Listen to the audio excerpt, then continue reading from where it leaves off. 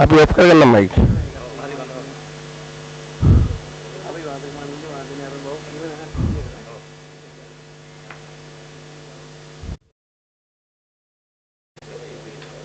कुछ हम बोला hasil kita mah ya hari-hari kita mangke arep buru ya wakil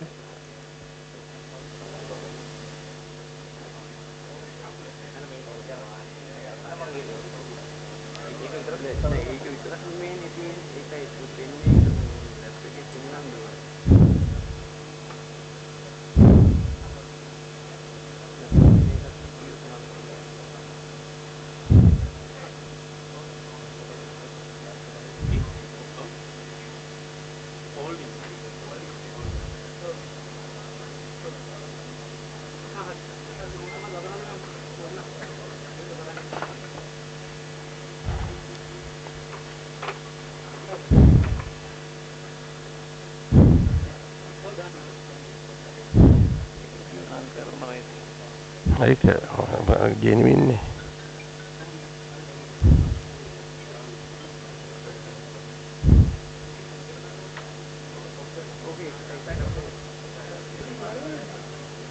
pindah nopo ya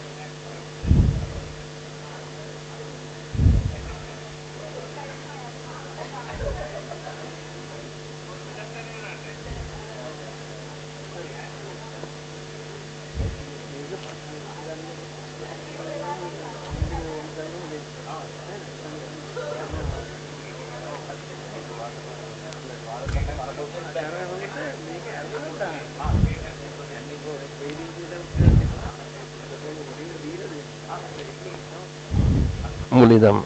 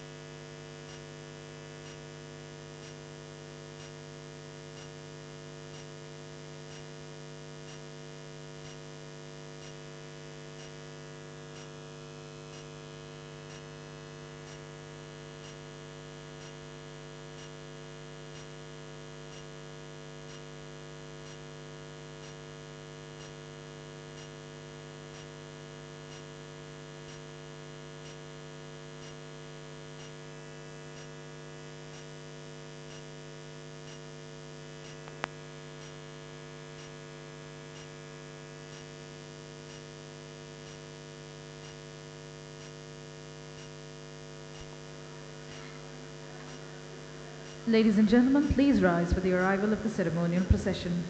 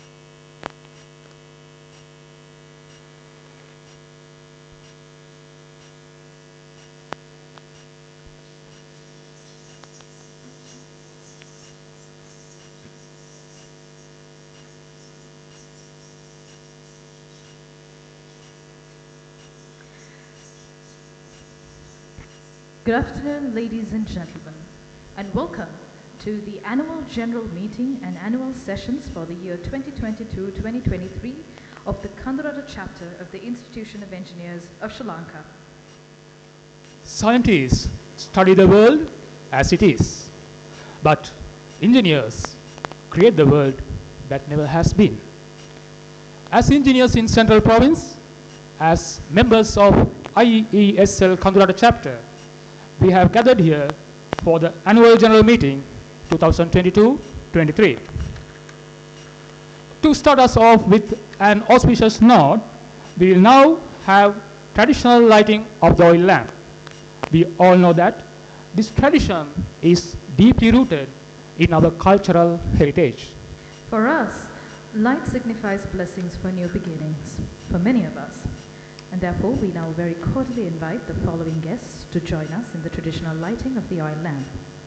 We call upon Engineer Professor Ranjit Disanayaka, President, Institution of Engineers Sri Lanka. Engineer Granny R. Jalat, President-elect of the Institution of Engineers of Sri Lanka. Engineer Professor Nadishani Nanayakara, Keynote Speaker, Department of Civil Engineering, Faculty of Engineering, University of Peradeniya. Engineer Dr. Uday Disanayaka, Dean, Faculty of Engineering, University of Peradeniya. Engineer DMSS Dasanayaka, Chairman, IESL Kadurata Chapter, Session 2022-23. Representing University staff, Engineer Dr. Jalat Singha, Senior Lecturer, Department of Civil Engineering, Faculty of Engineering, University of Peradeniya. Engineer JMRB Jayawardena, Secretary, IESL Kadurata Chapter, Session 2022-23. Engineer AGPB Deshapriya, Treasurer of the IESL Kadurata Chapter for 2022-2023. Representing Senior Engineers, Engineer Sarath Gamini, former Project Director, Padudumbara Water Supply Project, Katugastota. Representing all the personnel who have given support to the Kadurata chapter over the last year, Engineer Udeni Vikramaratna, Team Leader, Resources Development Consultants, Private Limited. Engineer Dr. Kamal Daksiri, Project Director, Moragolla Hydro Project, Moragolla Gampola. Engineer WAM Vijaypala, Provincial Director, Road Development Authority. Engineer D.V. Medawat, Deputy General Manager, Central, National Water Supply and Drainage Board. Engineer BMUS Bandara, Deputy General Manager, Ceylon Electricity Board. Engineer WMISK Vijay Khan, Deputy Chief Secretary, Engineering Services Department. Engineer Atula Vijayaratna, Provincial Director, Engineering Services Department. Engineer Anuruddha Ratnayaka, General Manager, Regional Operations, Sri Lanka Telecom. Engineer Sudat Gamage, Director of KANDY, Department of Irrigation. Engineer Mihira Gunasena, Additional General Manager, CCB Construction. Engineer Sandhya Vijaysekara, Director, Provincial Irrigation Department. Engineer W.M. Gunasinghe, Project Director, Kandy Tunnel Project. Engineer Priyadarshini Rajpaksha, Chief Engineer, Engineering Division, Agricultural Department. Engineer IUK Puagolla, General Manager and Vice Chairman of IESL Kadurata Chapter, Provincial Road Development Authority. Engineer RKC in Tilakasiri, Additional General Manager, CECB Consultancy. Engineer Tharanga Bataboda, Director, Planning and Design, Department of Irrigation.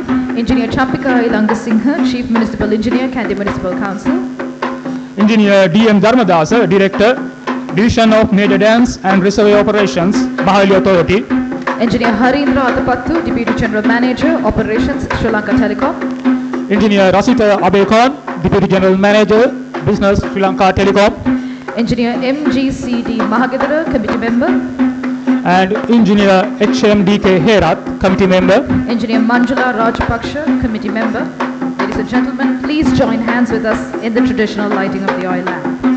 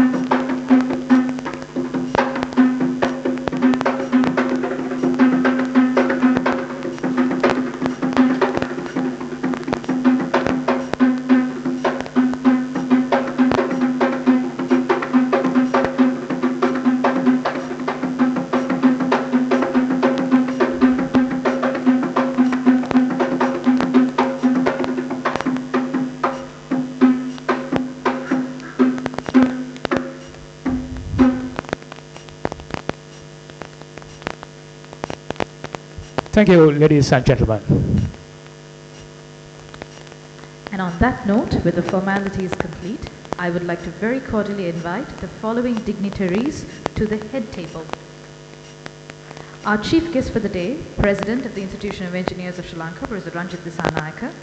Followed by our guest of honor, President-elect, Institute of Engineers Sri Lanka, Engineer Granny R. Jailak. The keynote speaker for the day, Professor Nadishani Nanakara, Department of Civil Engineering, Faculty of Engineering, University of Peradeniya. Followed by Chairman, IESL Kadurata Chapter, Engineer DMSS Dasanayaka. And finally, the Secretary of the ISL Kadurata Chapter, Engineer JMRB Chavatana. Ladies and gentlemen, if you could please take your seats at the head table.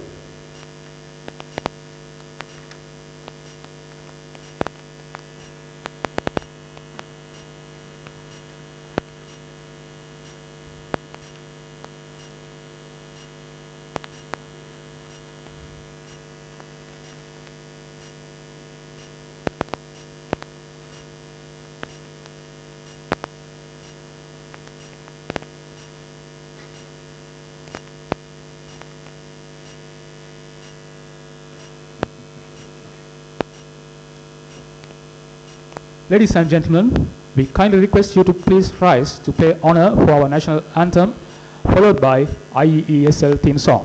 Please remain standing for both songs.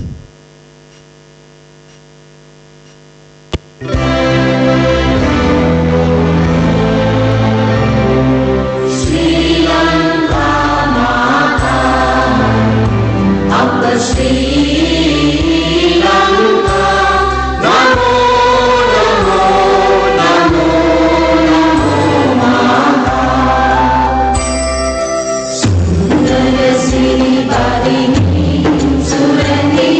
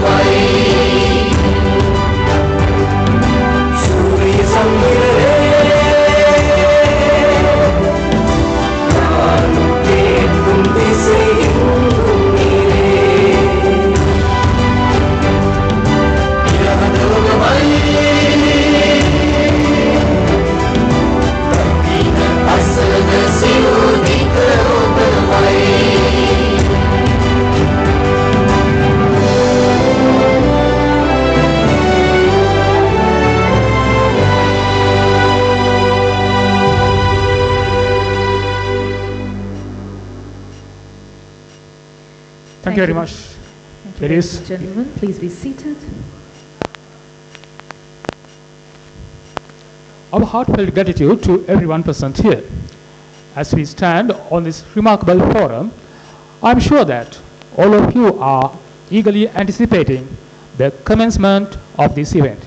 But of course, there's somebody who is far more qualified than the two of us to welcome this official gathering. Yes, indeed. To formally welcome all of you, we would like to extend our first invitation of the day to Engineer D.M.S.S. Dasanayaka, Chairman, IESL Kadurata Chapter.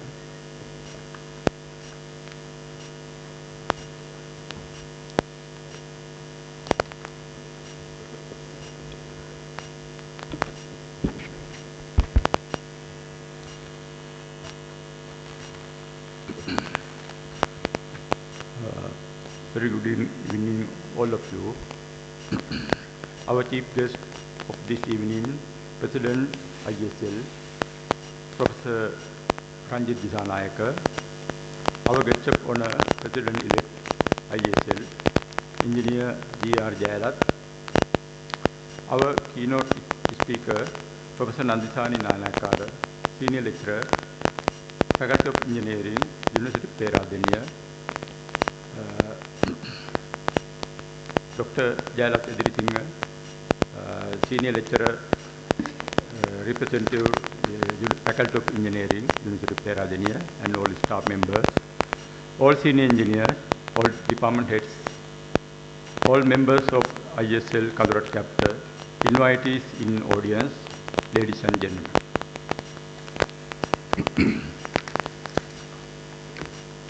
With great pleasure and a heartful sense of honor, I extend warmly welcome to each and every individual gathering here at the 2022 and 23 Annual General Meeting, Kadurata Chapter in ISL. Your presence here today stands as a testament to your unmoved commitment to the engineering profession and dedication to the continuous success of our respected institute. As we convey, let us reflect on your mark by the remarkable achievement, collaborative and unmoving practice of excellence in engineering. The IXL has played a vital role in advancing our field, fostering innovation and nurturing the aspiration of next generation of engineering.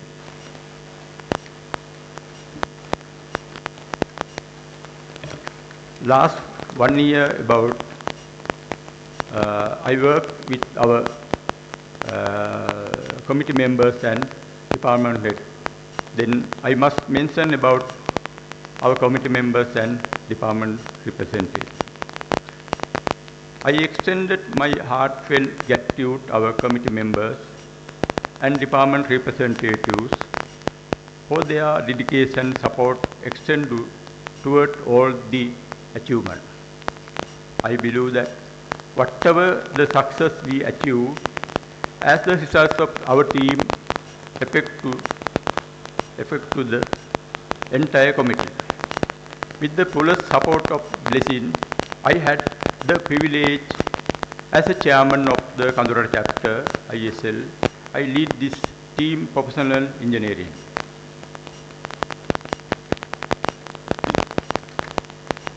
Finally, I would like to welcome all the great audience, especially welcome our chief guest, Professor Ranjit Disanayaka, President of ISL. Dear sir, I must pay your sincere gratitude to President of the ISL and your committee members and the staff for their dedication and support extended to all the achievement. We are delighted that you could take time in your busy schedule to be with us today. My sincere welcome extend to our chief guest, guest of honor, President-elect of ISL, Engineer G.R. Jayalat, thank you for gracing us with your presence, and we wish you successful year onward as the President of ISL. Next, I warmly welcome our keynote speaker, Professor Nadisani Nanakara, Senior Lecturer, Faculty of Engineering, University of Peradeniya. Dear Madam, thank you for accepting our invitation, and we look forward to your continuous contribution to the engineering education sector in Sri Lanka.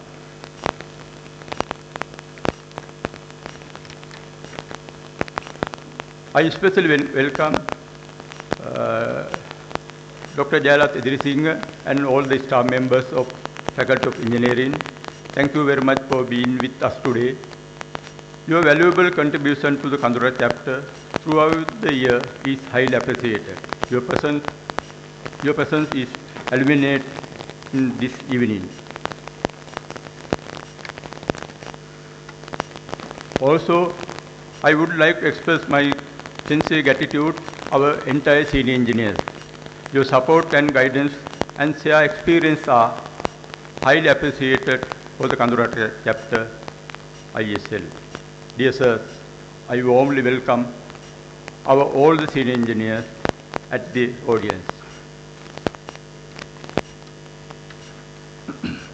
I would like to express my gratitude and special acknowledgement to the entire department in Central Province ISL Institute. Highly appreciate your outstanding support and tirelessness effective throughout the year.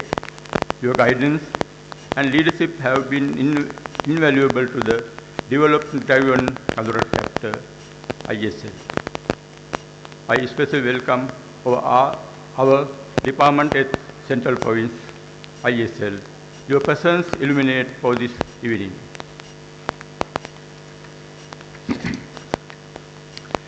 Next, I would like to welcome all the members of the Kadurata chapter ISL and committee members and department head representative. I hope you enjoy this wonderful evening. Thank you very much for all.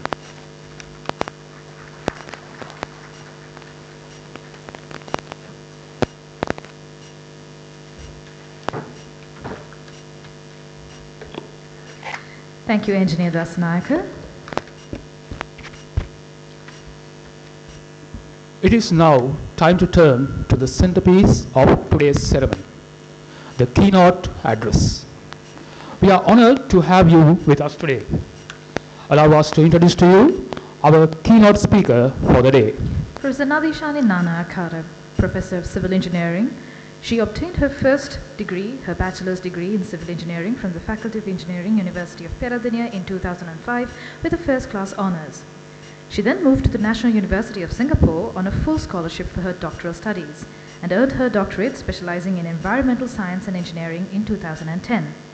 Before joining the Department of Civil Engineering at the University of Peradeniya in 2012 as a senior lecturer, she served the National University of Singapore and the National Institute of Fundamental Studies, Sri Lanka. She has contributed to several academic programs within and outside the University of Peradeniya and serves at national level committees as an academic representing civil engineering as a major. She has contributed to more than 85 scientific publications in the field of water engineering and has attracted many local and competitive international grants during her career. President Nanakara, the floor is yours.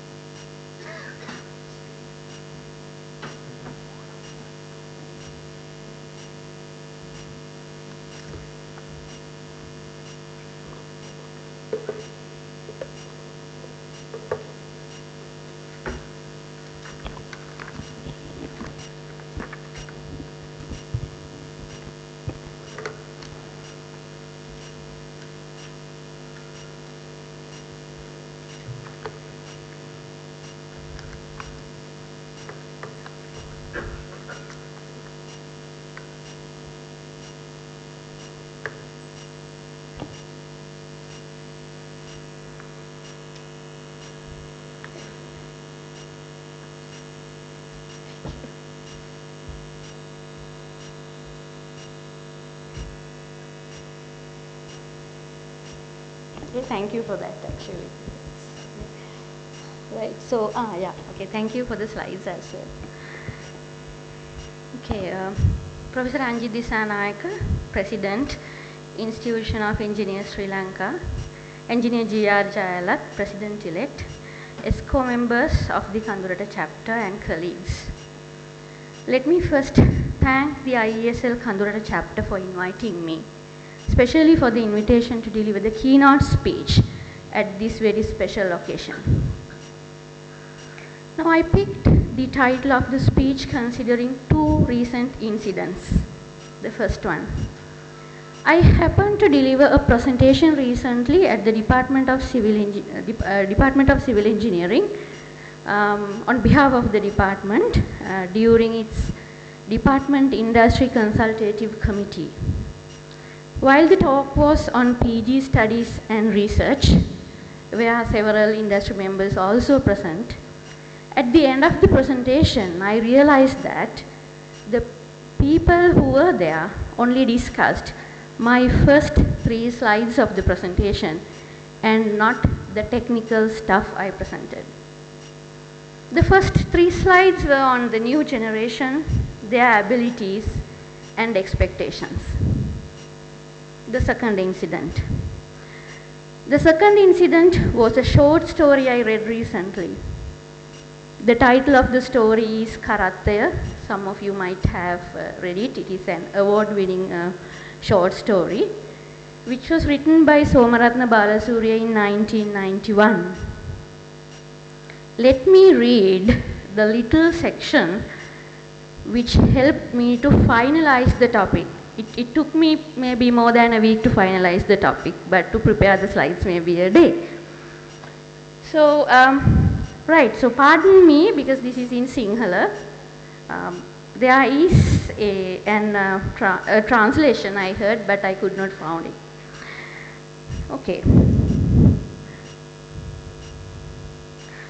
ඔහු ගොනා ලිහා දමා කරත්ත රෝදයේම ලනුව ගැට ගසා පොලිසියට එන විට කරත්තකරුගෙන් ප්‍රශ්න කරමින් සිටියේය. ඒතර පොඩි ග්‍රැමටිකල් මිස්ටේක් එකක් මම හිතන්නේ. anyway. ඔහු මොහොතක් ඒ දෙසත් තව මොහොතක් කරත්තේ සහ ගොනා දෙසත් බලා සිටියේ. මේ ඒ කරත්තකාරයාමදයි නිශ්චය කර ගැනීමට බැරිවක් මෙනි. දැන් ප්‍රශ්න කරන කොටස. නම රණසිංහ වයස 44යි.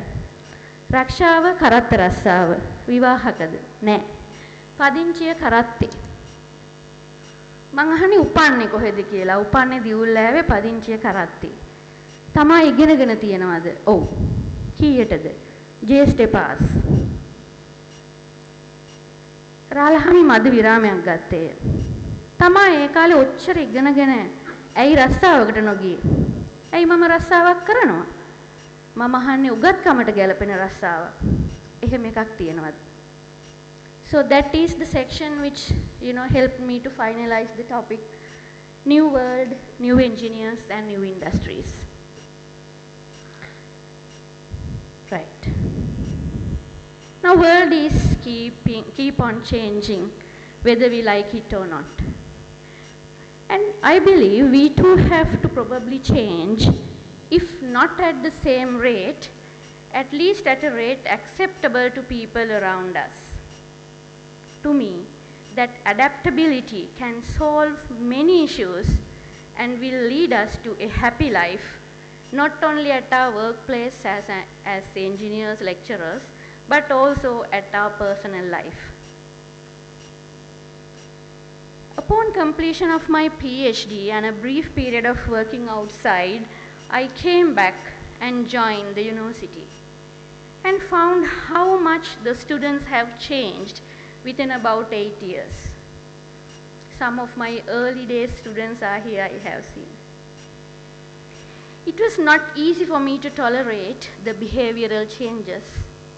Simply they are different in every possible way. Sooner I realized that the same complaint is everywhere, irrespective of the field of engineering or the sector of the industry. Even in health sector recently I heard the similar kind of complaints, let's say. They are different. And they should. Why? Because we are not from the same generation. The present university students represents the generation Z here, right? And a few batches of them are already working with you all as well. Generation Alpha is still schooling and yet to reach us at the university. Let's look at the specialties of this new generation. Now here you can see they were born in 90s and brought up in 2000s, surrounded by all the new technologies, right? Especially the internet and many tools around. And the same generation, the generation Z, is given many other names, like I generation representing the iPhone, Gen Tech, online generation, post millennials, Facebook generation, switchers, always clicking, C generation to tell that they are always connected, computerized and changing. And R generation, you might not agree, right, to represent they are the responsibility generation. Right. Now here are some of their qualities identified in the literature. Now these qualities, can be slightly different in our context. Still, more or less around the same. Now here you can see qualities, right? They are less focused. Their attention span can be very, very short, so they might look around during a lecture, right, and maybe talk to the next person, not the next person. Right? And so their learning behavior is also very different. Working behaviors can be the same. But there are many good things, right? So they can quickly grasp things from very short kind of videos, let's say, right? They are very good at learning from YouTube, where I cannot listen to any YouTube lecture, beyond 10 minutes or 15 minutes. Very tough for us. And they can multitask, right? Because similar to their devices, they do many things at the same time. And the new technologies are very natural to them. Believe me, the study showed that 91% of the Gen Z have their devices on the bed while they are sleeping. And they expect great flexibility. This is where probably the friction arises between we and them. And ability to work remotely, they do not have time zones anymore. And we are not using these properties or these qualities effectively as teachers or as maybe their bosses. And the common belief is the majority of generation Z, right? They expect to have multiple careers by the age of 13. But this particular idea is already challenged if you go through literature. Okay, here some of the generation Z students we are dealing with, right? Especially as students. Right? So generation Z student is very different from you and me, right? So I have, while there are many, things given here, maybe around 9, right? 9 different characteristics. I would focus on 1 or 2 quickly, right? First one is information literacy. Now there are good and bad, right? So let's say if you ask a very simple question from them, the first reaction probably, typing in the Google, search for it and give you the answer. The answer can be correct or wrong, right? Now, when we give an assignment, at present trend is using AI generative tool, generate it and submit the assignment. That is where they were nurtured. So that is what they were exposed to, right? So because of that, our role as teachers probably is to show them that there are some misinformation. So the things to unlearn, that is what the direction we might have to think of, otherwise we can fight with them forever. And also if you think about intrapersonal learning, now maybe probably in your days and my days, we were very happy to do interpersonal learning, right? Teamwork, sitting in one room and discuss and do things, that is no more probably there. So we might understand them as very selfish people, which might not be the case. That is them, right? So let's accept the fact.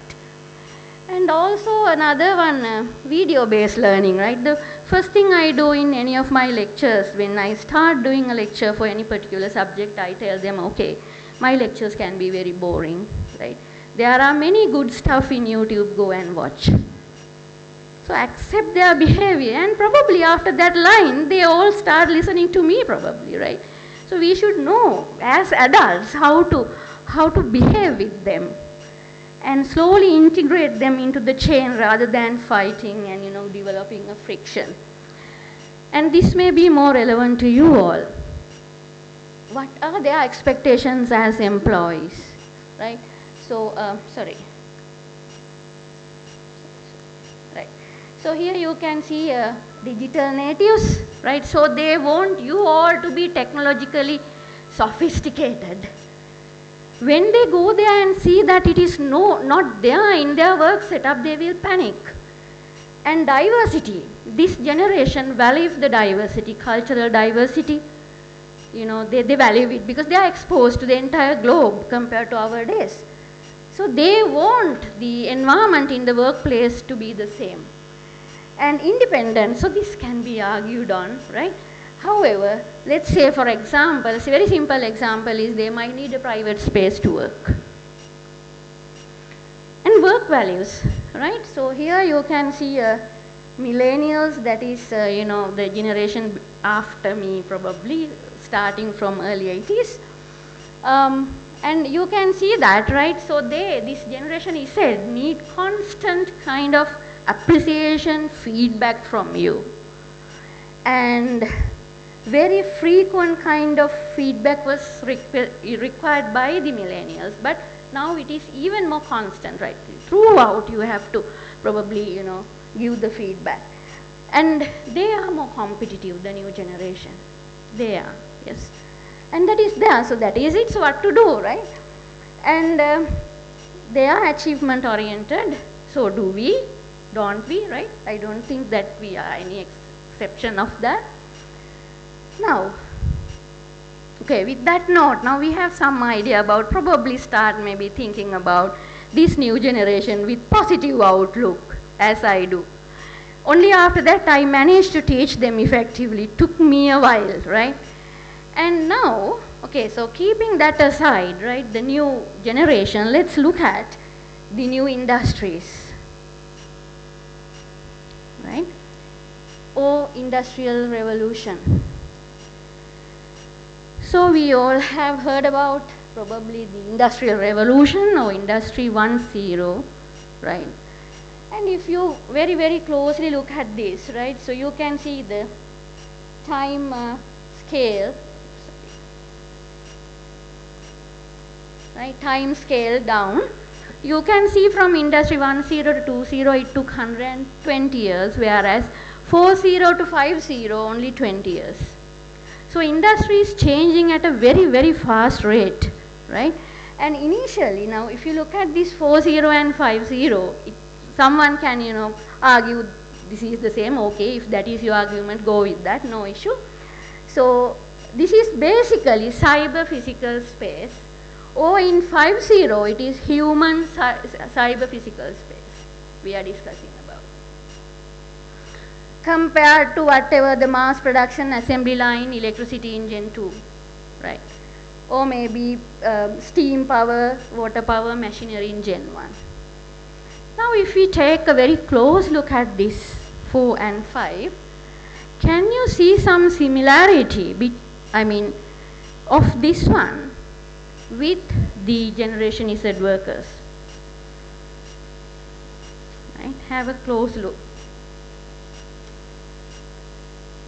Now, right, so here, as I believe, the 4th and 5th industrial revolutions, which is occurring globally, right, are perfectly matched with the human resource we have. Unfortunately, here in Sri Lanka, we have a huge gap between. So we are not catering for the people who are coming out from the universities. Now, are we facing this change positively? And what would happen due to any mismatch? Now, in university, they will not learn. In your workplace, I hope you can understand now. With these questions in mind, I first tried to do a bit of research on the Sri Lankan scenario. This is what I have found. SL aspires to reach Industry 4 from 2, right? This is somewhere in 2023. And this is in apparel and manufacturing sector. So when we see these manufacturing things, we might think, okay, that is applicable to manufacturing engineering more. So these very, very limited amount of work, I have found in Sri Lankan scenario. And if you read through these things, still you will find even these sectors are struggling to move from Gen 2 towards Gen 4. Now, right, as I know here we have a diverse community, but unfortunately I am a civil engineer. So you will have to, probably listen on civil engineering staff, because I am not qualified enough to talk about the rest. Yeah, so here, now the thing is, now whenever we discuss, right, these industrial revolutions, even my feeling initially was these are more applicable to manufacturing or production engineering, mechanical, electrical, chemical or computer engineering, and not really to this civil engineering. Now on the other hand, though I do not believe construction industry is a synonym to civil engineering industry, which should not be, and the very reason behind our collapse of the industry. For easiness in discussion, I would mainly use the construction industry as an example after this point onwards probably. Right, so this is my own view on this matter. I think it is a challenge, yes, if when we consider the civil engineering industry, which is highly human assisted, can be a huge kind of a challenge to move from generation, let's say still from 1 or 2. Globally also the scenario is similar. Civil engineering is still in maybe 1 or 2, right? So, but there are many avenues which we can actually integrate, and such integration will finally, direct us towards probably, to ease this economic crisis as well. Now here you can see some of the points which I have listed about possibilities. Some of these things we already actually probably we are doing, right? Compute optimized design, yes, we are doing up to some extent. And data management, data processing collection, and such would, and we can actually go for project planning with these new tools, right? That also may be up to some extent. How about this use of artificial intelligence and machine learning stuff in civil engineering? We are still probably lacking behind, right? But however, if we have data, right, you might have recorded in books or Excel or somewhere. If you can share those with the universities, probably we can come out of, a lot of new technologies very easily. And use of digital twins like BIM, 3D printing, additive manufacturing is the maybe difficult term for 3D printing. Drones carrying out surveys, and maybe robots at sites, right? So laying bricks, painting, right? So all this stuff. You might be thinking, okay, can we do this? Yes, we can, with new students and new engineers. Try. Now these are some, samples I have taken from, first one is from MIT. Don't now think starting like, okay, this is MIT and not Peradeniya. Yes, that is true, but Peradeniya also can do something, maybe 25% of this, why not, right? And then metal bridge parts manufactured with 3D printing. And more towards my specialty water, right? So AI now, even, you believe me, now even my students are, working on these AI related things with the help of waterboard at present. So undergraduates, they are very enthusiastic and keen and happy about such project titles compared to conventional things. And another kind of example here, and this is again AI for water treatment. So there are a lot of avenues which might not need lot of money, right? There are certain things we need money, but there are many more things which we might not need money but human, right? Or brains, which we really do have. And while emphasizing these points, as a Generation X person, rushing through from the first or second revolution to fourth or fifth may not fully work. I don't think we can rush through anyway. A careful evaluation of the scenario may be with intervention of the IESL. Engaging industries and academic institutions is advisable. Such commitment will later facilitate development of necessary framework or mechanisms for an incremental yet steady revolution. Okay, to mark the end of the speech, let me show you the composition of workforce in future. Now this is USA example. Unfortunately, we do not have any of these things done for our country, but I think probably this is very much parallel to our case. If you look at to 2040, right, not far away from now, maybe 15 years from now, right, I will retire in 2044, right? So you can see my generation is at the top, X, very little amount, light green color. Red is generation X. Right? So that is coming in, right? So we generation X are retiring, giving space to generation Y and Z. And unless we take a step towards reducing the gap between us and the globe, right, the generations to come might face lot of difficulties and dissatisfaction at their roles as engineers. Or we might lose a large percentage of brains. You are thinking probably now we are facing a brain drain. No, the worst is yet to come due to these gaps. Since they might look for global opportunities which are more satisfying to them due to their natural behaviors and their nature. Therefore, I believe reducing this gap is our responsibility. With this, let me say thank you to all of you. Dream big, please.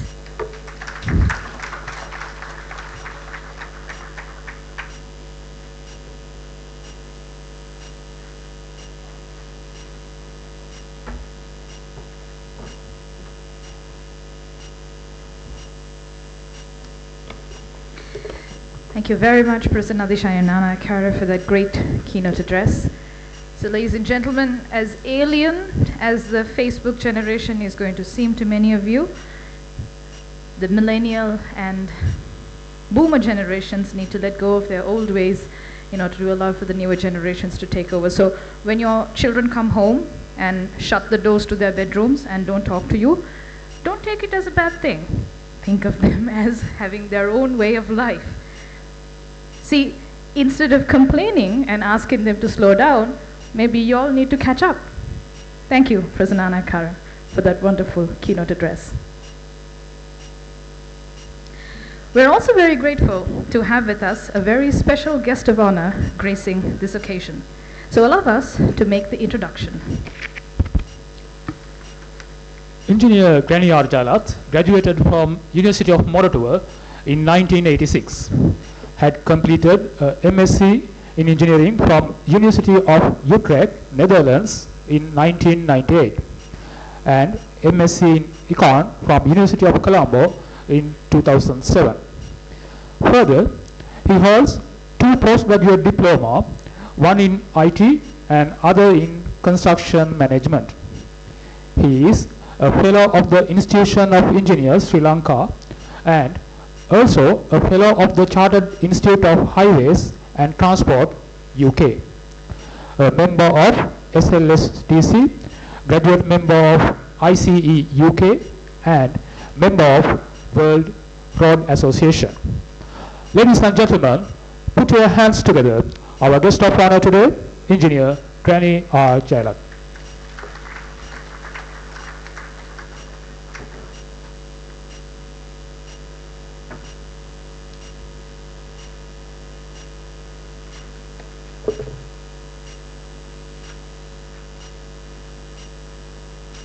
Good afternoon, President Institute ISL, and also I extend my thanks for the keynote speaker, Professor Nandasiri Nanakar of the University of Moratuwa, and also the Chairman Kadurata chapter, and other members of the Kadurata chapter, and all those others who had assembled here. And ladies and gentlemen, I am very grateful to the chairman and the organizing committee for extending me an opportunity to express few words as the guest of honor. Today I wish to take few points to elaborate you, not like what the professor's subject matter, but other problems that we really face today and in future. And the message that Professor delivered eventually towards the end of the conclusive remarks would definitely will help us to how to integrate or how to go our trip towards achieving our goals with the young members.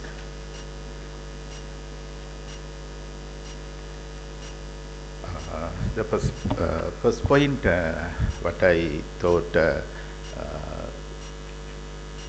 about the ethics. You know, we have very stiff laws being formulated. Even not only that, rules. There is about 10-15 rules also, and regulations, and how we behave, how we manage our conduct also. Everything is very perfectly outlined.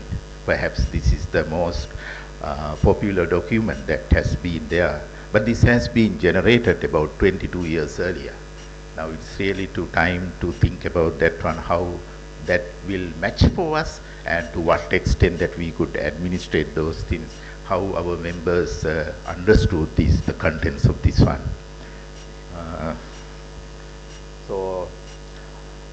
Next simple question that I thought really to ask, when we work day to day, how many of us analyze a decision and a judgment or even an act prior to you proceed on further? Next message is that we have in fact established the ethics committee in the headquarters, and we have really extend a call for those who are interested to join. I think we are going to have the first inaugural meeting of the ethics committee this coming Monday. So all of those who really interested about the ethics, which seems to be very important at this stage, I would like to extend that invitation also.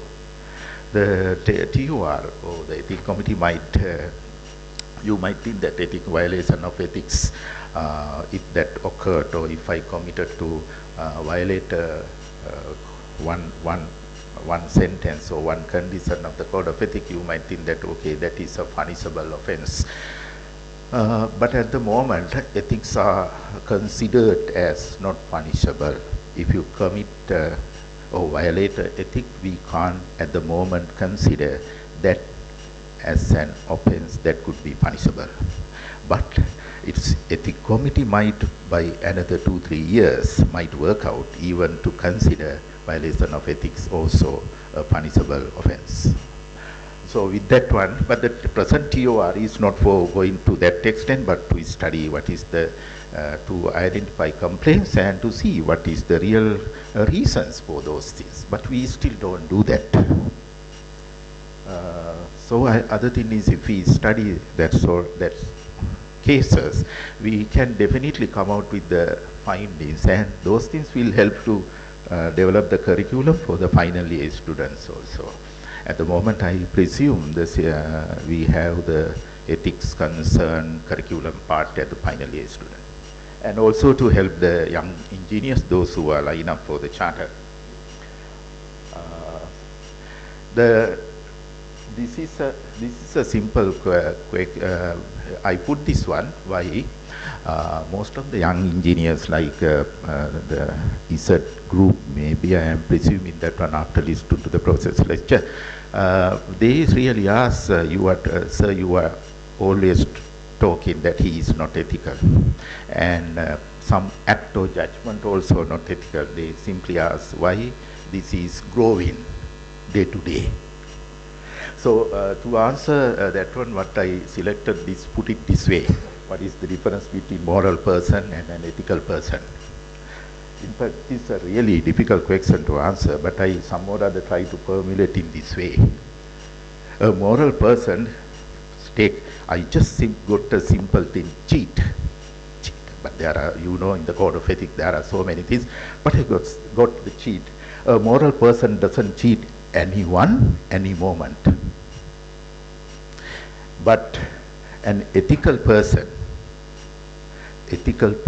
knows that he or she should not cheat anyone, but has the liberty to cheat.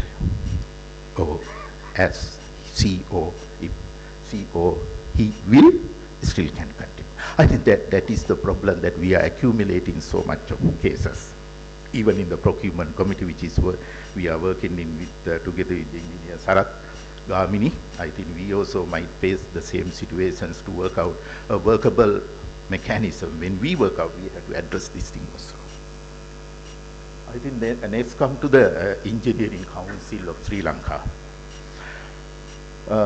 You know that all of us aware that no one can practice engineering unless registered at the ISL. But just see here, particularly we forget about associates, that it is a declining population, but come to the associate members. Right now, how much? 20,060. But out of that 6,865 non-active. Non-active means they have not paid the membership, but they still have the associate membership. How much percentage? It's almost 40%. So I'm just keeping aware that we have to solve this problem to keep them aware, even in the Kadurata chapter, even those who are at your workplace. Then the member, charters, engineers. We have how much? 6,277, but out of them 729 is inactive, means it's not paying, they are members but not getting registration. That is about 50. So you see honorary life members and the honorary life fellows is perfect 100 because the membership fee is not involved. Okay. Then again, I think still I am going here. This is a wonderful figure. What this says is, if you start the light green part, it says 1,506. That means those engineers are associate engineers, but more than 12 years, but not charter not taken. If you find those engineers in your workplace, I think we need to have a solution, mechanism to work out. I think, President, that's why when we had the discussion with the Engineering Council Chairman, we have decided to work out a progression path for them and keep them informed that there is a path for you. Don't get idling like that, because someday they will get suffered. Even President, we know there are a few members who came crying because his surrounding colleagues are registered, but the senior 10 or 15 years person is not a member of is not a chartered engineer, it's not a chartered engineer, not yet. But wonderful 3,907 is between 4 and 8 years already spent, not chartered. And other significant thing, we still have more than 1,000 with no link to the ISL, but still working. So it's really help that if you could identify those people which we couldn't reach, there is no communication way to reach them. official registration. I think those who are senior here, maybe by the time we joined the university, we only had about how much civil, electrical and electronics, and about 3 or 4. I think we had material and mining engineering also altogether, maybe 5. But we have now 24 sub-disciplines. 24 sub-disciplines.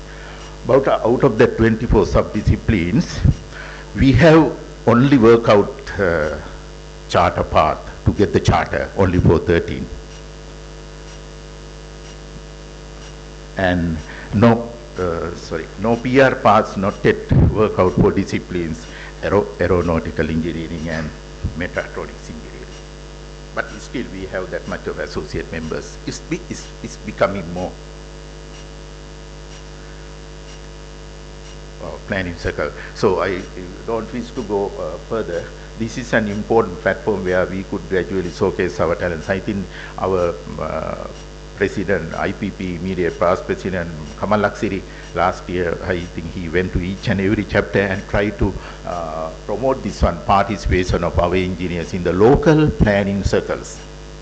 I think Dr. Jayalat also, my colleague, he also had. We had both discussed so many circumstances where we could identify the position of engineer within the planning circle. I think this is a good forum that we could showcase our talents. And the invitation for the Kadurata chapter also for the Techno 2024, this is really a message. I welcome the Kadurata chapter to have a contribution for the Techno 24, moving away from the conventional demonstration type of deliveries, but to have some sort of this young engineering entrepreneur of 2024, most outstanding academic research. And like the professor mentioned, I think he may last listed this on AI competitions we can have for the project management and traffic management. Traffic management, I think the Kandy is I think worst affected in terms of traffic management. Most viable transport solution for Kandy, and just focus in some of the AI tools that we can use for this one, and so many other things. So without taking that much of time and leaving our president to have his presentation a little more time, thank you very much for my colleagues, and have a pleasant evening.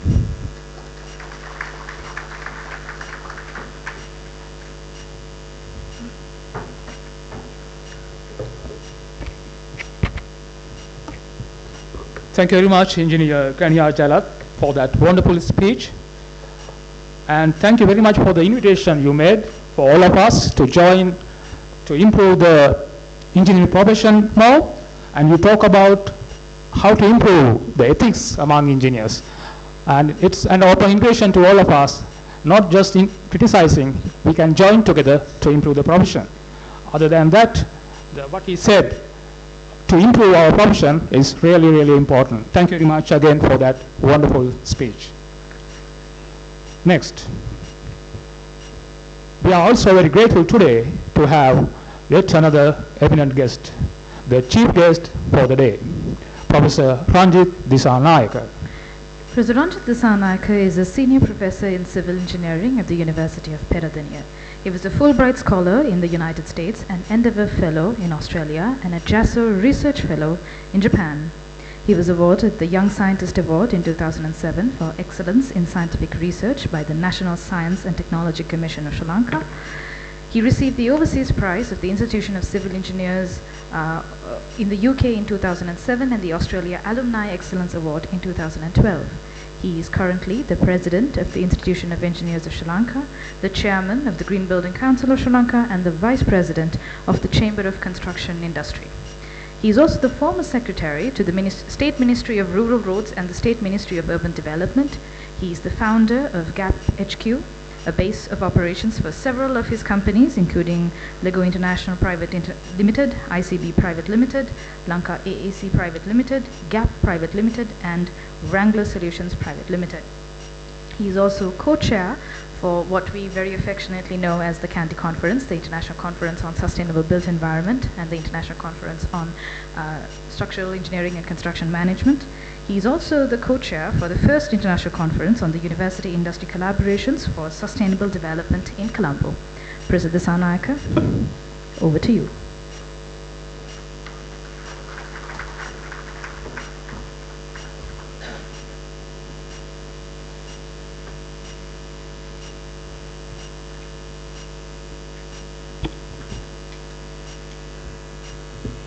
Thank you for the kind introduction. Engineer Granny Jalat, President-elect, Institute of Engineers, Professor Nadi Shani Nanakara, keynote speaker, and the Engineer Dasanaka, Chairman, Kadurata Chapter, Engineer Jayavardhana, Secretary, Kadurata Chapter, my fellow engineers and friends. It is a great pleasure to be here with you today. Before going to my talk, when I listened to the keynote speaker as well as the presentation by our President-elect, I felt like I'm suffering for the generation gap at the gap headquarters. I'm in the ISL. Why I say so? As you know that the ISL was, informally born in Anuradhapura 1906. Later it was incorporated in 1968. Of course, at the beginning it was share the ideas and time with the engineers, but later it was the chartered engineer status was offered by the ISL, then the professional engineers and so forth. Now it has like even when I entered the university, there are only 2 engineering faculty, Peradine and Maratur. Now there are 7 state universities and 5 plus private universities. And every year, thousand of graduates are coming into the market. And of course, still people are reluctant to recognize the private universities. I don't know why. But sooner or later, we have to recognize not only the engineering faculty, technological faculties also. They need a pathway. If we do not give them the pathway, they find their own pathways. So that is what happened double ISL. If we allow them to be with us, give them the ladder, they don't have their own two institute here. But now we have 2 institutes. We are fighting for the same cause. Right? So we create the more problem. One day somebody approached me having a couple of drinks. She said, "Sir, we have enough engineers. Little bit think twice before recognizing the private universities." So that is the attitude of the people. So when we want to change many things, we have to argue many hours because of the generation gap. People don't simply want to accept new things. I feel, Nadishani, I'm better, that I'm a little bit tough compared to the others. So that I really flexible. I know the importance of the consideration. Not only that, we have to, as ISL, recognize almost all the engineering faculties for the Washington Accord and various other conditions, so that you can imagine amount of workload that has come to the ISL. It's a big workload and big responsibilities, but not like it many years before. Now everything is being gazetted. But if you are not doing the right thing, politicians simply change the gazette. If you are not going to, if you are struggle with the giving the recognition, if you are not going to accept the people, they might change the gazettes overnight. Then we will lose all the power that we have. We have a very good power. Even though Engineering Council was established, but still power with the ISL. It is just a organization. Even recently we have keep constantly meeting the chairman of the ECSL to understand what is ISL and what is ECSL. He is a former president of ISL. That may be the reason. He always said that ISL has the power still according to the constitution. We have the power in the council of ECSL. So there we have, as engineers, we have the big role given not to any other institute of this country. We recognize the courses of the universities. Right? Simple as that. I think when you are trying to change these things, I feel like the generation gap make a big difference. So we have to, we have to think as a modern people, modern engineers, modern world. So I have a feeling that we have the role to play as an engineers. So which I made to a slides where you will understand, but it is very simple, but still it is a role. So one important thing as a present day contestant, I believe we have to be sustainable. We have to sustain. We have to think about the sustainability. Even of the recent crisis, I believe the ultimate solution is a sustainability. You know, people are talking now, we need the another half of earth to supply the material that we want. That means we definitely must go for sustainability. Sustainability is not difficult thing. How I look it at, I believe that God wanted us to live in the jungle, but somewhere God had made a mistake, because God has given us the brain, right? Otherwise we would have enjoyed very good. He made a mistake, but what we did also, we established the engineering faculties, research institute, and plus. We started to produce a new material, new gadget and so forth, so that we keep on the developing. Still we are developing, right? It is a mistake by God. But you see the cow or any other animal has not given. They live in jungle or wherever they are very happily, but we have a lot of problems. We have to go with get the degrees, MHD, PhD, and plus. So many things are there. Anyway, now the way we have been developing the built environment, we understand that we can't live in the built environment. Built environment, dusty, smoke, many problems are there. But our requirement also day by day increasing, right? So because of that one, we are fully frustrated, fully stressed. Then we need to find out a solution for this one. But it is a temporary solution, because if you have the crisis of environmental crisis, say 200 or something somewhere, we can delay maybe another several years, because we keep on creating the problem within the sustainability itself. We do the same thing, but we are delaying, because we use less energy, less water, and less environment damage and so forth. But again, what we try to do is the where we live, we try to bring the environment on this. I have been working in this green building concept during last several years, but recently when I was just thinking, I felt what I do in the green building. I try to bring the daylight, of course, good. I try to bring the rainwater harvesting, that's a good thing. I try to bring the cross ventilation. Look, what was we doing? We were in the jungle, we were in the cave. When there is a light, we come out, of course, daylight. When we are thirsty, we go to the water body and drink the water. Okay, the rainwater harvesting. When we feel thirsty or the difficulties, conditions, we come out and get the fresh air.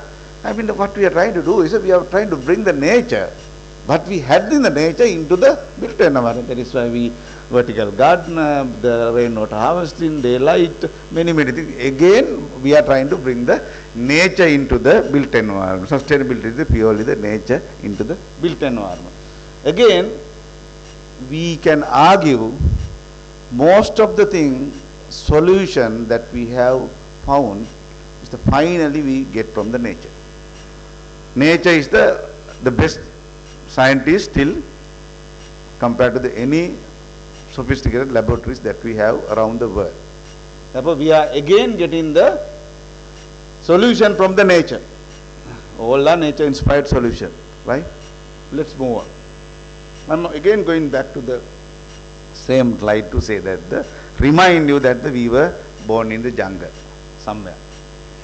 But what we did was, these are the good part done by our universities and research centers and so forth. We come up with the built environment, but when we focus to the different location, right, 3 elements, air, water, soil, right, we understand that this is what we have done. We are continuously, I'm somebody who love to walk every morning you see that the water bodies are polluted by the many things coming up. Then when you focus into the road, you will see that again traffic and so forth. So that means you understand that everywhere if you focus it, you have disturbed, polluted and so on. So we need to, this environment to be changed. So that in order to delay the problem that will come. That is a part of engineers. So we have to make sure that the sustainable cities and society. That is what you remember that when I was a secretary to the rural roads, there was a program called, some of you might have participated, Magadepasaturu Sevana Surakaputta Parisare, right? So I love to plant the trees. When I was a secretary for the urban development, I drafted the cabinet paper, Surakumuganga, where it is aim is to drink the water in case of emergency in this country, not today, after at least 10 years. It takes such a long time to clean the rivers, right? Let's move on.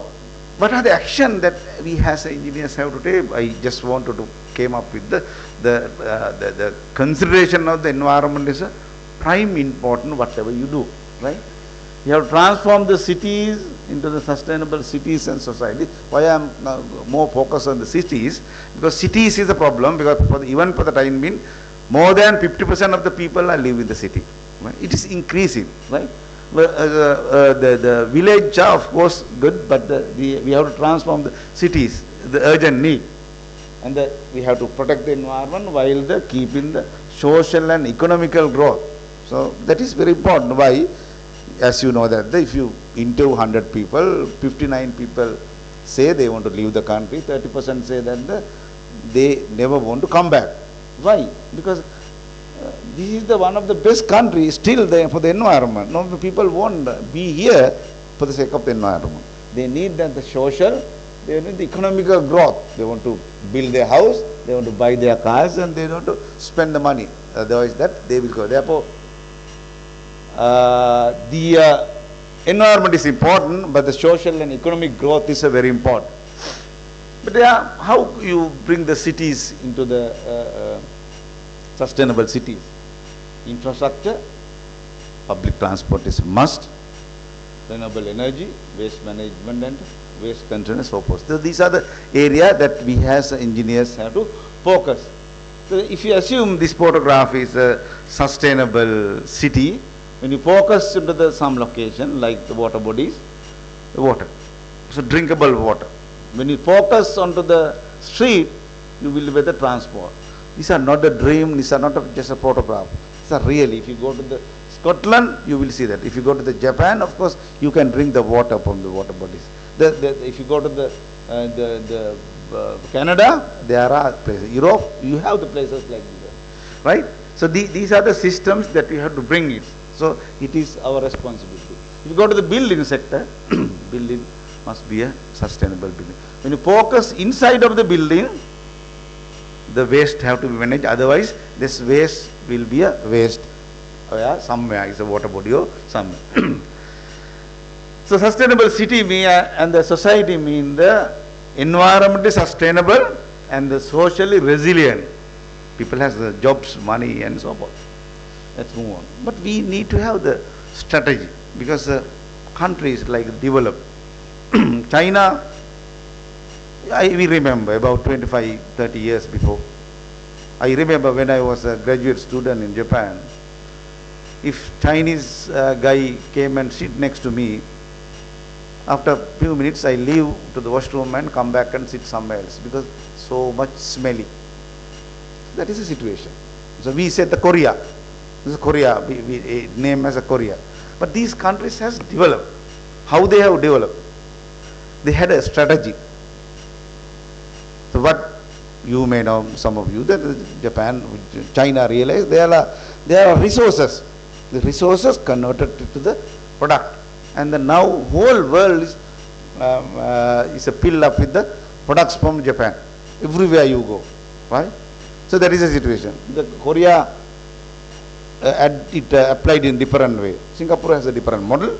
Like every country has a strategy for this development, right? So strategy is a innovation. Innovation may be too heavy for us. Innovation is a difficult thing. We have to innovate something. I don't think there's a innovation is not what we need. I believe AIS, this is what I practice, right? AIS. A mean adaptation. Because country like to similar Sri Lanka has developed many, get Malaysia, get Korea, many countries, right? China, India is developing. So there are so many things that develop ideas. When you go to the failure system, you can adapt it. So that we can adapt most of the thing rather than going for the innovation. But innovation come next. Why we want to go for the innovation? When we adapt the thing, you can't use as it is, because the reason behind that one is our climate is different, our material is different, our people are different, our culture is different. So we have to innovate the whatever we adapt according to our country. Then we have to make sure that whatever we adapt and whatever we innovate, must sustain. So that is we should do.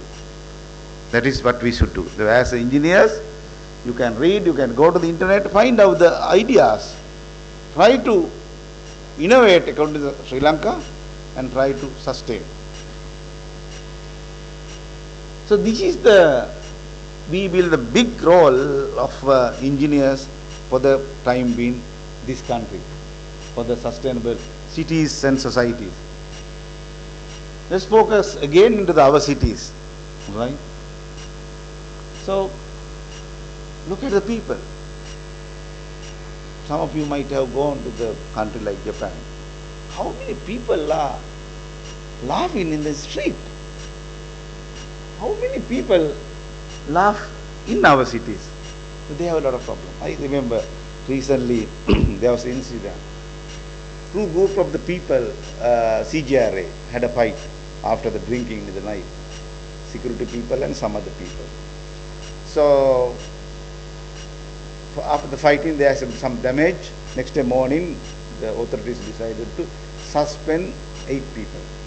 Why? They had a fight, they had a damage. So, what they did, they had a powerful union, they had a strike. So, no train from the morning. No, after 12 o'clock, no trains, they decided. So, why here, some people who come from the Gampa by season, they didn't go back home. Why? They didn't have money to go back. That is, they don't have money in the pocket, but they have the season, come to the work and go back. So that is the current situation of the people, right? Current situation. Why? Then how can you ask these people to laugh? They can't laugh. They have enough problem. That is the present situation. You can remember about several months before, what is the price of the rice packet? What is the price of the packet today? Why? Anybody has seen the salaries has increased? No. People are suffering. So that is what I sometimes see. Recently I was invited to deliver a keynote lecture at Javaradhapura. UC Chairman delivered the speech at the beginning. He was very confident. He said that we have so many faculties, so many things. So I did not insult him, but I said that I feel sad because when I entered the university, there was 2 engineering faculty. Today we have the 7 state plus. But I can remember 1983, a man on the street is still suffering much more than about 30-40 years before. But we all are here, maybe 99% all are here from the poor man tax. They are the people who don't spend our education. We have increased the engineering faculty, laboratories and multimedia and so forth, but the common man is the street is struggling. He is the one. If they really know that, they will definitely come to our universities and hammer us. Because they are the people who spend us. For our generation, in my batch, maybe 250 graduated. I don't think less than 50, 60 people are here. Others are somewhere. So, but common man spend for them. I'm not jealousy about, I'm not nothing, but that is a reality. Anyway, so end of the day, we saw this one. We were in the queue. No fuel, no electricity. So that was the case. But this is, the next slide is very old. This is what I believe. For the sustainable society, we need the, of course, while having the environment, we have the human capacity, and the economy is very, very important. Country like Sri Lanka, we are trained to use the imported item. We value the imported item, right? But what happened, this is what happened during the COVID. We could not manage it artificially. We have been managing it artificially. Even if a single person, a family, a group of the people, this is because if he is not earning the money, single person, to spend, he will get the loan or do something and survive for the month. Next month, likewise, exactly the same way we have been managing the country, but people believe unfortunate, I believe it is a fortunate we understand what we have been doing. We stopped the import of the vehicle during past 5 years, like we had a power cut of 13 hours. But some people said that how the tariff was increased over the night, from next day onward, we get the power. I am board member of the Ceylon Electricity Board, I know. As soon as the tariff was increased, bank has enough money. They lend the money next day. Then we could buy anything and everything. We could continue the supply, the power. That means that somebody has not increased the tariff nearly 9-8 years. So you can't do that. 9-8 years we have not increased the power, the tariff in this country. So that is what people suffered lot, right? Now we have to pay more tax because we have not collected tax for so many years, right? So this is the collection of the loans. Okay, let's move on. What I believe, the reason behind this economic crisis, of course, you too believe, COVID. I believe we are too much welfare society. We should have the welfare society once the country develops. I believe free education, free health also contributed this one. I believe subsidies and of course the corruptions. Invest but not, which had no return, unplanned development, no proper feasibility, no proper tax structure. Economically bankrupted. To transform this one, as you see that the port city, if the port city come, I believe landscape of the Colombo will change because of the port city. But it was also delayed because the same reason, our economic downfall. What we should theoretically do, there is engineering input required. We should theoretically reduce the import very systematically, not a long-term plan, not a short-term plan, while improving the industry and to make sure that we self-sufficient for a given day. Then renewable energy is delayed, but we must go. And the manufacturing is a very, very important area. And we are these countries where the local material usage. Then the circular economic principle must come.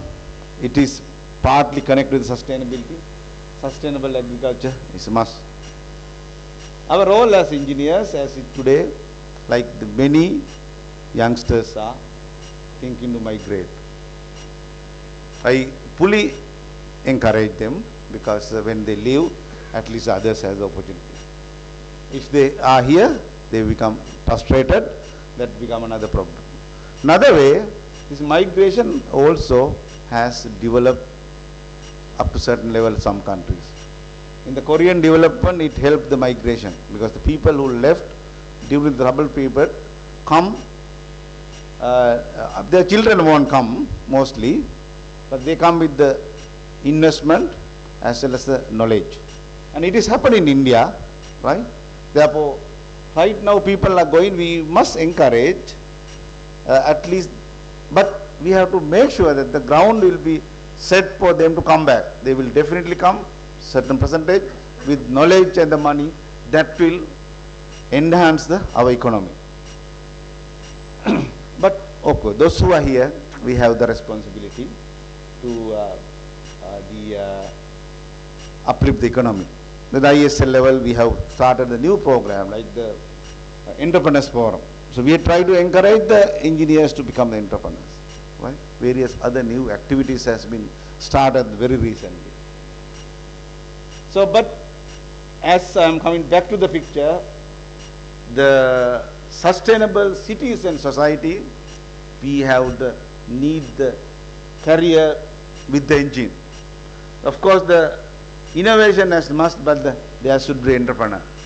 Without that, how much you do the research at the university level and everywhere, without entrepreneur, you can't make sure that the city becomes sustainable city. That is what's happening.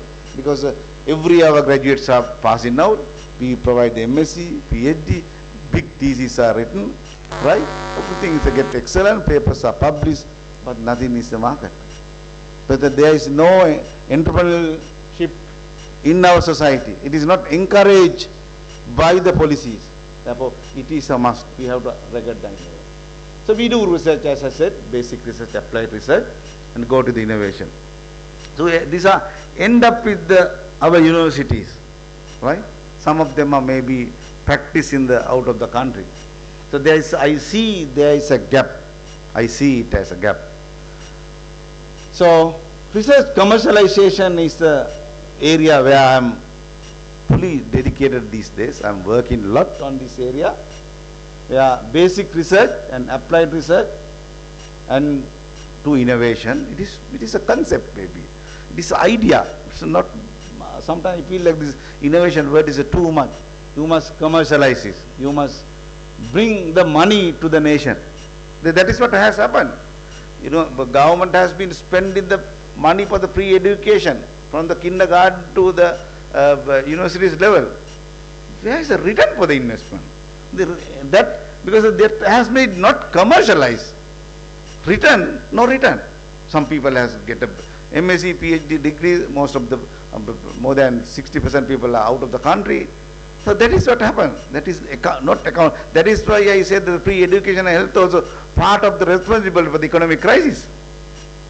So this should be continued. This is what I see. So I'll believe now innovation and entrepreneurship, it must be the green innovation and entrepreneurship, because we have to always think about sustainability. If I do this presentation about 50 years before, I might drop the green, but today it is required. So let me come up with a few things that I have done. My original research work is the structural health monitoring, but I am a structural engineer, as you know that. So usually when the structures get old, we will replace. You might have seen many things. Our research is try to find out how we are going to bring this back. So these are some of the structure we were discussing about. They were discussing replacement, but we rectify. But we developed the company for do this. We have tackled so many structures in this country, right? Company established 2010, right? Purely based on the circular economic principle. Right. We are not going to throw away the old structures and we are bring back to them. Thereby we can save a lot of dollar to this country. Circular economic principle. ICB. So this is some of the area where we have given at the beginning some of the consultancy work. These are some of the troubled structures we have given through our company. So that saves a lot of money for the nation. Another area where this is the all research was funded by National Research Science Foundation and the National Research Council for the basic and applied research. All the binding is a University of Peradeniya, commercialized ICB, so that I just to show that the loop is completed. So that people are working on the different kind of people are doing. But having keep on doing different areas of research commercializing, I realized that there is a huge need in the present day. There is a huge gap. So I used the same name gap and developed the company, Graduate Associate Private Limited, Graduate Associate Professional Private Limited. Then I make it a gap.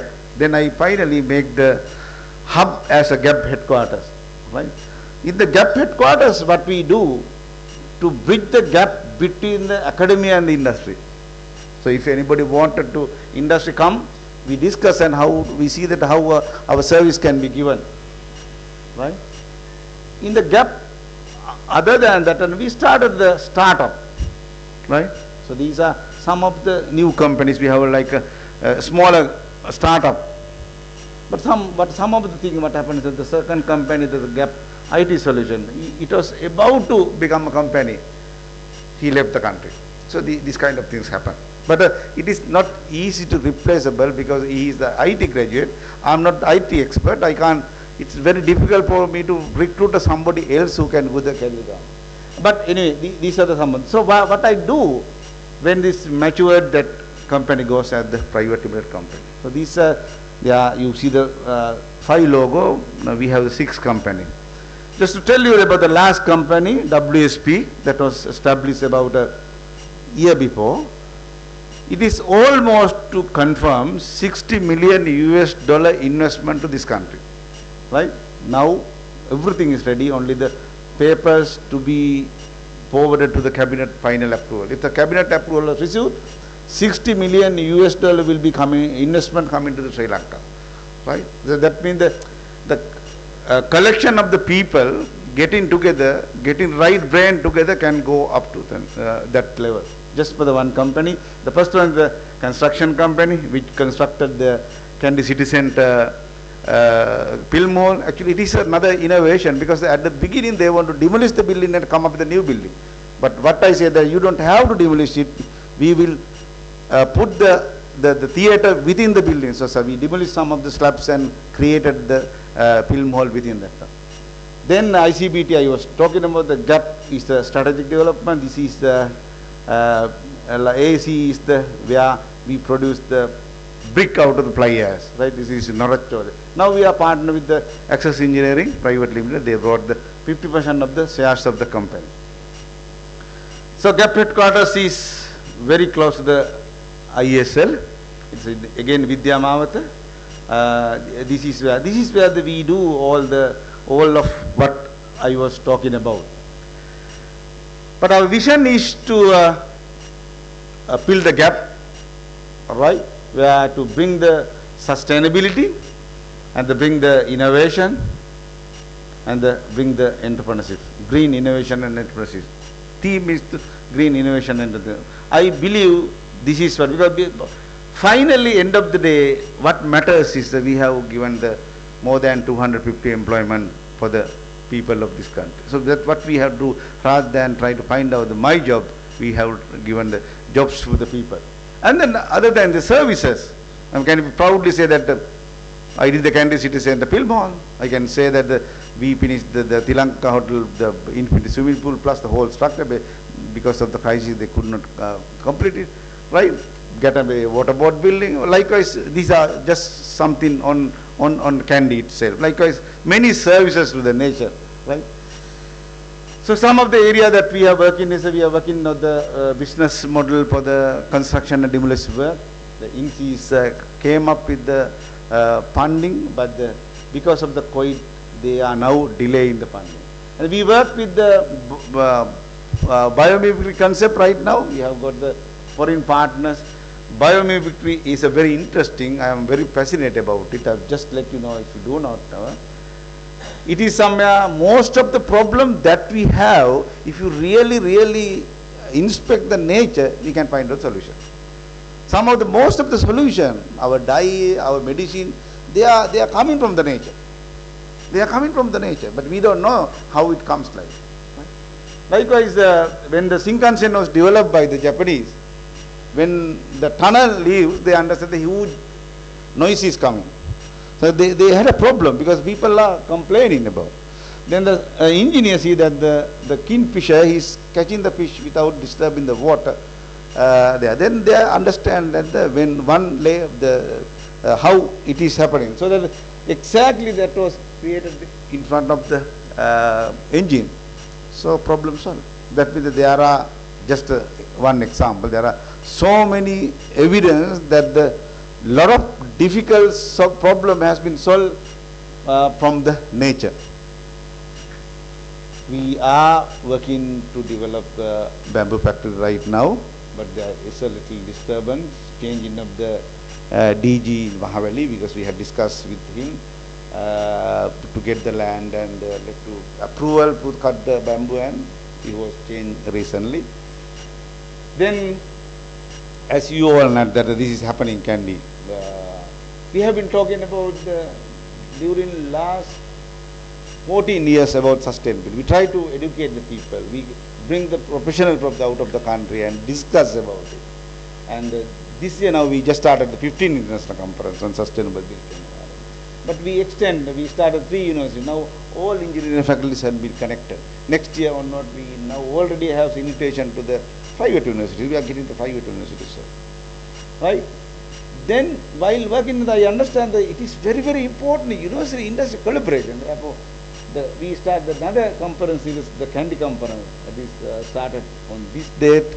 Of course, it is again at the beginning funded by the European Union, SECRA and the Fountain projects for the 2 years. After that, we would like to continue by the local, but we have the expert from the industries. I think Ravi is here. Ravi is an entrepreneur, and of course there are a few other entrepreneurs who would like to come and discuss with the industry how we can go forward.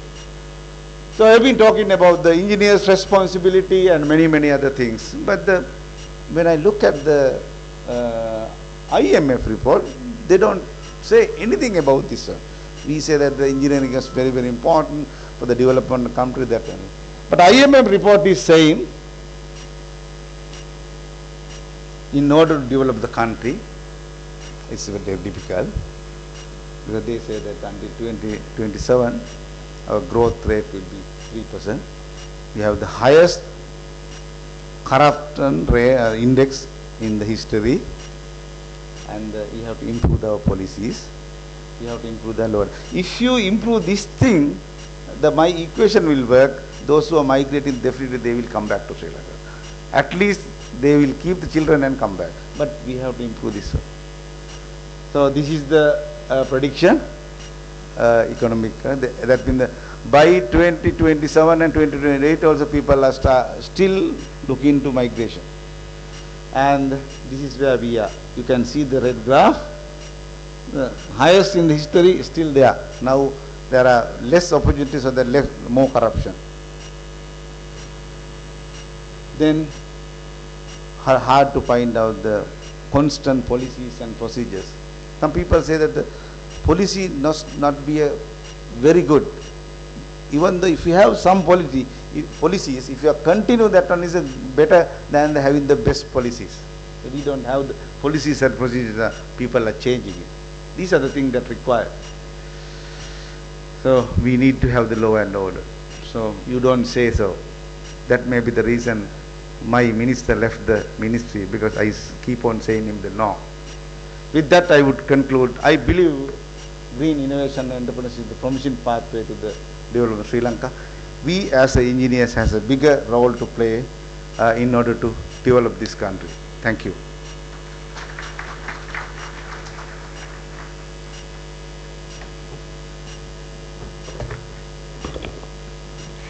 Thank you, Professor Dissanayake. And I was quite surprised when you said that you feel a generational gap. That was a bit surprising. You're probably the most adaptable person I know. you've been adapting new and fancy methodologies even in small things. But so if you're feeling the generational gap, I'm so sorry for the rest of you. But thank you, President Sanaika, for that wonderful speech. Ladies and gentlemen, our sponsors are always a great source of strength. Without sponsorships, events such as today's event would not happen. We highly appreciate the support that has been given by the sponsors, the various sponsors to this event, the annual general meeting of the HOTEL-KANDY chapter, and therefore I would now like to draw your attention to the screen for a small video presentation from our platinum sponsor for 2 years in a row, Daiki Access Sri Lanka.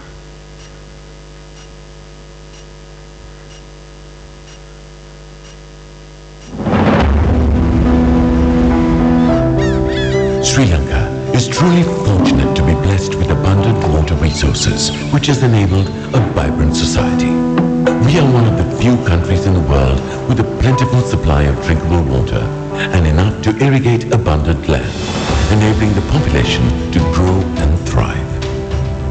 Water was truly treated as the most precious commodity by ancient Sri Lankan kings, akin to the nation's sovereignty and territorial integrity. As we develop, we must never forget that it is crucial for a country to protect and maintain the quality of its water source. Introducing Jokaso, package-type sewerage and wastewater solutions developed in Japan to convert wastewater into reusable water before it is released into the ground. This state-of-the-art Japanese technology was invented and made mandatory in Japan to stop water pollution in the country. Daiki Access pioneered the manufacture of Jokasu products in Japan in an ISO-certified facility, maintaining the highest standards. From its very inception, Daiki Access has been globally popular, resulting in the opening of business operations in 8 countries, including Sri Lanka. We at Daiki Access Sri Lanka consider wastewater treatment a mandatory sustainability initiative as a country dependent on agriculture, including home gardening. Thus, maintaining soil health and the quality of water sources is of paramount importance. Daiki Access Sri Lanka is a fully owned subsidiary of Daiki Japan, committed to meeting the same existing standards and providing the same quality experience, supported by a state-of-the-art Japanese product.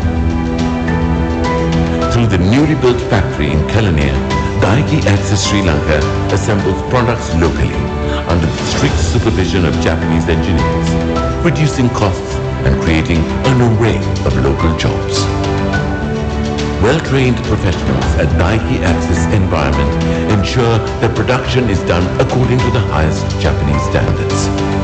A unique process is in place to guarantee that each unit assembled has been closely inspected and thoroughly tested before being dispatched. Daiki Access Sri Lanka has been instrumental in providing water treatment solutions to a variety of customers, including domestic water treatment for households, medium-scale water treatment for residential complexes, and large-scale water treatment for industrial usage. Moreover, Daiki Access has a team of experts that any customer can contact to resolve issues anywhere in Sri Lanka. Daiki Access promises a dedicated service team to ensure that your Jokasu system is in perfect working condition always, with continuous on-site testing and maintenance to guarantee the expected output. The treated water released from Jokasu systems can be reused for multiple purposes, including watering plants, which promise exceptional results. In fact, Jokasu treated water can be used for toilet flushing or vehicle washing by using the treasury treatment. Investing in a Jokasu system is how you give back to society. All of us at Daiki Access Sri Lanka believe in this idea, and we urge you to join hands with us in contributing to a more sustainable and greener world. Together, let us aptly demonstrate just how responsible as citizens we can be.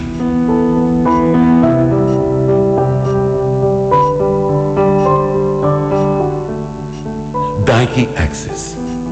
Go green. before green goes.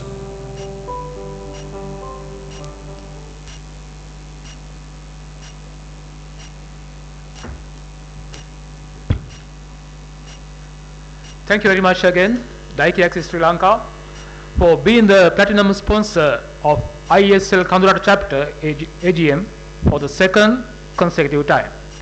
And as I know, you have helped in many occasions in IESL events.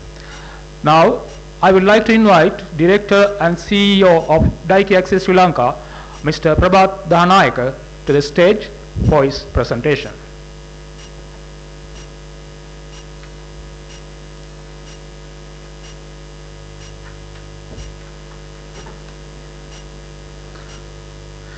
Chief guest, Professor Rajit Disanayaka, and engineers in the head table, all the educated engineers of Kadurata chapter, distinguished invitees, ladies and gentlemen, good evening all. I think I came here at the correct time because chief guest also talk about lot environment, sustainability, green and very related to our company vision. So I am not going to take much of your time. I am going to give as much as possible quickly one message and one request to you. Message is actually we are Daiki Axis Environment. We are 100% non-Japanese company. Japanese Daiki Axis invested and started Sri Lanka. In this shorter period, we have completed more than 500 projects. I think Kadurata chapter engineers also supported a lot for us. Thank you very much, you all. And when it comes to all our projects, not like other companies, not any invisible projects, all if you all go onto our website, each and every project you can see, because all projects we have completed 100% fully success. And when it comes to us, we manufacture and we export also.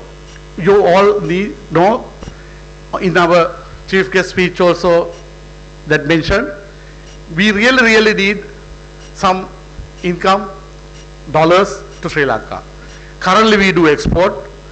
From Sri Lanka we do export to Maldives, Bangladesh, Myanmar, Pakistan, South India, Middle East and some other countries. So far we have earned approximately 800,000 USD. Our target is this year export 1 million USD products to the global. And when it comes to us, our 100% success is most of the projects we got from the recommendation of one of the customer who really use in our project. That means with the customer testimonial. So I think that is the best way that our success as we got the project. Secondly, I want to give another one request to you. This wastewater management is business, but it's not a business. It's like you are going to take medicine for the doctor. If you, though you pay the professional fee for him or her, if that doctor not given correct medicine to you, you know what will be the end of that, your medication that you are taking from that doctor. Same wastewater management also is a social responsibility. If as a company, if we not done the correct performance, accurate 100% success project, this disaster will boils down to our future generation. They have to pay the price. That is our children. So therefore, my request from you, learn, educated engineers, when you are selecting company to do wastewater management, please do, I know you all do, these are remaining, please do proper evaluation. Now as this Jokasu become very success, in Jokasu in high demand, there are a lot of new companies came to Sri Lanka. So I am very happy because I am the person who really introduced this Jokasu to Sri Lanka. Now only thing, when we evaluate, especially all the projects is price matters. But to achieve the price goal, if we are not supply correct product, so undersizing, under capacity, it will end up this disaster. So anyway, these are my message and the request. Please join with us to sustain and protect the environment of Sri Lanka. As we run short of time, I am not going to take much of your valuable time. So we are helping the environment as well as I have now try to help that means beat the time graph of you all. Thank you very much, gentlemen, for me.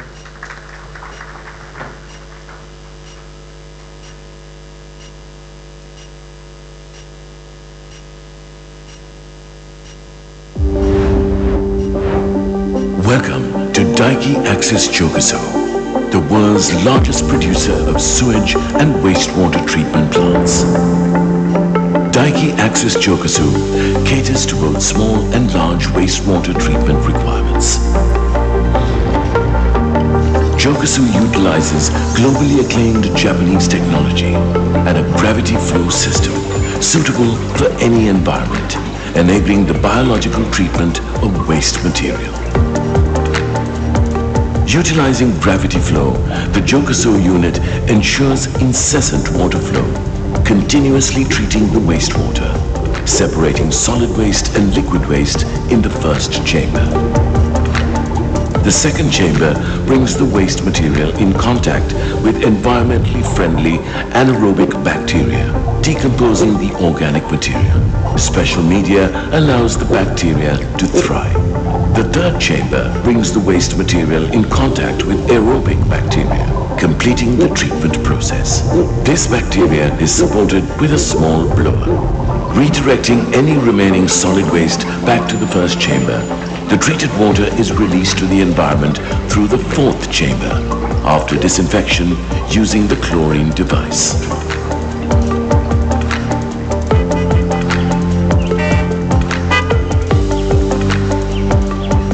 The Jogaso unit is absolutely easy to install and can handle outflows of any scale and is expandable. All you have to do is add new units to the existing system. As our population continues to grow, a Jogaso unit is a must for every home to arrive at the green cities we all dream of and to leave a better world for our future generations. From a simple home to factories, schools and hospitals, Jogaso provides an effective means of treating wastewater, benefiting society at large. If you consider yourself concerned about making the world a greener place to live in, you definitely require a Jogaso unit for your home. The next big thing for a better world. Create a clean green space for you and your future generations to live in. Daiki Axis.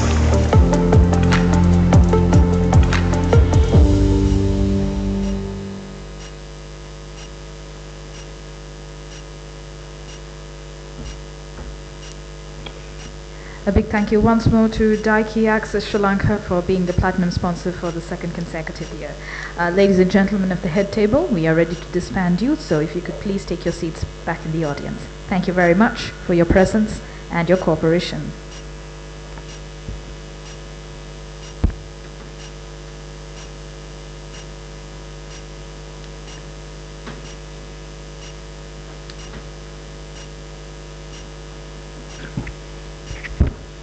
All right, it's time to bring a special treat to our program. An entertainment event that promises to uplift your spirits. Raja Sabhav. Raja Sabhav වෙන දේ ගැන පුරවැසියන් විදියට අවධානයෙන් නොසිටීමේ ඵල අපි දැන් විඳිමු. එබැවින් දැන්වත් ඒ ගැන අවධානය යොමු කරන්නට මගේ ආරාධනය රාජ්‍ය සභාවේ මහින්ද පතිරගේ සහ එරික් අබේවර්ධන මහතුන්ට සභාව ඔබටයි.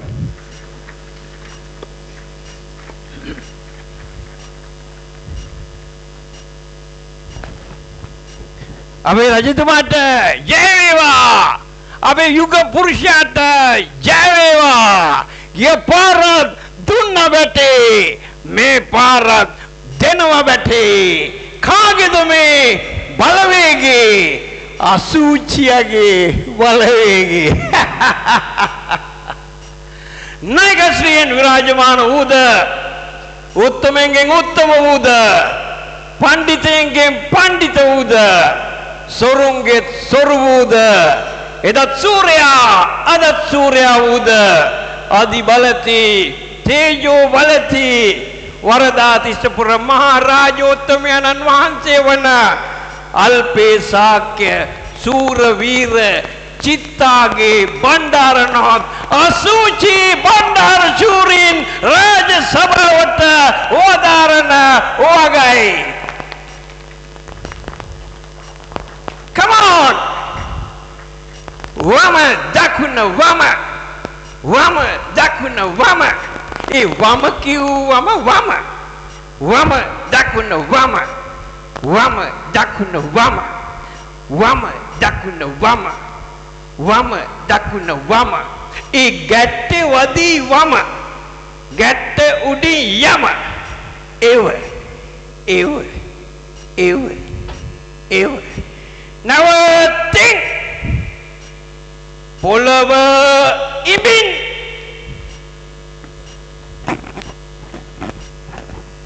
ඇති තුන් සැරයක් ඇති නැගිටින් come on වම දකුණ වම වම දකුණ වම දිනක නදින් දින දිනක නදින් දින දිනක නදින් දින අනේ සිහින සැබෑ වුණා වම දකුණ වම වම දකුණ වම වම දකුණ වම අනේ වම දකුණ වම නවතින් ඉදිරිය බලන්න ආපසු හැරෙන් සිංහාසනයක් නැත හිටගෙනම ඉඳි අපේ රජතුමාට ජය වේවා අපේ යුග පුරුෂයාට ජය වේවා යපාරත් දුන්න බැටේ මේ පාරත් දෙනවා බැටේ කාගේද මේ බලවේගේ අසූචියගේ බලවේගේ කවුද හොරා මූයි හොරා කවුද හොරා අරුත් හොරා පස්වන් දාසකට බුදුවන්ට දේවයන් වහන්සේ සුබෝපන් දිනයක් වේවා මම මේ කල්පනා කළේ රජතුමනි දැන් ඔබ වහන්සේගේ මූණටම හොරා හොරා කිව්වත් ගානක් නැහැනේ ඇයි පුරෝහිත වෙහෙරගිල්ලේ කාට අග්ගලයක් කජ්ජද්ද කියලා ඇහුවලු දැන් ඔය හැමතැනම අහුවෙන්නේ අග්ගල සයිස් ඒවා මං වෙහෙර පිටින් ගිලලානේ බං ඉන්නේ එමණ මේවා අහලාම පදන් වෙලා ඇහුරත් ටිකක් නැහුණා වගේ ඉන්න පුරුදු පුහුණු වෙලා ඔව් ඉතින් හොරා කාපේ කන්නේ කාපු තරම දන්නේ නේද මොකද්ද ඔබ කිව්වේ නේ මට ඈනුමක් ගියා ඈනුන් ඇර ඉඳලා හරියන්නේ නැහැ බං අද මොනවද කරන්න තියෙන රාජකාරී අද තියෙනවා හාල් මැස්සෝ අල්ලන්න යන්න හාල් මැස්සෝ අල්ලන්න ඇයි යකෝ කතා වුණේ තෝරු මෝරු අල්ලන්න යනවා කියලා නේද ඔව් එහෙම තමයි කතා වුණේ නං ඒ වුණාට දුන්නේ චූටි දැලක් නේ ඒ දැලට අහුවෙන්නේ ඉතින් හාල් මැස්සෝ විතරම තවා ඒක නම් උඹ මට කිව්වේ නිකන් ඔලොක්කුවට වගේ පුරෝහිත නෑ කොහොමත් හාල් මැස්සෝ අල්ලන එක ඇඟට ගුණයි කැල්සියම් තියෙනවනේ ඔය තෝරු මෝරු ඇල්ලුවට කිසි ගුණයක් නෑ ඔව් ඒක හරි ප්‍රීති පුරෝහිත ප්‍රීති ඔබට ඉතින් හැම එකක්ම ප්‍රීති තමයි මොකද්ද ඔබ කිව්වේ නෑ මට ආයෙසරයක් ඈනුවක් ගියා ඈනුන් ඇර ඉඳලා හරියන්නේ නැහැ බං දන්නේම නැතුව කතර යුද්ධෙත් ලං වුණා නේද ඡන්දේ බං ඡන්දේ ඉතින් තියන්න ඡන්දයක් නෑ කියලානේ ඔබ වහන්සේ කිව්වේ ඔව් ඉතින් එහෙම කිව්වේ රෙද්දක් ඇඳගෙන ජනතාව ගාවට ගිහිල්ලා මනාපයක් ඉල්ලන්න බැරි හින්දානේ බං ඒ කියන්නේ දැන් ඔබ වහන්සේට රෙද්දක් ඇඳගෙන ජනතාව ඉස්සරහට යන්න පිට් එකක් ඇවිල්ලාද තියෙන්නේ ඔව් ඉතින් දැන් වේල් දෙකක් හරි කාලා ජනතාව සන්තෝෂෙන් ඉන්නවනේ බං බඩු මිලි ඉහළට උස්සලා චුට්ටක් අඩු කළාම අපේ ජනතාව චූන් වුණා දැන් ඉස්සරහට ණය වාරිකෙත් පාස් වෙලා ආවම ගමේ තියෙන චූටි පාලම් බෝක්කු හැදෙනකොට ගමේ ජනතාවට ප්‍රශ්න ඔක්කොම අමතක වෙලා යනවා උන් හිතා ඉන්නේ ඔබ වහන්සේගේ අතේ සල්ලි වලින් මේව කරනවා කියලා. උන් දන්නේ මේවට පොලි පිට පොලි ගෙවන්නේ උන්ටමයි කියලා. ඒකයිද දැන් අපේ උනුත් එක දෙන්න පාර්ට්නර් බහැලා කඩමැද දොඩවනවා. දැන් වල. එහෙනම් ඉතින් තව කිලෝ ගන්න ඉස්සෙල්ලා අපි තියමු කතිර යුද්ධේ. ඔව් තියමු. මම කල්පනා කළේ පුරෝහිත වෙනසකටත් එක්ක මේ පාර ජනතාවට හින්දි භාෂාවෙන් අමතන්න. නියවන්නේ හින්දි උණ කාර්ය වෙන්නේ අල්ලලා ඉන්නේ වට. අපේ කතාන්නේ දැන් බලු බල්ලෙක් ඉන්නේ. හින්දි උණ කාර්ය උන් ඉන්නේ අල්ලලා ඉන්නේ වට. ඒ උනාට පොඩි ප්‍රශ්නයක් තියෙනවා බා. ඒවත් දැන් මං ජනතාවට හින්දි භාෂාවෙන් අමතනකොට ඒක ජනතාවට තේරෙන්නේ නැහැ. ඒක සිංහලට පරිවර්තනය කරන්න කෙනෙක් ඉන්න එපායයි බා.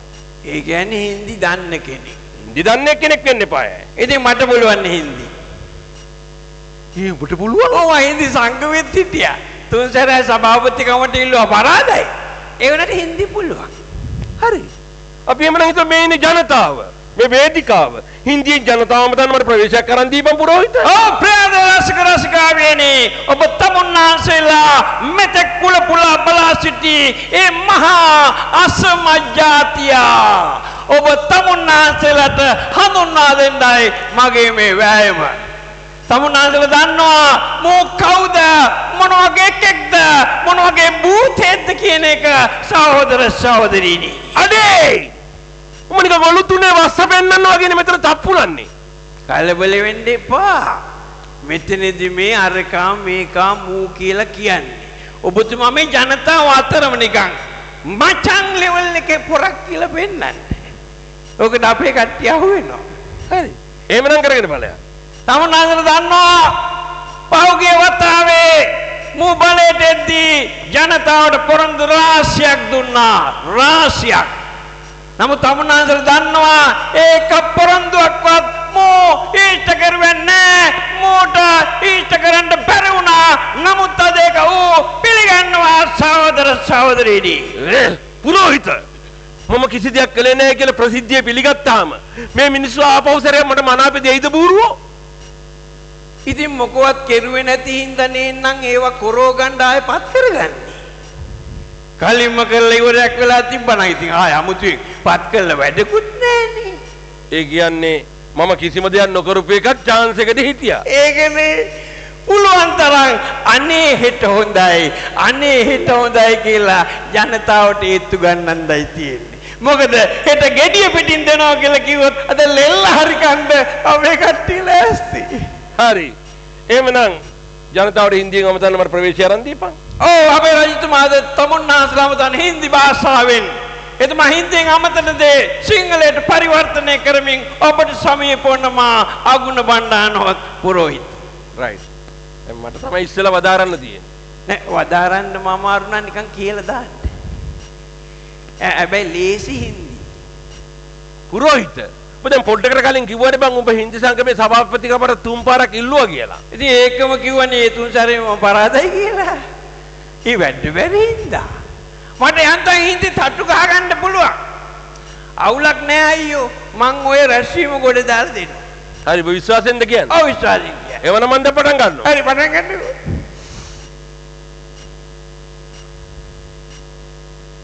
नोन्ना है माता है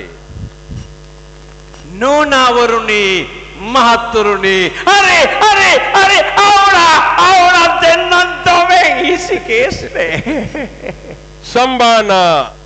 संभाना है और संभावने आउतने में संभावने आउतने दूता है दूदरुने अरे नुम्मा कुट्टी दीवाना दुखी जाति अभिमाना है केलौना කියපන් මං කිව්වා ලේසි ඉන්දියාන්න කියලා.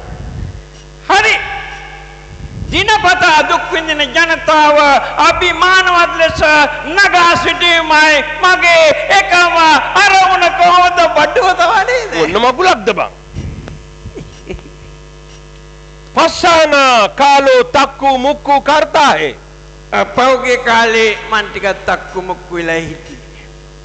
एक फूल दो माली ඔය එකයි ෆුල් ටයිම් වැඩ කරන්න බැරි උනේ. बाऊजी बाऊरा බල්ලේ බිරුවට नहीं कंदेश पाता है। කන්ද පාත්වෙන්නේ සහෝදර සහෝදරිනි. अपना देश අපේ ප්‍රදේශේ लग के रोटी खाती है।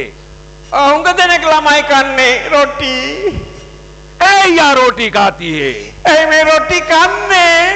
अच्छा पिच्चा नहीं करती है। අතේ පිච්චියක් කරන්න තින්දයි සහෝදර සහෝදරනෝ. ඒක හරිද බං? ඔව් ඒක තමයි ඇත්ත. दिल अपना और प्रीत पराई। මම මේ සැරේ දිනුවට පස්සේ कैसानु मेरे निर्वस्त्र बजाइले। किया पाऊं? සියලු මඳුන් අඳින අය නිර්වස්ත්‍ර කරනවා. नहीं නිර්වස්ත්‍ර පජායිලේ. और निर्वस्त्र सियोल मुझे ना रबिया दूंगा अंदर रस्की पजाइले. अभी रास्ता और लाभा देना सहोदर और नहीं। तुमसे अच्छा कौन है? इतने नौ दिन ने अभी आइस कौन बता देना मित्रों और नहीं। कैसान मेरे वाईफाई खसम है। हमें गम कट में मिले वाईफाई पास का मैं बता देना सहोदर। रिम जिम के गीत सावन आए। ओ गमे तार नोकड़ा सेस कल्ला नो मिले जिम कट्टले बैगिन देना मित्रों और नहीं। 3 Idiots ट्राई है. अभी ट्राई लोग विजय पत्र गमे हमें केल्ले कुटुंब ने मिले बता देना सहोदर और नहीं। देखा है पहली बार साजन की आंखों में प्यार प्यार प्यार. अभी गमे बाहर एक पांडर देखा मैंने कहा नरलती ना वितरक नेमेई एक आरक्षा होट साजन के ने को दालती नवा माई कभी अलिविदाना कहना है. वो भी कहले इन्ना नहीं मेरे मकाला पे आपको इनकला दिनवा गोविंदा है हाथ मेरे साथी है. कहले यानी कला पे गोविंद को इनकला दिनवा मित्रों और नहीं. कभी अलिविदाना चाइना करता है. अभी मूल्य आलिंग के दुनिया कला पे आलिंग आप हुआ के ना एक चीन उठ दिनवा मित्रों और नहीं. ये यकु एक किया ने ඒක ඇත්ත වුණාට ඒක වේදිකාවේ කියන්නේ චූන් එකට ගියු නා බං. ඒ අනිත් පැත්තේ උන් අපිට වයින්නේ දෙන්නේ. හොඳ වෙලාවට රීසල් එකක් කරේ. හරි. කරගෙන යන්න. හරි. कैसान मेरे दिल है तुम्हारा दोस्तों. वो अभी गमे सियलु देना मैं के तरකට රැස් කරලා. යකෝ මමනේ දැන් සිංහලෙන් කියන්නේ. වටුනවා. අර පජායිලේ ළඟ මිස්සුනේ. මොන හිලේ? හිලේ නෙවෙයි පජා ඉලේ ළඟ මිස්සුනේ. අල්ලලගමු. අල්ලගමු. ඉස්ස කරන්න එපා. මොක්කලේ පෙට්ටල මහරාසි. මහරාජයා පෙට්ටියට දාලා බඩු දෙනවා. වනංගා මූඩි, හැලි වහන මූඩි, කාත්ත වරායන්, කැත්ත උදැල්ල එක උන හින්දි නෙමෙයි වාගනේ. අනේ කරගෙන යමන්ක බව වඩ නොදී. සකල කලාවල්ලව. ඔව් සකල විද දේවල් දාලා දෙනවා. දිල් දෙක දෙකෝ. ජිල් බෝල දෙක දෙක. दिल देखो दिल बोल देखा दिल वालो सीखो जी आय मिलन की बेला देखो हाय हाय हाय जिल बोल देख गाने हरि दीला जिल बोल गगारिन පුළුවන් වාතාවරණයක් ලබා දෙනවා විතරක් නෙමේ ඒ जिल बोल देखा විකුණගෙන කාලා හරි ජීවත් වෙන්න පුළුවන් වාතාවරණයක් අපි තමන්නාසලට ලබා දෙනවාමයි කියලා පොරොන්දු වෙනවා සහෝදර සහෝදරිනි කොහොමද වඩුව තවරේ प्रीति पुरोहित प्रीति අපේ පළවෙනි ජනතා හමුව අති සාර්ථක වෙයි කියලා හිතනවා බං. හැබැයි ඉතින් ඉන්දියාව පටල ගන්න නම් ඔට්ටු නැහැ. ඉතින් මං ඒ පටලගත්තේ උඹනේ. ඊවර පජායිලේ ළඟින් මිස්සුනා අප්පා. හරි ප්‍රශ්නයක් නැහැ. අපි ඉතුරු ටිකත් ඕකෙන්ම අපිට තලා දාන්න පුළුවන් වෙයි නේද බං? හරියන්නේ නැහැ. ඕක දිගටම කරගෙන ගියොත් ජනතාවට ඕක කටපාඩම් වෙනවා. ඉතින් අපි වෙන ගේමක් ගහමු. අදහසක් දීපන්. ඔව් අපි ඊළඟ ජනතා හමුව ගීතෙන් ජනතාව අමතමු. හරි පුරෝහිත. මීළඟ ජනතා හමුව අපි පවත්වන්නේ ගීතෙන්. පුරෝහිත. දැන් හින්දි ජනතාව අමතන නම් මට සහයෝගයට උඹ හිටියා. දැන් ගීතෙන් ජනතාව අමතනකොට බං අපිට බෑක් කරන්න කවුරු හරි බෑන්ඩ් එකක් ඉන්න එපායි. බෑන්ඩ් මොනවද දන්නේ? දැන් බෑන්ඩ් ගන්නෑ ඔක්කොම ට්‍රැක්ස් දාන්නේ ට්‍රැක්ස්. ඒ කිව්වේ මියුසික් ට්‍රැක්ස් දැම්මම බෑන්ඩ් ඕනේ නැහැ. ඒ කියන්නේ අපි කියන්න විතරයි ඕනේ. ඔව් කියන්න විතරයි ඕනේ. මම ට්‍රැක්ස් ටිකක් රෙඩි කරගෙන ආවා. ඔබ වහන්සේ හිතට එන දේ කියන්න කවන්නේ. හරි එවනම් මට ඒ සම්බන්ධව මට ප්‍රවේශයක් අරන් දීපන්. ඕ ප්‍රියදර රසික රසිකාවේනි අද අපේ රජතුමා තමුන්නාස්ලාම තන්නේ ගීතේ. එතුමාට සහාය වන්නේ අගුණ බණ්ඩාරනායක පුරෝහිත මම. අපේ රජතුමා අද තමුන්නාස්ලාම තන්නේ අර පැරණි රජතුමා හැටියට නෙමෙයි සියලුම වැරදි නිවැරදි කරගත්ත පිරිම පිරිසිදු කිරිම කිරි කොකෙක්. ඒ කොකා කියන්න එපා යකෝ. කොකා කියපු ගමන් ජනතාව දන්නවා අපි මොකාටද එන්නේ කියලා. මොකද අපි ජනතාවට කොකා පෙන්නලානේ මම මෙතනට ඇහිල්ලම තියෙන්නේ. ඕන විසුද. ජනතාවට දැන් ඒ කොකාව මතක නැහැ. ඔව්. පුදුමේ කියන්නේ අපේ ජනතාවට යමක් මතක හිටින්නේ දවස් 3මාරයි. අනික ඉතින් කොකා කිව්වට අපි ඒ කොකාම පෙන්වන්නෙත් නැහනේ. පොඩ ඇන්ගල්ස් වෙනස් කරලා. මේ පොඩ hina වෙලා පසුබිමට චෛත්‍යයක් එහෙම දාලා ගත්තා. ඒ මූණන් අලුත් කොකෙබ්බා. ඒ අපේ මූට දීලා බලමු බං. මොනා වුණත් දන්න අඳුරන කොකානේ වන් කියලා දෙනවා. හරියන්නේ මේ පාර හරියන්නේ. මොකද දැන් ජනතාව කන කොකාගේ සුද දැකලා ඉවරයි. ගීතෙන් ජනතාවම තන මට ප්‍රවේශය හදලා දීපන්. එමනම් වාදක මණ්ඩලය වාදනය ආරම්භ මියුසිකල් ෂෝ එකක් වගේ අප් කරලා දෙන්න. සරදේ සූචි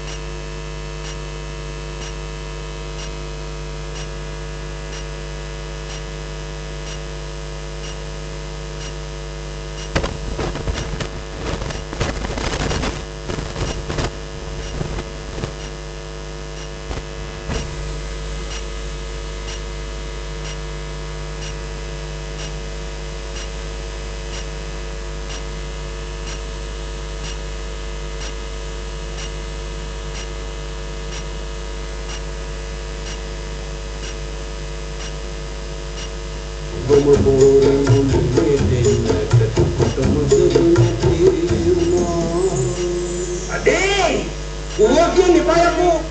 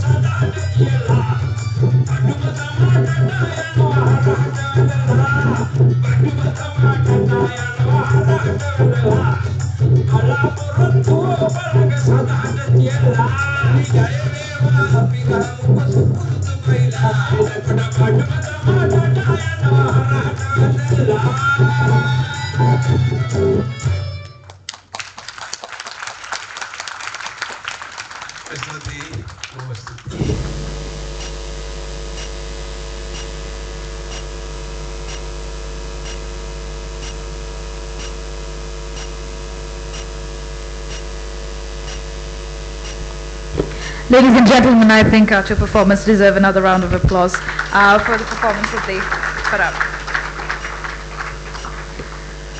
A great thank you to artists Mahinda Patirige and Eric Abeyewardena. Your presence here today at our gathering has left us with quite melancholic and nostalgic feelings for those of us who have watched Raja Sabhava on TV.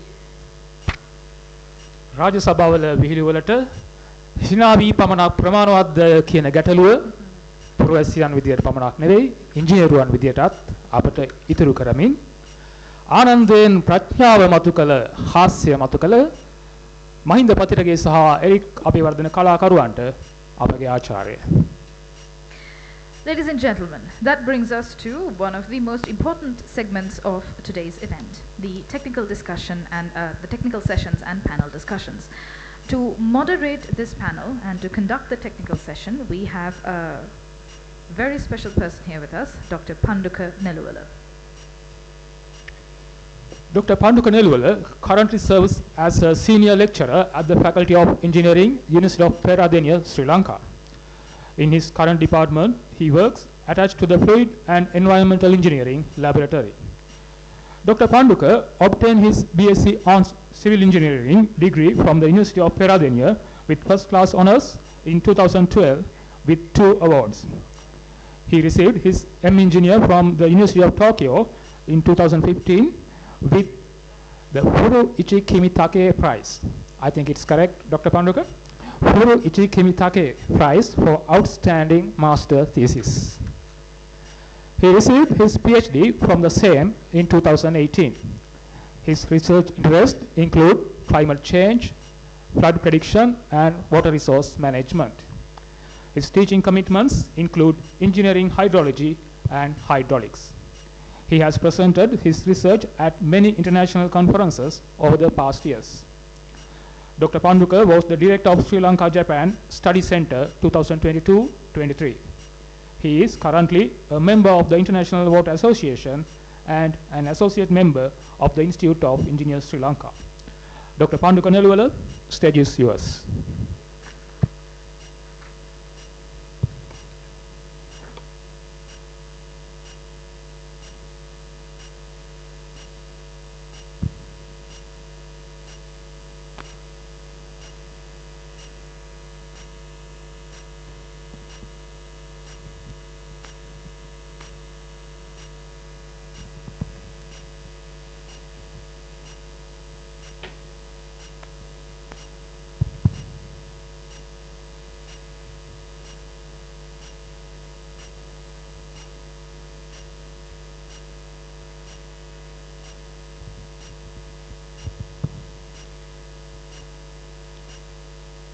Chief guest, President of ISL, Professor Ranjit Disanayake, guest of honor, President-elect of ISL, Engineer Granit Jayalat, President DMM Dasanayake, the Institute of Engineers Kadurata Chapter Sri Lanka, and all the committee members of the Kadurata Chapter, keynote speaker, Professor Nadishani Nayarakar, all the academic staff members of Faculty of Engineering, all the engineers participating for the event, and all the participants.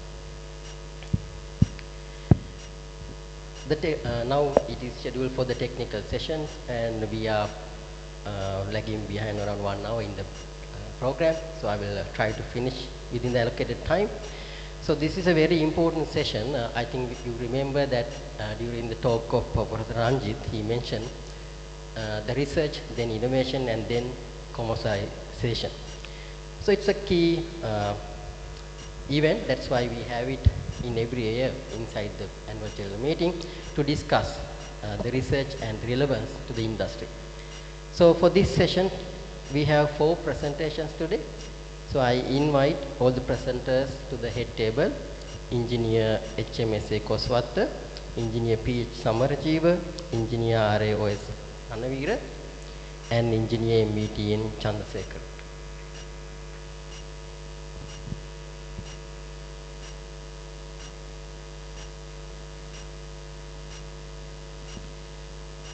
The first presenter is HMSA Koswatta. He is a master student at Department of Civil Engineering, University of Peradeniya. His title is Development of Sea Sand Concrete for Sri Lankan Construction Industry, which is a very innovative study. So let's listen to his research presentation.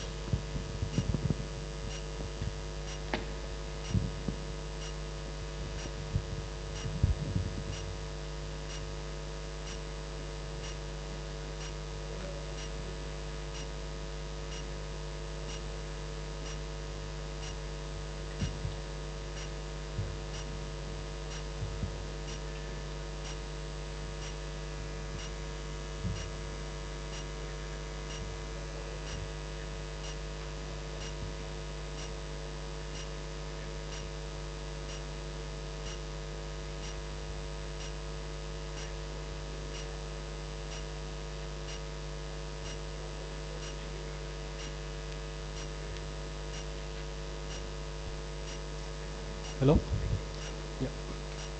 Hello everyone. Good evening. I'm Anuradha Kosatta. So my research is on development of sea sand concrete for Sri Lankan construction industry, supervised by Dr. Samit Rutika and Dr. Professor Rangapa. So this is the content of my presentation, and moving forward to the introduction. So in Sri Lanka, river sand stands as a predominant choice for the fine aggregate in construction, reflecting its widespread usage. For 2022, sand demand is estimated at 9.7 million cubic meters, but it is expected to be increased to 12.4 million cubic meters by 2025.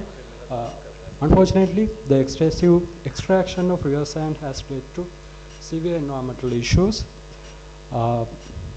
The government has imposed several restrictions for the mining of river sand over the years, which in turn created a scarcity that consequently pushed up the price in the market. In fact, during the last 8 years, the price of river sand has tripled, making it almost unaffordable to majority of the general public. So, to minimize the harm from too much river sand mining, we can limit mining in harmful areas, decrease the sand demand, and introduce alternative to meet the growing demand. So there are several types of aggregate used as alternative for concrete production. They are natural sand, manufactured sand, and industrial byproducts.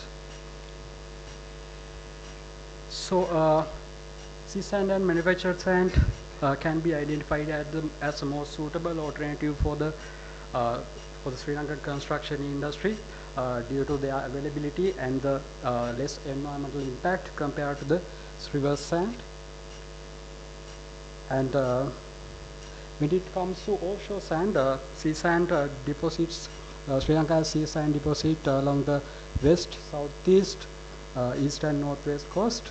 The west coast is the more favorable for sea sand mining due to the factors like presence of sand deposit, previous exploration, and the bathymetry.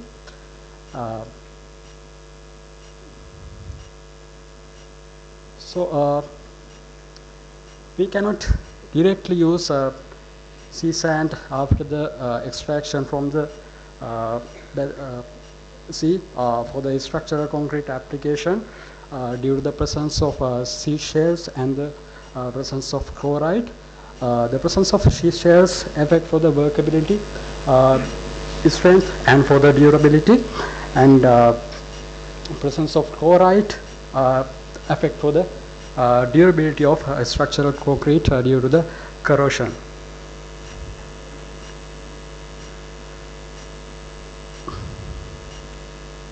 So to counter these issues, sea sand has to be processed.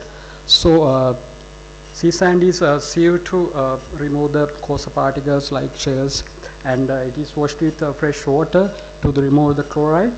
But this washing is associated with the cost.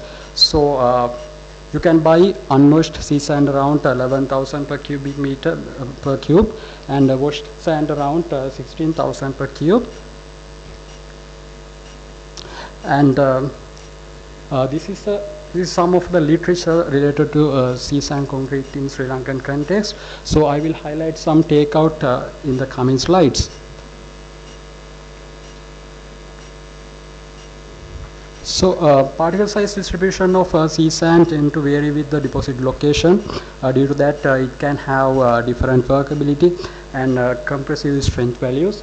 Also, the workability can be adversely affected by the presence of sea shares, but due to the shape of the sea sand compared to the river sand, it is more rounded and it can improve the workability.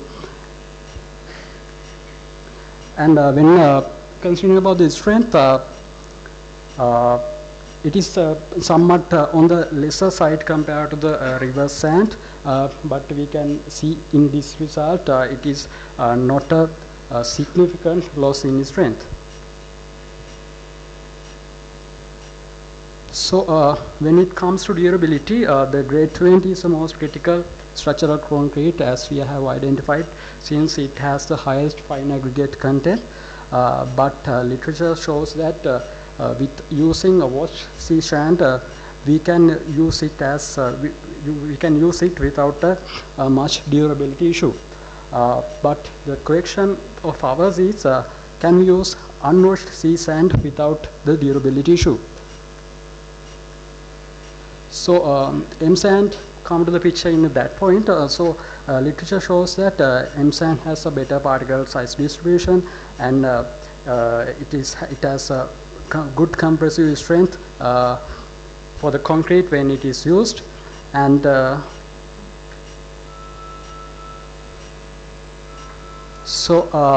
have been some experiments done concerning only on the fresh and hardened properties of sea sand concrete with M sand. River sand concrete is M sand. From that test experimental result, it can show that they have obtained good performance for the river sand with using of manufactured sand. And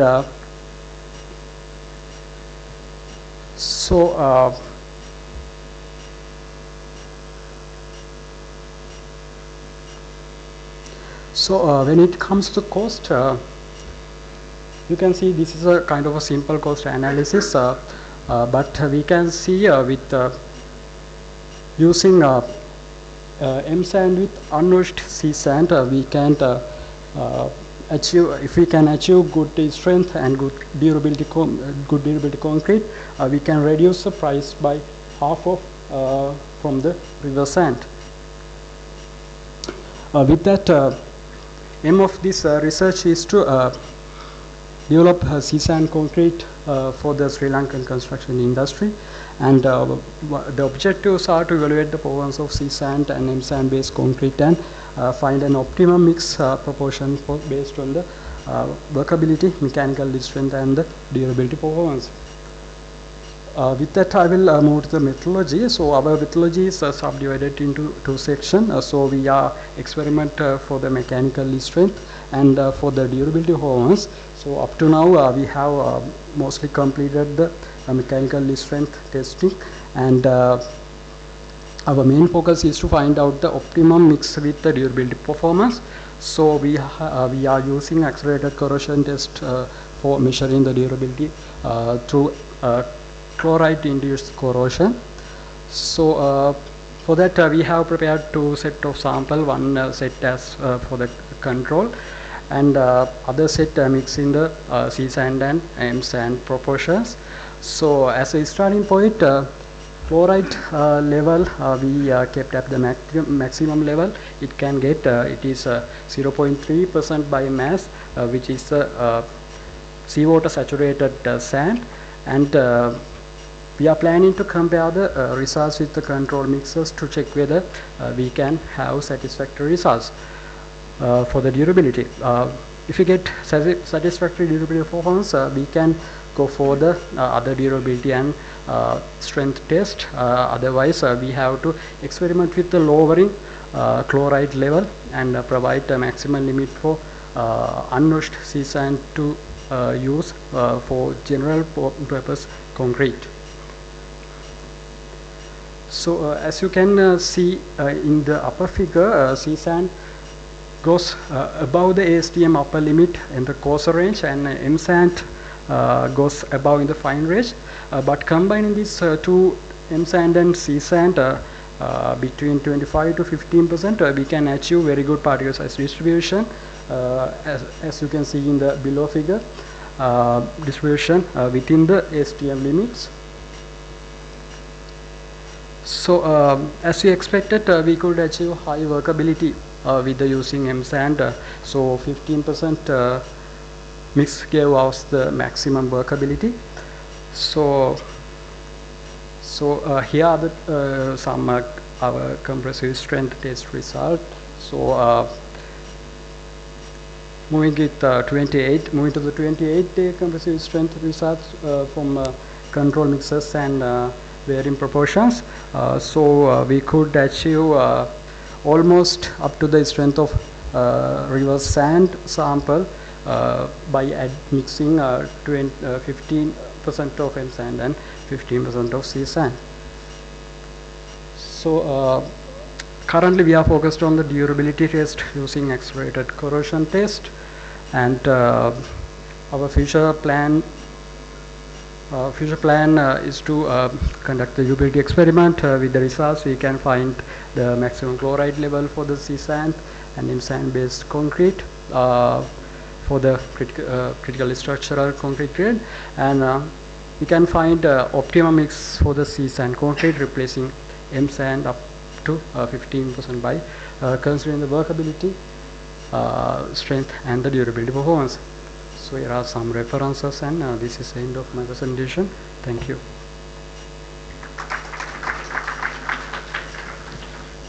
Thank you, Engineer Anuradha. The next presentation by Engineer P.H. Samarjeeva. He is currently reading for his PhD under RMIT UAP joint PhD program. The title is Toward Widespread Adoption of Agro-waste as Supplementary Cementitious Materials in Construction.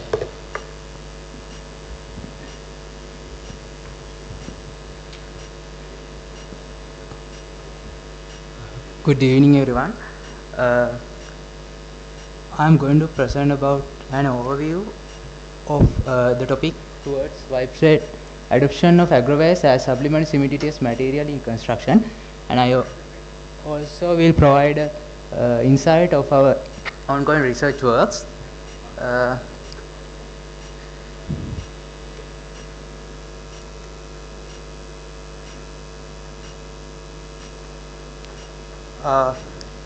Cement is not an eco-friendly material, as which it is responsible for 8% of global CO2 emission, and the performance of conventional concrete is also limited in terms of mechanical and durability properties.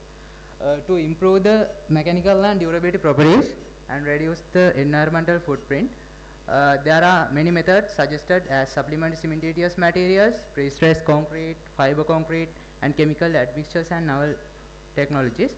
Among that, supplementary cementitious material is more promising as it has wider range of applications.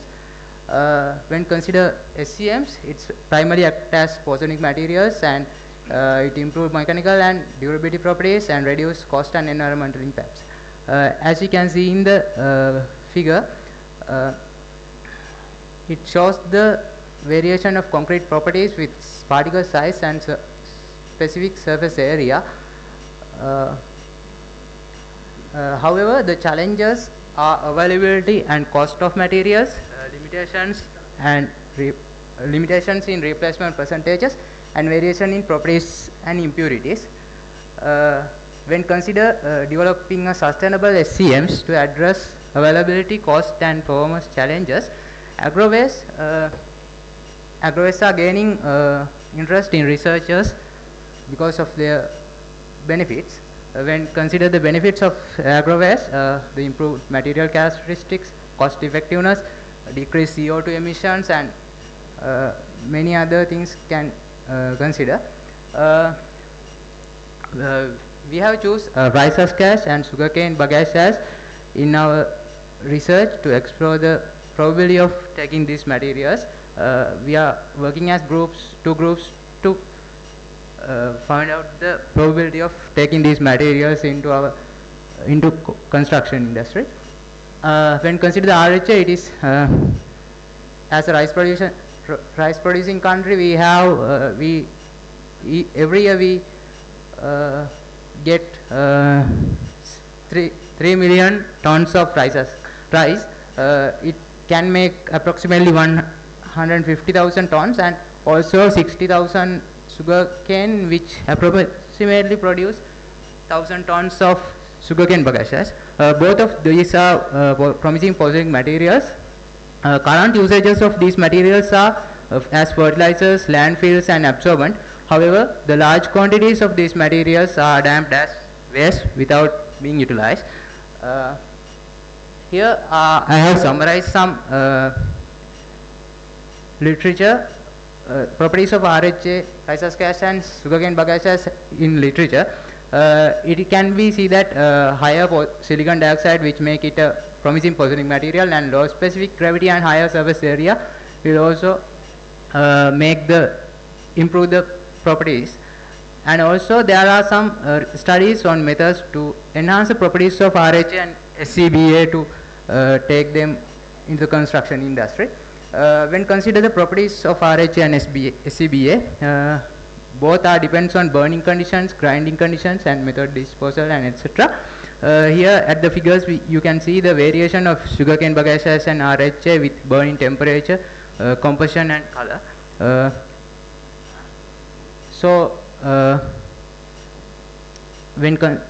When implement RHA and sugarcane bagashas in concrete, we have to consider the mechanical properties, durability properties and microstructural properties.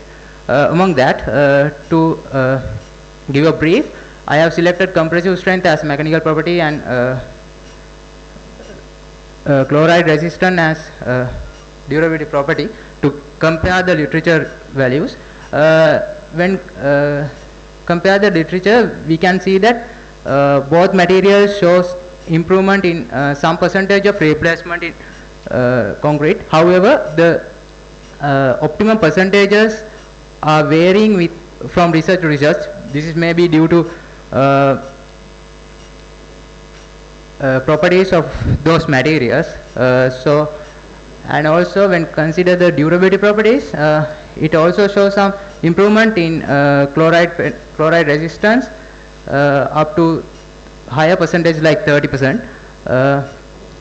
However, there are challenges like limited replacement percentage, reduced workability and lack of standardized guidelines, and also there are lack of research in long-term performance of those agrowares and combining the agrowares with other supplementary materials as ternary and quaternary mixtures. Let's move on to our research work. We have adopted two RHA and sugarcane bagashas samples, and we have done some material property tests on RHA. It can observe that our results are relevant to the literature results. However, we have to perform those tests in the sugarcane.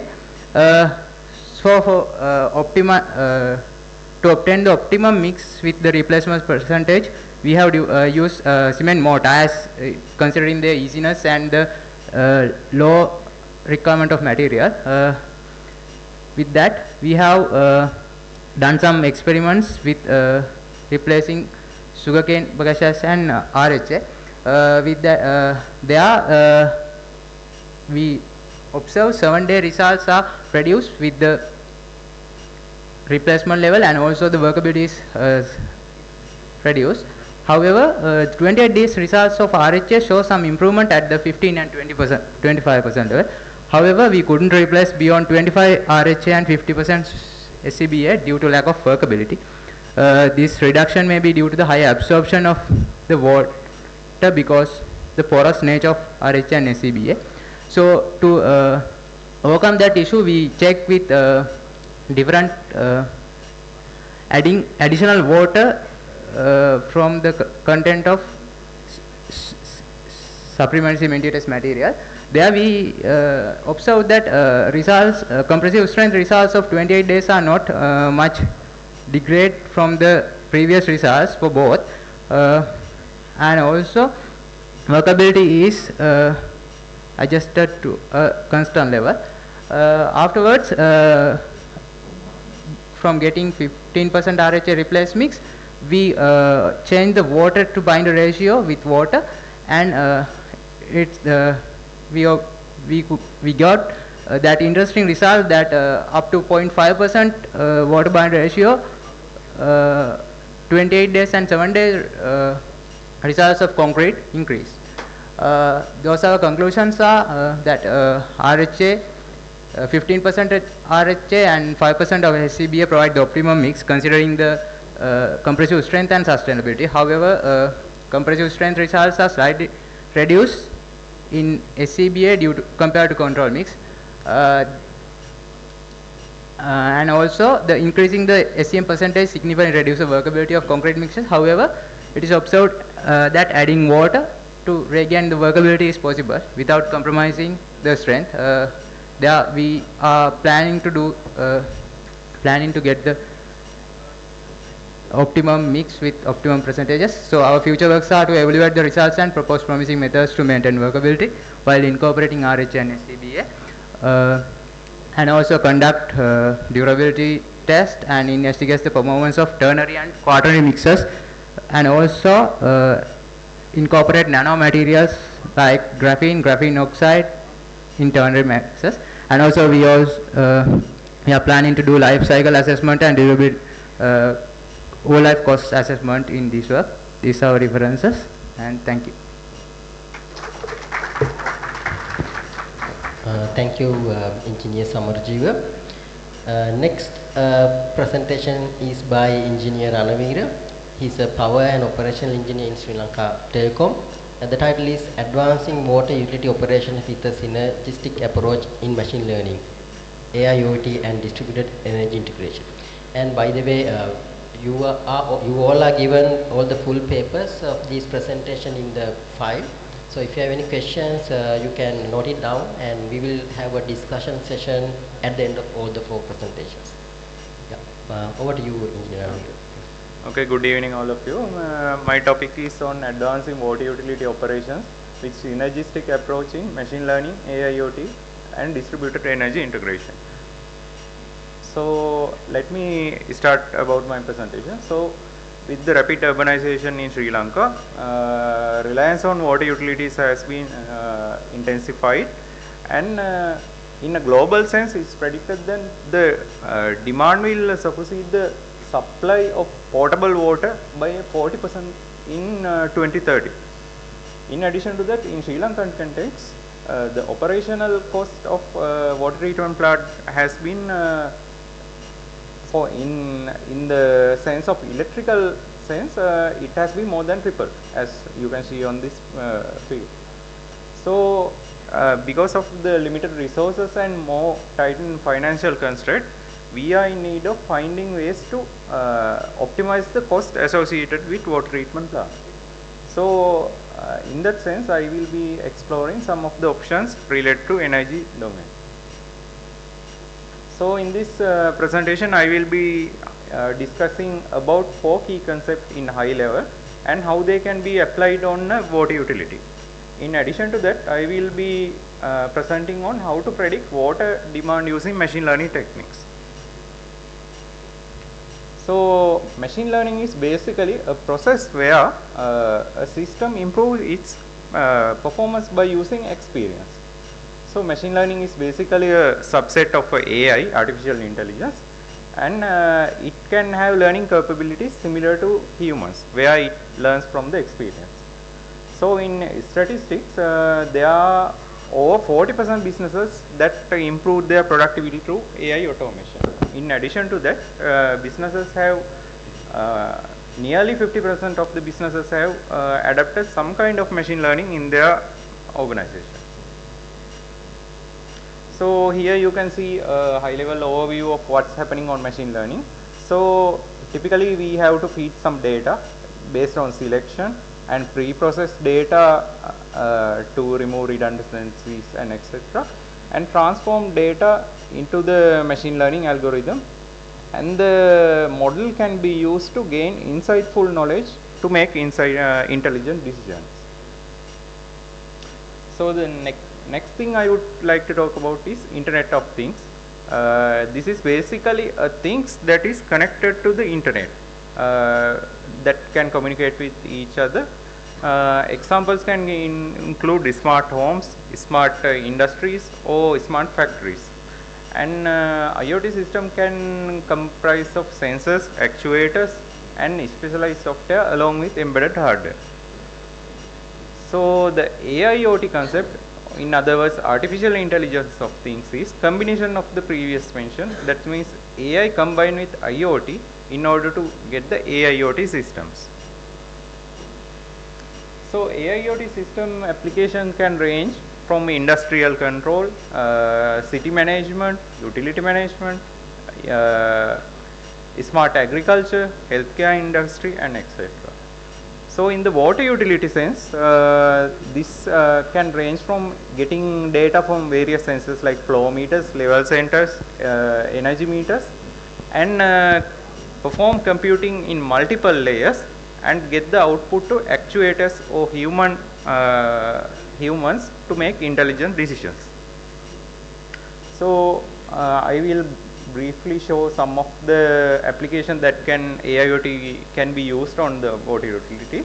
It can be used on demand forecasting, leak and anomaly detection, predictive maintenance, water quality monitoring, optimization of operations, smart resource allocation, real-time decision support systems, customer service improvement, energy efficiency optimization, water distribution system optimization, water availability determination, enhanced infrastructure. So then I will talk about another concept, that's distributed energy resources. Distributed energy resources are basically energy resources that are closest to the end customers. In that case, in this case, it's water utility. So the water utility can comprise of bunch of renewables like solar panels, wind turbines, and hydro generation, and can comprise of energy storage devices such as battery storages and pumping storage. In addition to that, it can have the utility energy supply as usual. In addition, there can be electrical vehicle interface to transfer and get energy, and smart houses. Benefits of distributed energy resources can include grid resilience, localized power generation, environmental sustainability, energy efficiency, and cost savings. So the previous mentioned all the concepts come together as a series on this intelligence energy management system. In a water utility sense, this combines all the distributed energy resources, AIoT systems. In addition to that, all the battery storage or energy storage systems, renewables, and operational data into making a intelligent energy management system. Such a system can optimize the cost associated with water generation. In addition, it can be used to keep the maximum uptime of the potable water generation. So for the next part, I will be discussing how machine learning can be used to for the purpose of demand prediction. So for this instance, I have chosen multiple variables such as historical data for water treatment plant, the specifics of the day such as weekday, workday, or holiday, and the number of active connections with the water treatment plant. And for this analysis, I have used some kernels based on support vector machines and Gaussian kernel regressions, and measure the effectiveness of the models by using coefficient of determination and root mean square errors. And as for the data collection, in this project I have collected data from Meewathura water treatment plant and other locations by using some custom embedded devices, and use some of the machine learning models like Gaussian support vector machines and Gaussian process regressions and their variants. And my observation was that the Gaussian process regression provided far more superior performance when compared with the support vector regression based models. So based on that, I have able to obtain a 72-hour prediction on 1 hour basis for the demand prediction of a water treatment plant. Here are some of the result on the performance evaluation. In that case, you can see that Gaussian process regression has more less root mean square error and improved R square score.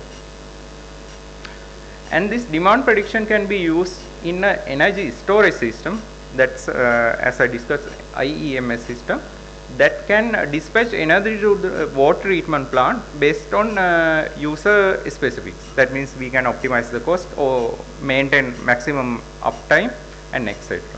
So in this case, we have solar power, grid energy that can also be sold back to the grid to earn more money, and standby generators, and also we can feed data such as demand management schedules provided by CEB.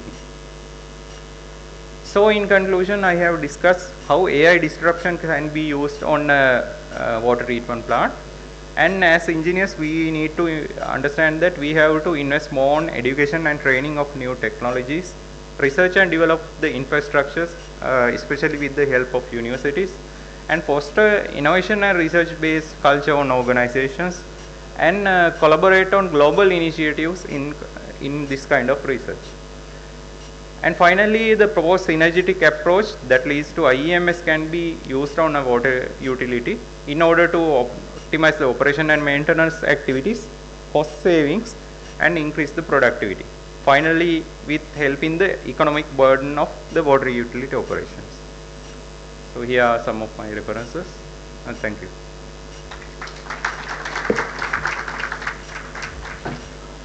Thank you, Engineer Ranavira. So the next presentation, our final presentation scheduled for today is by Engineer B.T.N. Chandrasekhara. He's an engineer from Road Development Authority. The title is Analysis of Bus Stops Along A9 Highway. Over to you. Good evening, all of you. I am Tushar Chandrasekhara. Today I am presenting research related bus stops along A9 highway.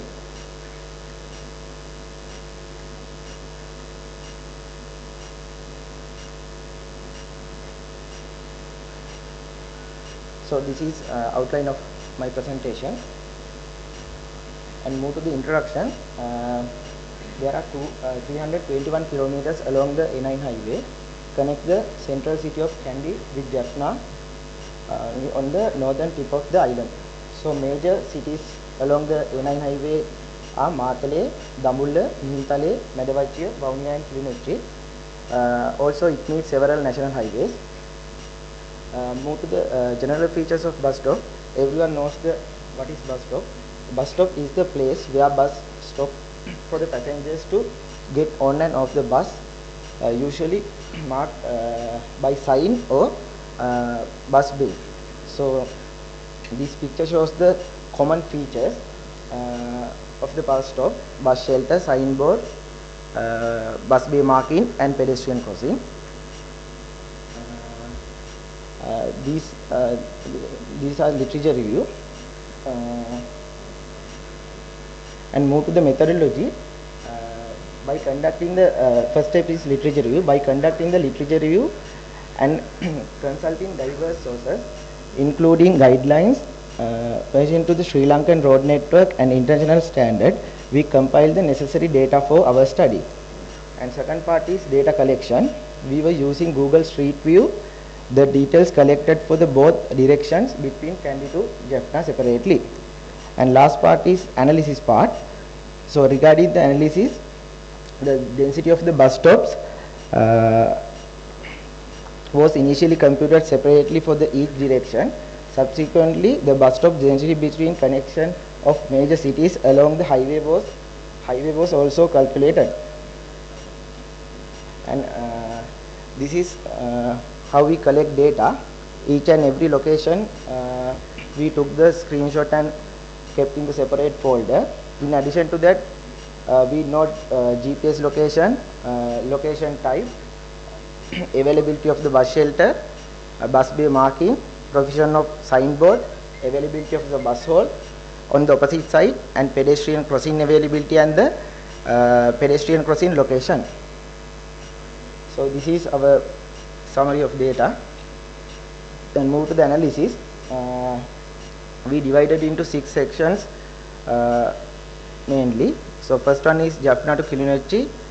There is 63 kilometers and number of bus stops are 122. So second one, Kilinochchi to Vaunia, distance 75 kilometers, number of bus stops 61. And this table shows other sections. You can see Mathele to Kandy, bus stop density is high comparing to the other 5 sections. And this is overall summary. To Kandy to Jaffna, there are 295 bus stops along with 0.92 bus stops per kilometer. From Jaffna to Kandy, there are 309 bus stops along with 0.96 bus stops per kilometer. Altogether, there are 604 bus stops. Out of those, these 153 bus halls located in urban areas and 451 located in the rural areas. So this graph shows the availability of the bus stop features. And you can see 500 bus halls with bus stop signboard and 466 bus halls with bus bay marking out of 604. But in the pedestrian side, the most important features are pedestrian crossing and bus shelter, but unfortunately those factors are less compared to the other factors. Only 183 bus halls with bus shelters and 250 bus halls with pedestrian crossing out of 604. Move to the comparison between comparison of bus stop features between urban and rural areas. So this table shows the urban area number of features in both directions, and this table shows the rural area. These numbers showing graphical way in coming slide. So here you can see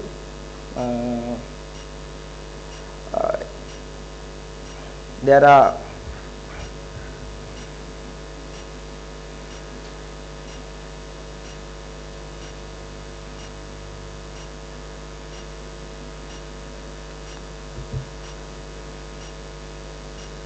around 40 bus halls with bus shelters in urban areas, and almost 80% of bus halls with bus bay marking and signboard, and around 40% of bus halls with pedestrian crossings. And move to the rural areas. It also there are more than 80% of bus halls have with bus bay marking and signboards.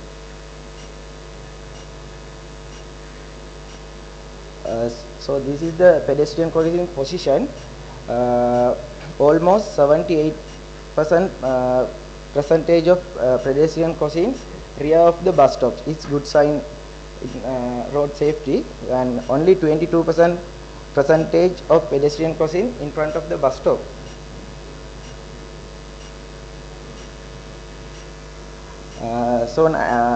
We also analyze the pedestrian crossing position against the type of zone using chi-square test, and this is our observation results, and this is our expected results. So here we found chi-squared value is 11.23 and p-value is 0.008. So p-value is less than 0.05. That means null hypothesis is rejected.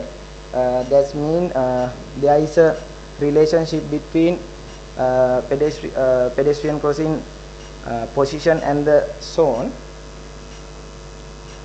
So another analysis is bus stop features against the bus stop features against the type of the zone. We analyze features are bus stop, bus shelter, bus bay marking, bus stop signboards. This is our observation results,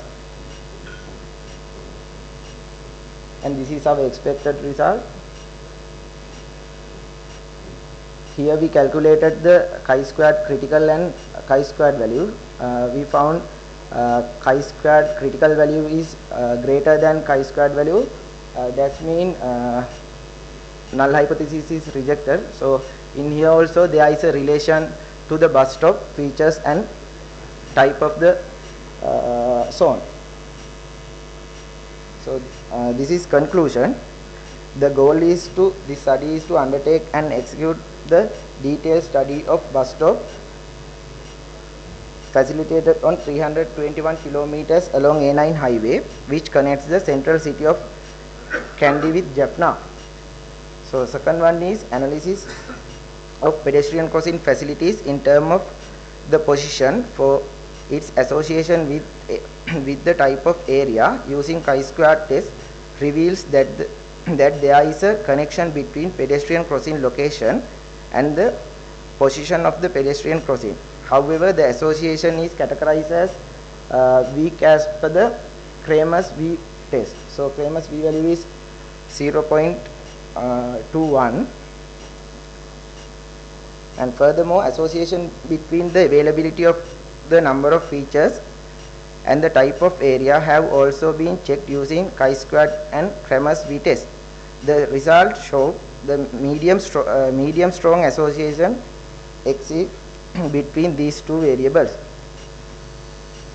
So the study demonstrated the spatial analysis capability of Google Street View technology, conveniently located steps, determining the best location and identify poorly facilitated bus stops considering the locations. These are the references we use. Thank you.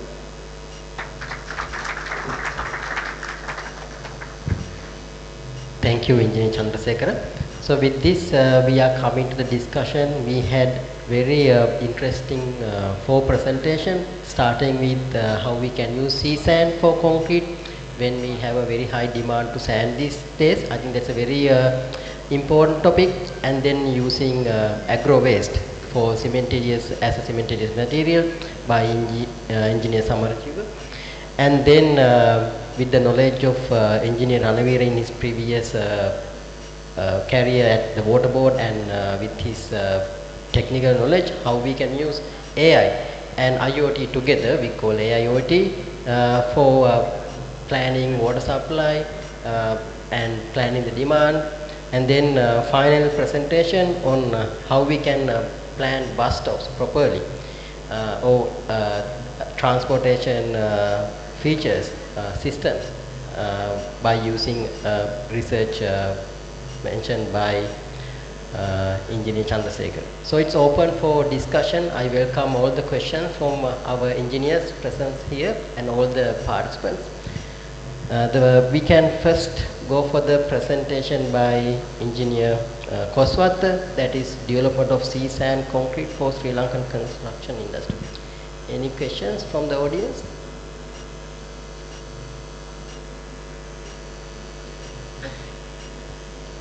We can give a mic. You can raise your hand to identify.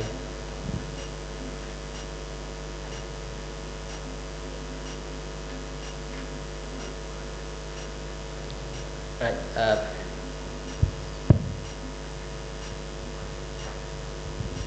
When we go to the sea sand, there are existing facilities available in Sri Lanka, right? Yes, sir. Did you compare the results with what they are doing? So you mean the available results with my results? Yeah. For the strength analysis, we have compared the results and we have got the similar results as the literature. But when considering the using manufactured sand with sea sand for in the aspect of durability, there is not much research has been done. So currently that we have focusing on. Yeah, thank you. Any other questions?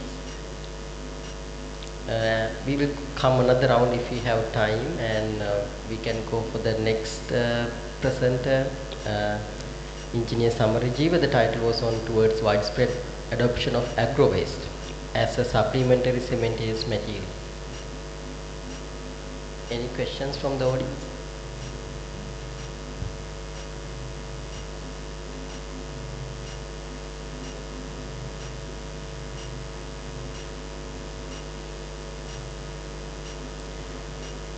Right, until we get any questions, may I ask a question?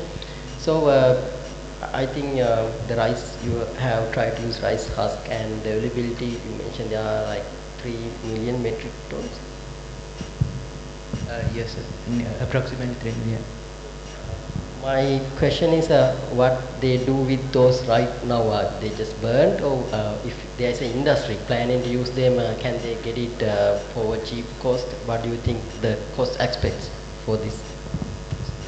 Mostly they are not using the materials, and we also some at mills they give without no price most of the time. Some of them burn at the mills to produce electricity. Right, thank you. Any questions?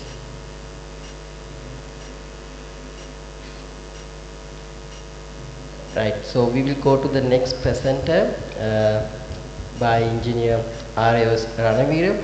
He is currently a power operational engineer at Sri Lanka Telecom, and he has been working at Sri Lanka National Water Supply and Drainage Board. So with that, his research was on advancing water utility operations with a synergistic approach in machine learning, AIoT, and distributed energy integration. So I think from all this presentation, there are a lot to take, and though this is on a water supply project, I think the applications can be expanded to any discipline in engineering. Any questions? Yeah, there is one. Thank you, and thank you, Engineer Ranavir. I think you presented very attractive presentations and application of the new technology into our industry, civil engineering industry in the water sector. And meantime, I would like to get an opinion on you. You said that your prediction of water demand is around 0.69 level of accuracy if you compare with R squared value. Do you think that the prediction is quite okay with that level of accuracy? And secondly, I would like to get your opinion on that. How do you further improve that model? I am pretty sure that you have done the parameter optimizations, as well as why don't you looking at some other algorithms which might be more applicable in this case base? So you could look at some other machine learning algorithms to get the better accuracy on the R squared value just compared here. Thank you. So one of the main problems that I had with this research was there was no available historical data. That means I have to obtain on hourly basis demand and other parameters. So there was no way of getting that variables. That's one downside of making the model much more perfect. So as a workaround, I built those embedded units to collect real-time data and integrated some of the data available at the water treatment plants. And about the machine learning models that I have used, I have chosen them based on the research. I have read some research papers and identified that they are more suitable for this kind of short-term prediction. That means I am focusing on predicting for 24 hours only. That means hourly basis 24 hours. Yes, there can be other machine learning algorithms, but I have chosen that for this time. It basically depends on the available machine learning models used in the same area in the research. Is that right? So, yeah. Yes, it can be expanded with more research on integrating more machine learning models to improve the. Right. Thank you very much. Thank you, Professor Goshan, for the question. In fact, I also had the similar query, like you have used 10 algorithms covering wide spectrum of machine learning models, but there are other groups as well. Maybe that's a good opportunity, another opportunity to expand further. And then adding to this, what is the length of the number of data series for the training process? Maybe that's one key when selecting this. Yes, training process included 4 or 5 months of data. That means I collected them on hourly basis. That's them. Is there any baseline model or like kind of empirical equation to predict these demands currently in operation with Waterboard, or any such thing to compare with this machine learning results? Usually the practice is to use this model and see the demand tallies with this model. If it's near perfect, that means model is okay. Right, thank you. Any other questions? Yeah, there is one question.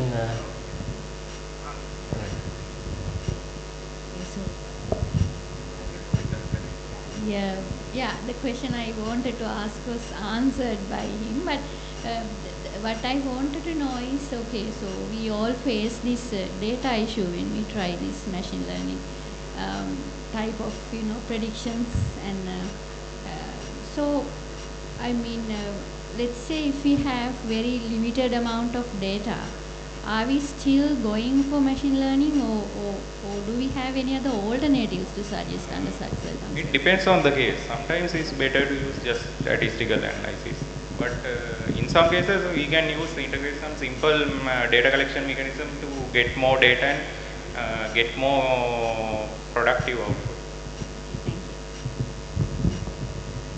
Yeah, thank you.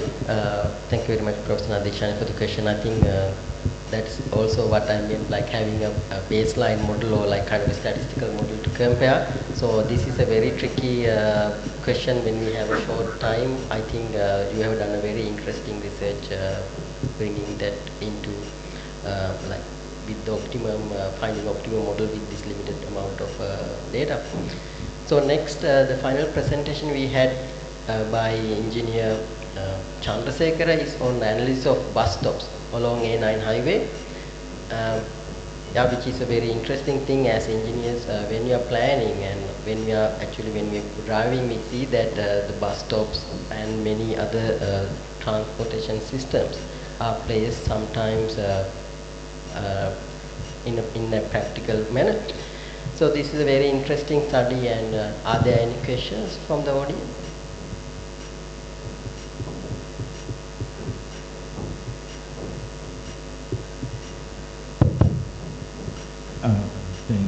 Thank you. Thank you, Engineer Ranavira, for the presentation. In fact, I think we very rarely do that sort of studies. While appreciating that one, just to get to know whether did you find out what is the existing practice that is being adopted at the moment. I know that you had gone on what is already being in place, whether the authorities have had some existing method to adopt. Another one is whether this bus bays are on off-road and on-road both combinedly considered, or whether you consider all together, or whether you separate that one into classifying into the off-road and on-road. Thank you. Off-road and on-road means?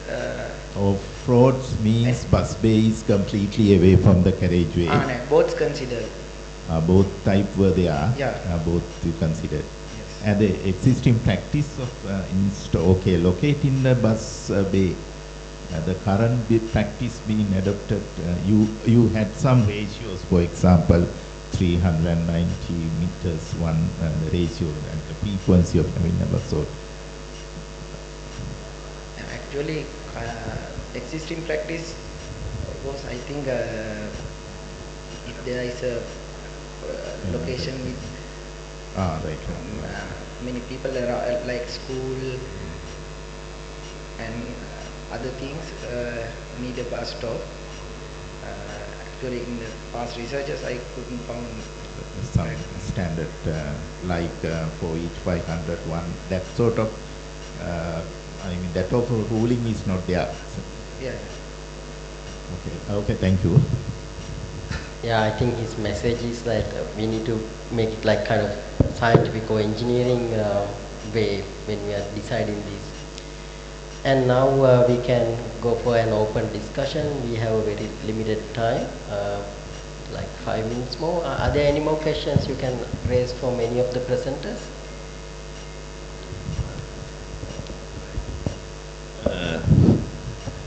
About the CSAN application, my question is, during the study, what you suggested is, and that you have found, river sand, cost of CSAN is about 50% less than river sand, around that. My question is, what's the problem? Why we could not promote for last so many years, as Professor Ranjitsana say, at the moment it's been, produced commercially somewhere. Is it due to sand mafia, or is it the problem with concrete, as you say, workability? Yes, sir. At the current stage, we have already discussed with SLRDC as well. So their opinion is due to the actual demand. When we have high demand for the sand, people are used to buy river sand, sea sand. When when the demand is low, so people are not trying to buy sea sand, they are going for the conventional river sand. I think most of the cases, the industry's opinion on the sea sand. So they have the feeling of there are seashells in the sea sand, and there is the chloride in the sea sand. So with that, they will have a kind of durability issues in the, if we have used sea sand for the structural concrete application. But the actual scenario is with the sea sand processing, almost coarser seashells particle larger than 4 mm is removed. So the effect of seashells is much limited, and almost the chloride is removed up to 0.01%.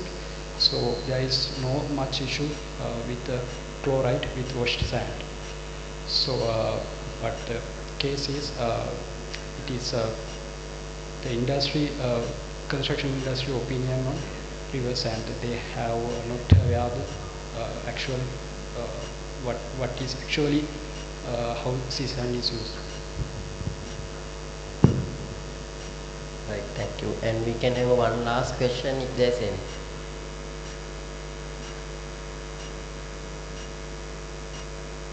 There's a question.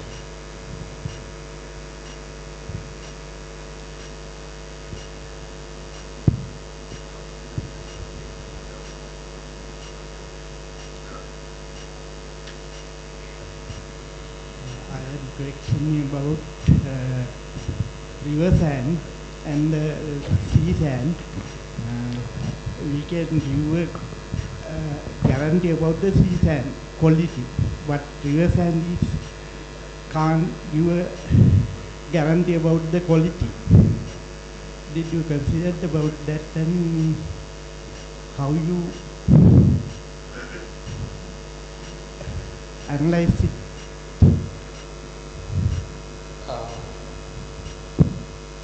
At the moment, as for the quality aspect, we did not consider about the river sand, since using river sand causing the problem here. So what we are trying to do is through our research promote this using sea sand. So the aim of our research is go beyond that.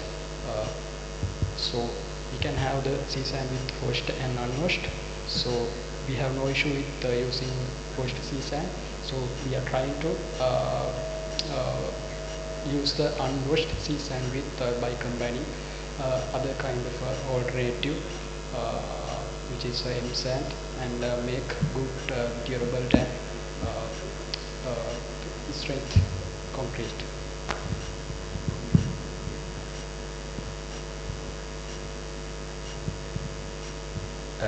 Thank you very much.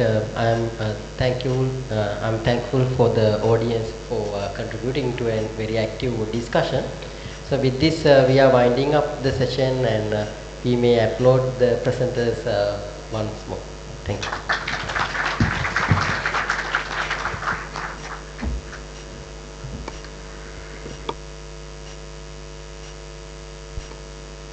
Ladies and gentlemen, that brings the technical session and panel discussion to a close. I think we can thank the presenters for their presentations here today. And a very special thank you goes out to the moderator for today's panel, Dr. Panduka Nelivalu, for conducting the technical session quite so professionally. Ladies and gentlemen, with that, we bring the first half of today's program to an end. We are breaking for a short while for refreshments. Refreshments have already been prepared for you onto your right, that way. But because we're already quite way behind schedule, we have decided to reduce the refreshment time to 15 minutes. Ladies and gentlemen, there's quite a bit of the program still left to go, so please make sure you have your refreshments and come back in 15 minutes. Thank you.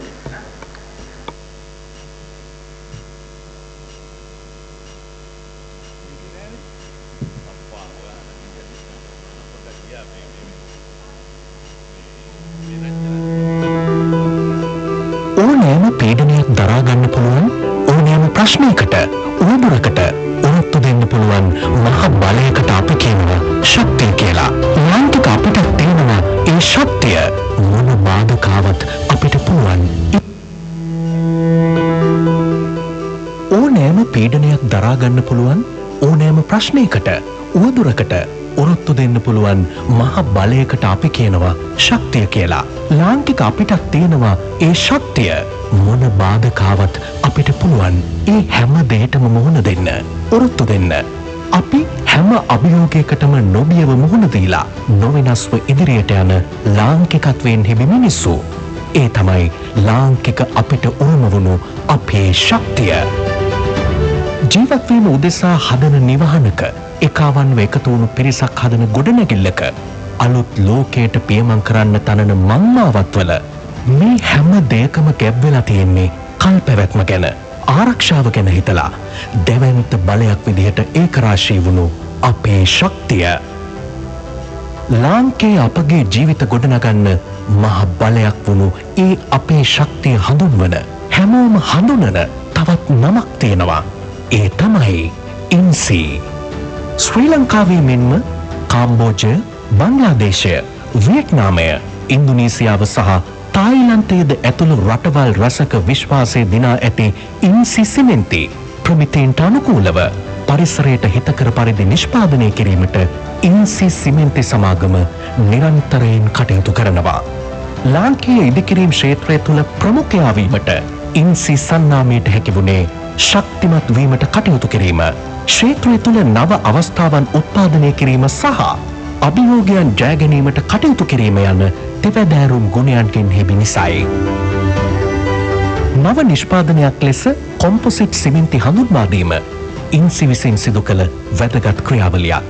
ඉදිකිරීම් ක්ෂේත්‍රය පිළිබඳ දැනුම වර්ධනය කිරීමට කටයුතු කරමින් විසඳුම් ලබා දීමට ඉන්සි සන්නාමය නිරන්තරයෙන් කටයුතු කළා. සිමෙන්ති නිෂ්පාදනයෙන් පමණක් නොනැවති ඉන්සි බ්‍රෑන්ඩඩ් රීටේල් අවුට්ලට්ස්, වානේ, මෝටාර් සහ පෙදරේරු සිමෙන්ති වැනි වෙනත් විසඳුම්ද ලබා දෙමින් ක්ෂේත්‍රය තුළ අලුත් අවස්ථාවන් ගවේෂණය කරන්නට ඉන්සී කටයුතු කළා. පාරිභෝගිකයන්ට සුවිශේෂී දීමනා ලබා දීමටද කටයුතු කළ ඉන්සී සන්නාමය ගාල්ලේ ඉදිකරමින් පවතින නව සිමෙන්ති කර්මාන්ත ශාලාවෙන් තවත් ශක්තිමත් වෙමින් තම ධාරිතාව වැඩි දියුණු කරගනිමින් රෙඩිමික්ස් වර්ධනයද සනිටුහන් කරමින් ක්ෂේත්‍රය තුළ නොමැකෙන සලකුණක් පිහිටුවන්නට අපට හැකියාව ලැබුණා. මෙතෙක් කල් විවිධ කාලවකවානුවලදී අප මුහුණ දුන් අභියෝග මෙන්ම තවත් අභියෝග රැසක් අප අභිමුව තිබෙනවා. ඉදිකිරීම් ක්ෂේත්‍රය තුළ සියල්ලන් අභිබවමින් තව දුරටත් අංක එකවීමට වෙළඳපොළ සීමාවන් අතික්‍රමණය කරන්නට වැඩි කාර්යක්ෂමතාවක් ඔස්සේ ප්‍රතිලාභ ලබන්නට මෙන්ම වෙළඳපොලේ ඉල්ලුම් සපුරා නොතිබීම හේතුවෙන් ඉදිකිරීම් නිෂ්පාදකයින් කෙරෙහි සමාජයෙන් එල්ලවන ඍණාත්මක ආකල්ප අවම කිරීමටත් අප යොහුසුලුව කටයුතු කළ යුතුය. අන් සියලු අභියෝග ජයගත් අයුරින්ම මේ වාද සාර්ථකව ජයගත හැකි බව අපට විශ්වාසයි. ඒ විශ්වාසය ගොඩනැගුණේ ඔබ නිසා. ඉන්සි අප ජීවිත ගොඩනගමින් මෙතෙක් කල් ආගමන සාර්ථක වූයේ ඔබ නිසා. අද ඔබ අගයන දිනයයි.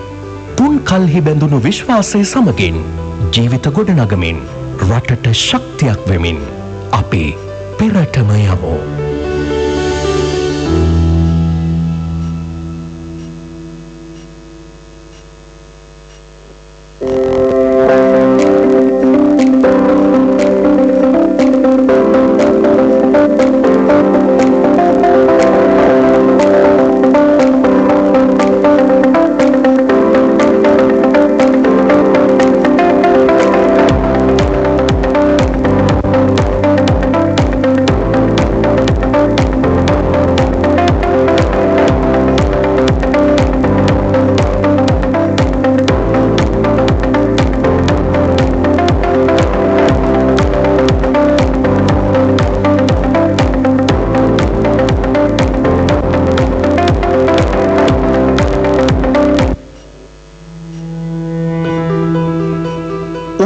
පීඩනයක් දරා ගන්න පුළුවන් ඕනෑම ප්‍රශ්නයකට උවදුරකට උරොත්තු දෙන්න පුළුවන් මහ බලයකට අපි කියනවා ශක්තිය කියලා.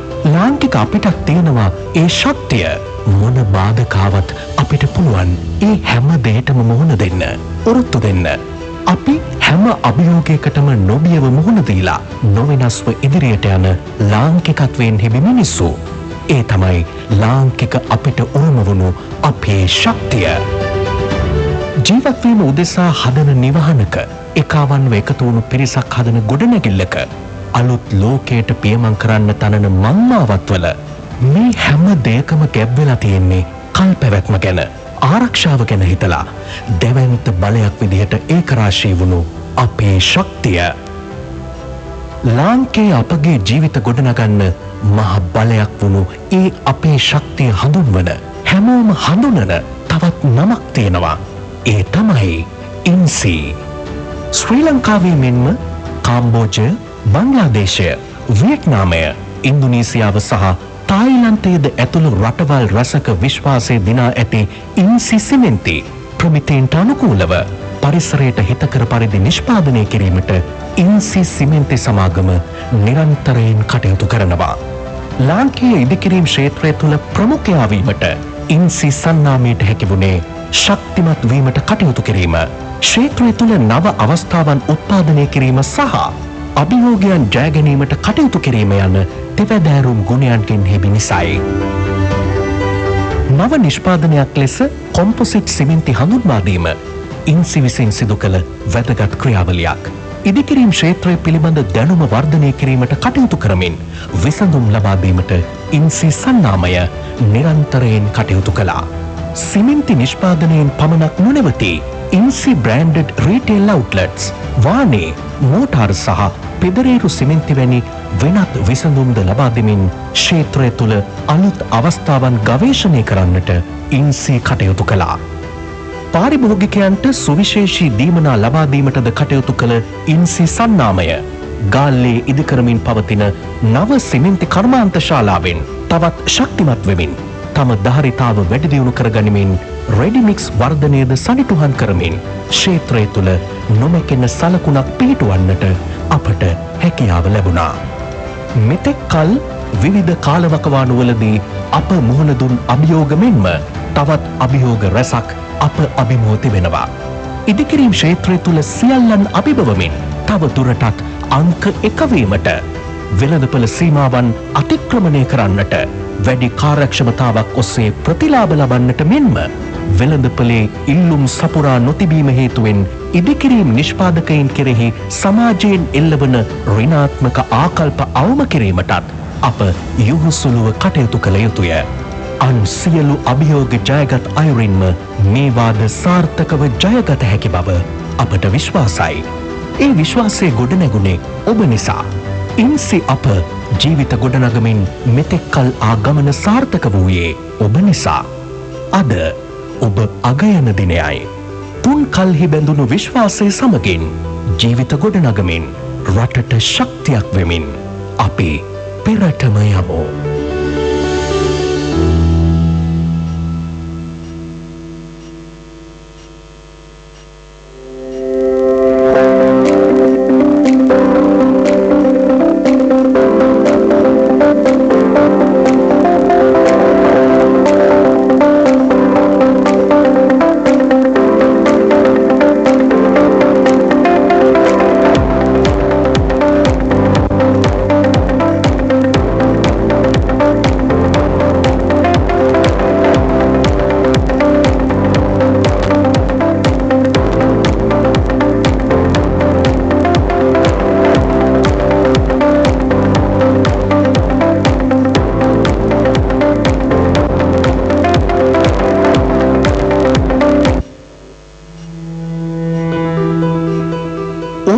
පීඩනයක් දරා ගන්න පුළුවන් ඕනෑම ප්‍රශ්නයකට උවදුරකට උරත්තු දෙන්න පුළුවන් මහ බලයකට අපි කියනවා ශක්තිය කියලා.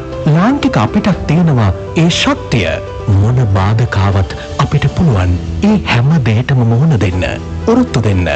අපි හැම අභියෝගයකටම නොබියව මුහුණ දීලා නොවෙනස්ව ඉදිරියට යන ලාංකිකත්වයෙන් හිමි මිනිස්සු. ඒ තමයි ලාංකික අපිට උරුම වුණු අපේ ශක්තිය. ජීවත්වීම උදෙසා හදන නිවහනක එකාවන්ව එකතු වුණු පිරිසක් හදන ගොඩනැගිල්ලක අලුත් ලෝකයට පියමන් කරන්න තනන මංමාවත්වල මේ හැම දෙයකම ගැබ්වෙලා තියෙන්නේ කල් පැවැත්ම ගැන, ආරක්ෂාව ගැන හිතලා දැවැන්ත බලයක් විදිහට ඒකරාශී වුණු අපේ ශක්තිය. ලාංකේය අපගේ ජීවිත ගොඩනගන්න මහ බලයක් වුණු ඒ අපේ ශක්තිය හඳුන්වන හැමෝම හඳුනන තවත් නමක් තියෙනවා. ඒ තමයි ඉන්සි. ශ්‍රී ලංකාවේ මෙන්ම කාම්බෝජය, බංග්ලාදේශය, වියට්නාමය, ඉන්දුනීසියාව සහ තායිලන්තයේද ඇතුළු රටවල් රසක විශ්වාසය දිනා ඇති ඉන්සි සිමෙන්ති ප්‍රමිතීන්ට අනුකූලව පරිසරයට හිතකර පරිදි නිෂ්පාදනය කිරීමට ඉන්සි සිමෙන්ති සමාගම නිරන්තරයෙන් කටයුතු කරනවා.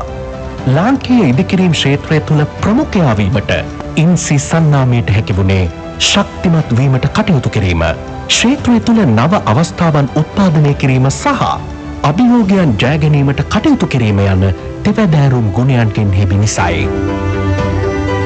නව නිෂ්පාදනයක් ලෙස කොම්පොසිට් සිමෙන්ති හඳුන්වා දීම ඉන්සි විසින් සිදු කළ වැදගත් ක්‍රියාවලියක්. ඉදිකිරීම් ක්ෂේත්‍රය පිළිබඳ දැනුම වර්ධනය කිරීමට කටයුතු කරමින් විසඳුම් ලබා දීමට ඉන්සි සන්නාමය නිරන්තරයෙන් කටයුතු කළා. සිමෙන්ති නිෂ්පාදනයෙන් පමණක් නොනැවති ඉන්සි බ්‍රෑන්ඩඩ් රීටේල් අවුට්ලට්ස්, වානේ, මෝටාර් සහ පෙදරේරු සිමෙන්ති වැනි වෙනත් විසඳුම්ද ලබා දෙමින් ක්ෂේත්‍රය තුළ අලුත් අවස්ථාවන් ගවේෂණය කරන්නට ඉන්සි කටයුතු කළා. පාරිභෝගිකයන්ට සුවිශේෂී දීමනා ලබා දීමටද කටයුතු කළ ඉන්සි සන්නාමය ගාල්ලේ ඉදිකරමින් පවතින නව සිමෙන්ති කර්මාන්ත ශාලාවෙන් තවත් ශක්තිමත් වෙමින් තම ධාරිතාව වැඩි දියුණු කරගනිමින් රෙඩිමික්ස් වර්ධනයද සනිටුහන් කරමින් ක්ෂේත්‍රය තුළ නොමැකෙන සලකුණක් පිහිටුවන්නට අපට හැකියාව ලැබුණා. මෙතෙක් කල් විවිධ කාලවකවානුවලදී අප මුහුණ දුන් අභියෝග මෙන්ම තවත් අභියෝග රැසක් අප අභිමුව තිබෙනවා.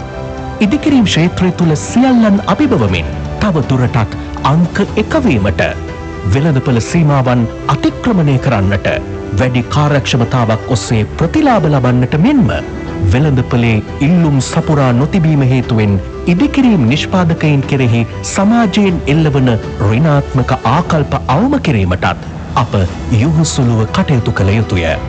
අන් සියලු අභියෝග ජයගත් අයුරින්ම මේ වාද සාර්ථකව ජයගත හැකි බව අපට විශ්වාසයි.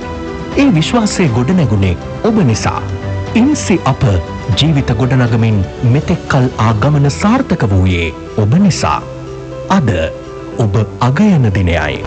තුන් කල්හි බැඳුණු විශ්වාසය සමගින් ජීවිත ගොඩනගමින් රටට ශක්තියක් වෙමින් අපි පෙරටම යමු.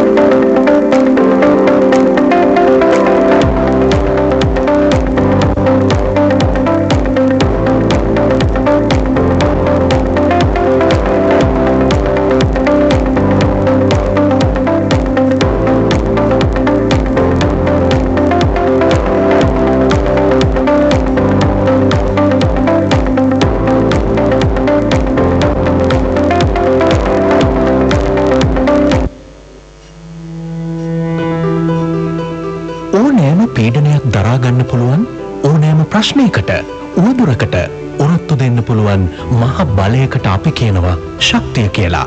ලාංකික අපිටත් තියෙනවා ඒ ශක්තිය. මොන බාධකාවත් අපිට පුළුවන් ඒ හැම දෙයකටම මුහුණ දෙන්න, ඔරොත්තු දෙන්න. අපි හැම අභියෝගයකටම නොබියව මුහුණ දීලා නොවෙනස්ව ඉදිරියට යන ලාංකිකත්වයෙන් හිමි මිනිස්සු. ඒ තමයි ලාංකික අපිට උරුම වුණු අපේ ශක්තිය.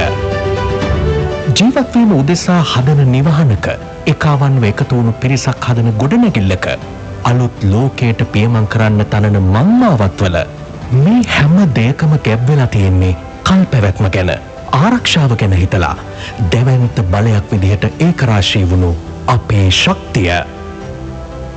ලාංකේ අපගේ ජීවිත ගොඩනගන්න මහ බලයක් වුණු ඒ අපේ ශක්තිය හඳුන්වන, හැමෝම හඳුනන තවත් නමක් තියෙනවා.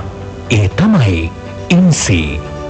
ශ්‍රී ලංකාවේ මෙන්ම කාම්බෝජය, බංග්ලාදේශය, වියට්නාමය, ඉන්දුනීසියාව සහ තායිලන්තයේද ඇතුළු රටවල් රසක විශ්වාසය දිනා ඇති ඉන්සි සිමෙන්ති ප්‍රමිතීන්ට අනුකූලව පරිසරයට හිතකර පරිදි නිෂ්පාදනය කිරීමට ඉන්සි සිමෙන්ති සමාගම නිරන්තරයෙන් කටයුතු කරනවා.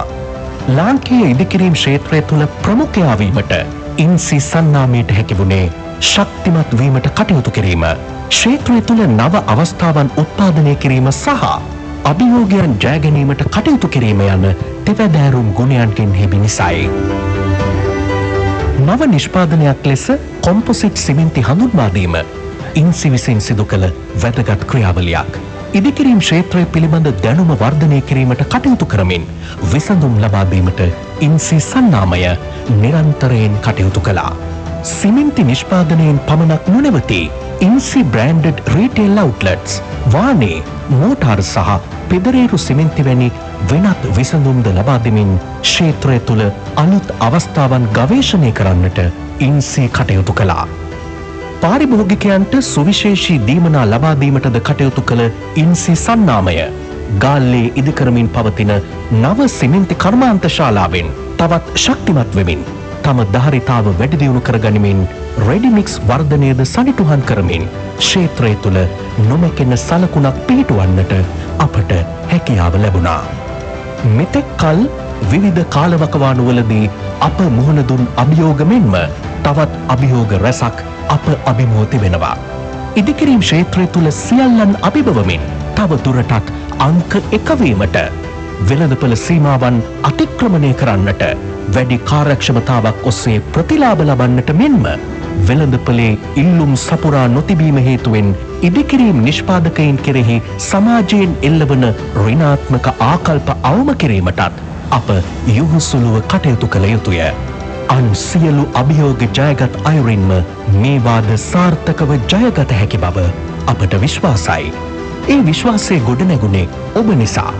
ඉන්සි අප ජීවිත ගොඩනගමින් මෙතෙක් කල් ආ ගමන සාර්ථක වූයේ ඔබ නිසා. අද ඔබ අගයන දිනයයි. තුන් කල්හි බැඳුණු විශ්වාසය සමගින් ජීවිත ගොඩනගමින් රටට ශක්තියක් වෙමින් අපි පෙරටම යමු.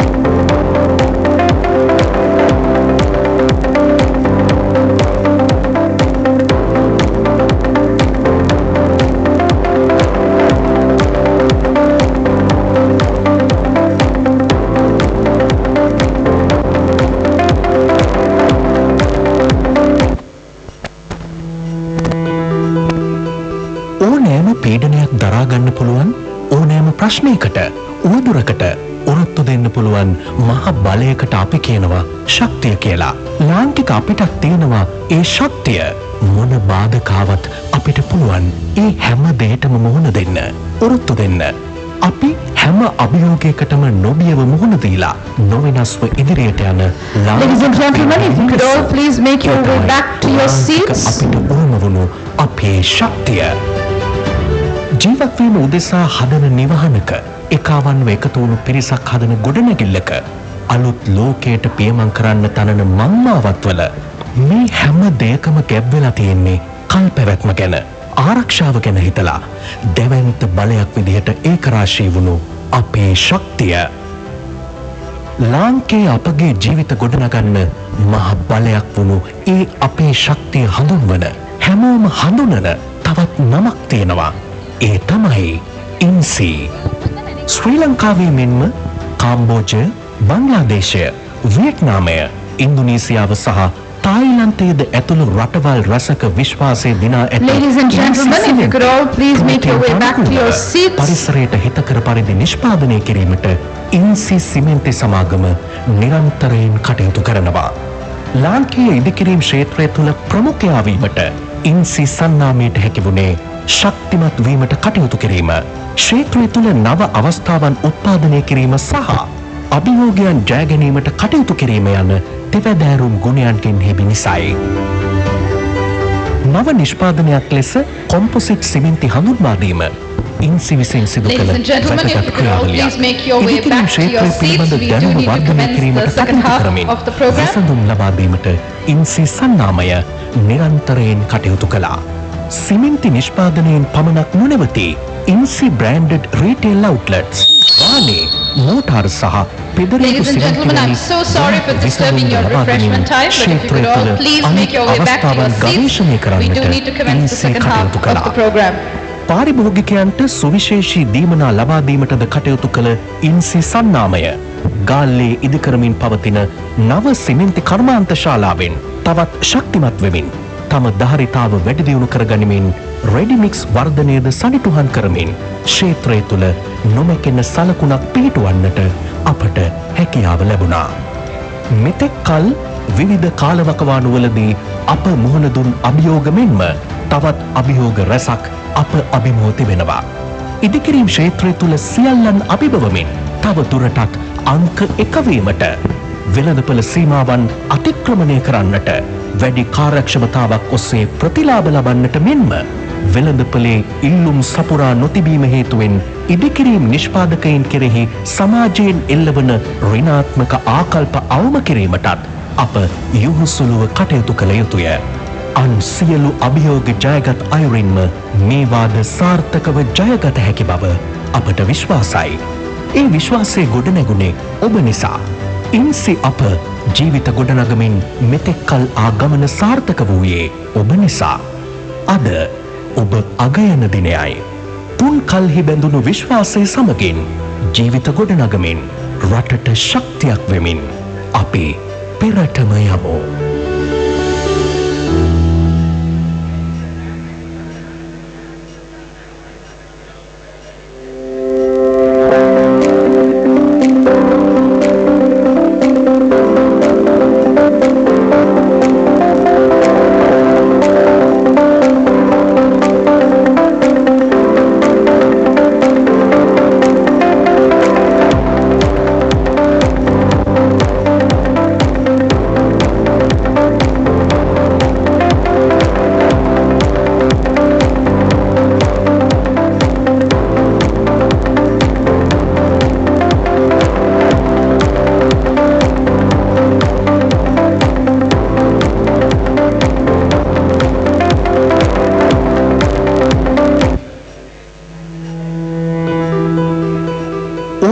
පීඩනයක් දරා ගන්න පුළුවන් ඕනෑම ප්‍රශ්නයකට උවදුරකට ඔරොත්තු දෙන්න පුළුවන් මහ බලයකට අපි කියනවා ශක්තිය කියලා. ලාංකික අපිටත් තියෙනවා ඒ ශක්තිය. මොන බාධකාවත් අපිට පුළුවන් ඒ හැම දෙයකටම මුහුණ දෙන්න, ඔරොත්තු දෙන්න. අපි හැම අභියෝගයකටම නොබියව මුහුණ දීලා නොවෙනස්ව ඉදිරියට යන ලාංකිකත්වයෙන් හිමි මිනිස්සු. ඒ තමයි ලාංකික අපිට උරුම වුණු අපේ ශක්තිය. ජීවත්වීම උදෙසා හදන නිවහනක එකාවන්ව එකතු වුණු පිරිසක් හදන ගොඩනැගිල්ලක අලුත් ලෝකයට පියමන් කරන්න තනන මංමාවත්වල මේ හැම දෙයකම ගැබ්වෙලා තියෙන්නේ කල් පැවැත්ම ගැන, ආරක්ෂාව ගැන හිතලා දැවැන්ත බලයක් විදිහට ඒකරාශී වුණු අපේ ශක්තිය. Welcome back, ladies and gentlemen. We are about to commence the second half of the annual general meeting and annual sessions of the ISL Kadurata chapter. As is procedure, the next item on our agenda is the adoption of the minutes from the previous year, and therefore to present the minutes for the past year. I would like to cordially invite Engineer J.M.R.B. Javadana, Secretary of the ISL Kadurata chapter for the years 2022 and 2023, to present a summary of the meeting minutes. ලාංකීය ඉදිකිරීම් ක්ෂේත්‍රය තුළ ප්‍රමුඛයා වීමට ඉන්සි සන්නාමයට හැකි වුණේ ශක්තිමත් වීමට කටයුතු කිරීම, ක්ෂේත්‍රය තුළ නව අවස්ථාවන් උත්පාදනය කිරීම සහ අභියෝගයන් ජය ගැනීමට කටයුතු කිරීම යන තෙවැදෑරුම් ගුණයන්ගෙන් හිමි නිසයි. නව නිෂ්පාදනයක් ලෙස කොම්පොසිට් සිමෙන්ති හඳුන්වා දීම ඉන්සි විසින් සිදු කළ වැදගත් ක්‍රියාවලියක්. ඉදිකිරීම් ක්ෂේත්‍රය පිළිබඳ දැනුම වර්ධනය කිරීමට කටයුතු කරමින් විසඳුම් ලබා දීමට ඉන්සි සන්නාමය නිරන්තරයෙන් කටයුතු කළා. සිමෙන්ති නිෂ්පාදනයෙන් පමණක් නොනැවති ඉන්සි බ්‍රෑන්ඩඩ් රීටේල් අවුට්ලට්ස්, වානේ, මෝටාර් සහ පෙදරේරු සිමෙන්ති වැනි වෙනත් විසඳුම්ද ලබා දෙමින් ක්ෂේත්‍රය තුළ අලුත් අවස්ථාවන් ගවේෂණය කරන්නට ඉන්සී කටයුතු කළා. පාරිභෝගිකයන්ට සුවිශේෂී දීමනා ලබා දීමටද කටයුතු කළ ඉන්සී සන්නාමය ගාල්ලේ ඉදිකරමින් පවතින නව සිමෙන්ති කර්මාන්ත ශාලාවෙන් තවත් ශක්තිමත් වෙමින් තම ධාරිතාව වැඩි දියුණු කරගනිමින් රෙඩිමික්ස් වර්ධනයද සනිටුහන් කරමින් ක්ෂේත්‍රය තුළ නොමැකෙන සලකුණක් පිහිටුවන්නට අපට හැකියාව ලැබුණා. මෙතෙක් කල් විවිධ කාලවකවානුවලදී අප මුහුණ දුන් අභියෝග මෙන්ම තවත් අභියෝග රැසක් අප අභිමුව තිබෙනවා.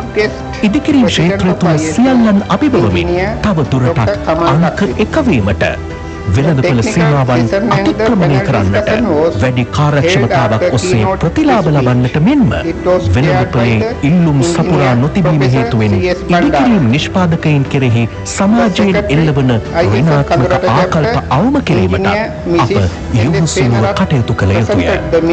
සියලු අභියෝග ජයගත් අයුරින්ම මේ වාද සාර්ථකව ජයගත හැකි බව අපට විශ්වාසයි. ඒ විශ්වාසය ගොඩනැගුණේ ඔබ නිසා. ඉන්සි අප ජීවිත ගොඩනගමින් මෙතෙක් කල් ආගමන සාර්ථක වූයේ ඔබ නිසා. අද ඔබ අගයන දිනයයි. තුන් කලෙහි බැඳුණු විශ්වාසය සමගින් ජීවිත ගොඩනගමින් රටට ශක්තියක් වෙමින් අපි පිනටම යමු. Engineer Sarath Gamini proposed that the financial statement was in order and it was seconded by Engineer Palita Abibo. The outgoing secretary thanked all participants and went forward to their session. Engineer Dr. Jayala Edison was appointed as the pro tem chairman for electing the new committees for the chapter.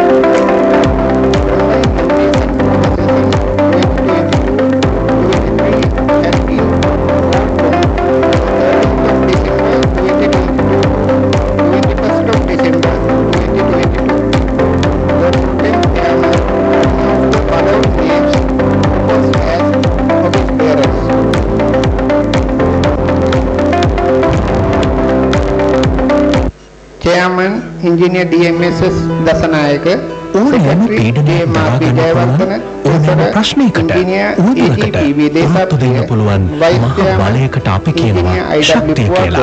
ලාංකික අපිට තියෙනවා ඒ ශක්තිය මොන මාර්ගකාවත් අපිට පුළුවන් ඒ හැම දෙයකටම මුහුණ දෙන්න උත්තු දෙන්න. අපි හැම අභියෝගයකටම නොමියව මුහුණ දීලා නොවනස්ව ඉදිරියට යන ලාංකිකත්වයෙන් හිමි මිනිස්සු. ඒ තමයි ලාංකික අපිට උරුම වුණු අපේ ශක්තිය. ජීවත් වෙන උදෙසා හදන නිවහනක එකවන්න එකතු පිරිසක් හදන ගොඩනැගිල්ලක අලුත් ලෝකයට organization names are displayed.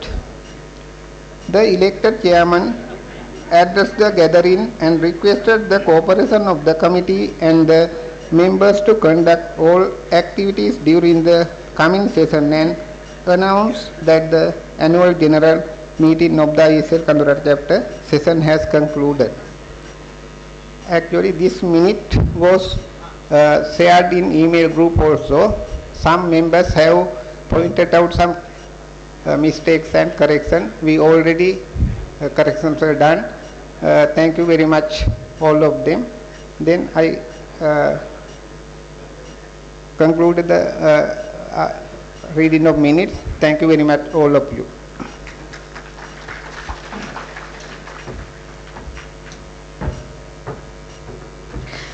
Ladies and gentlemen, as is tradition, somebody needs to propose that the minutes are in order and somebody needs to second it.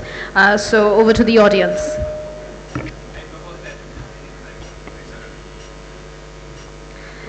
The confirmation of the meeting minutes for last year has been confirmed. Ladies and gentlemen, with that, we move on to the next part of today's proceedings, a look back at what the IESL Kadurata chapter has done throughout the previous year. Time for the review of the year 2022-23. I would like to cordially invite Engineer Premnath, a committee member of IESL Kadurata chapter, to present the review of the year 2022-23.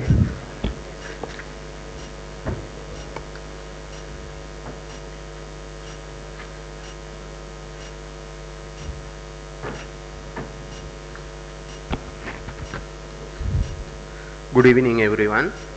Engineer Professor Ranjit Disanayaka, President IESL, Engineer Jayalat, President IESL elect, Professor Nadishani Nanayakara, Senior Lecturer, Faculty of Engineering, University of Peradeniya, and the EXCO members and the members of IESL Kadurata chapter. I am deeply honored to stand before you today and grateful for the chance to revisit the remarkable moment of 2023. Together, let's take a journey through the events that have shaped our collective memories. Thank you for this wonderful opportunity. We have prepared a video presentation to show the events completed by our EXCO 2023, and you all are invited to join with the video. We are behind the time schedule, so while video plays, I will describe shortly each event.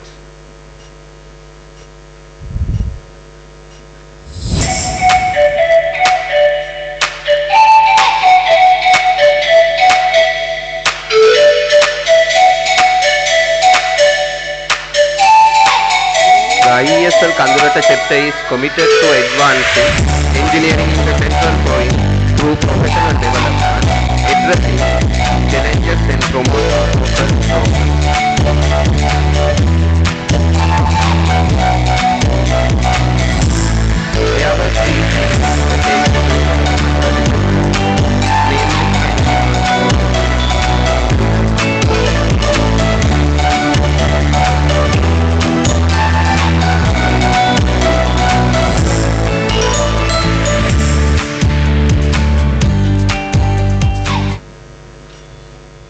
office bearers for the session 22-23. Already our secretary displayed these slides as well. And there are representatives from public and private organizations within this EXCO.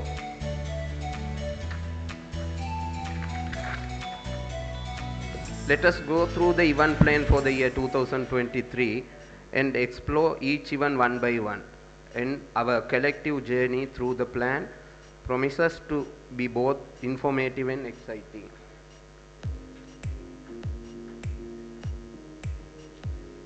The seminar for professional review examination. The inaugural event organized by our executive committee involves the conduction of a workshop focused on preparing attendees for the professional review and B paper examination. This workshop aims to provide comprehensive guidance and support as individuals prepare for these significant assessments, ensuring their success in these professional milestones.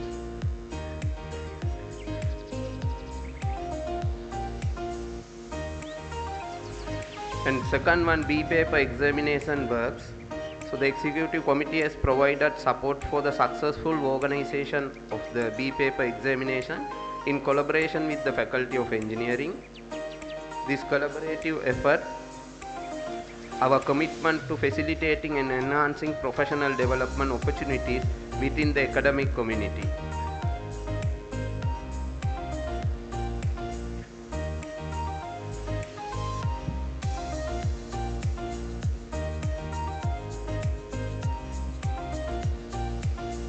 The executive committee extended support for the evaluation of the junior inventor of the year in the central province.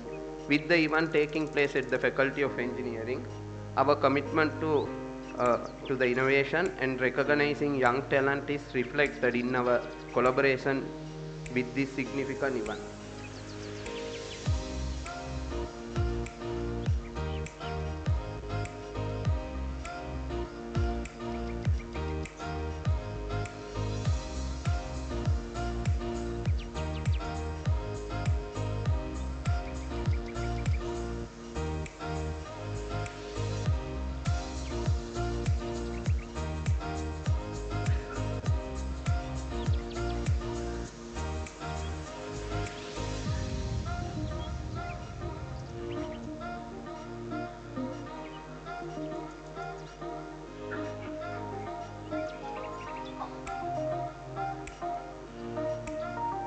Next one, this is a special program, Health Awareness Program.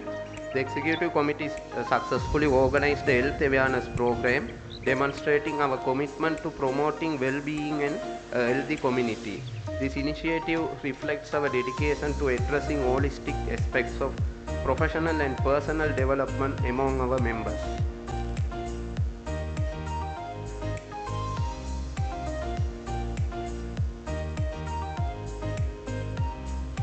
Next, the IESL Cricket Fiesta. The Executive Committee organized the IESL Cricket Fiesta, a spirited sporting event that brought together our members representing diverse organizations. This initiative not only showcased our commitment but also provided a platform for healthy competition and community engagement.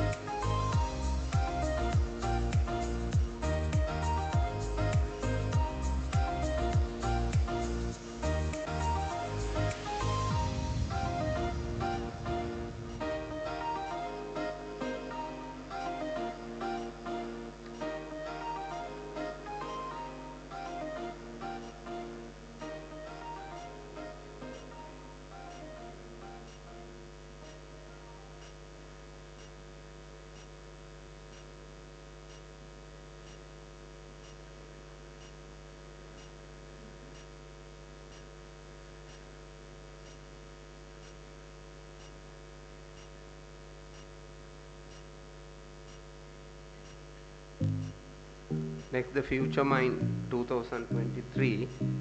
The committee joined with the Future Mind program, a significant event that our dedication to shaping the educational landscape. This initiative, which aimed to provide valuable insight and opportunities for the future, underscores our commitment to academic excellence and career development within our community.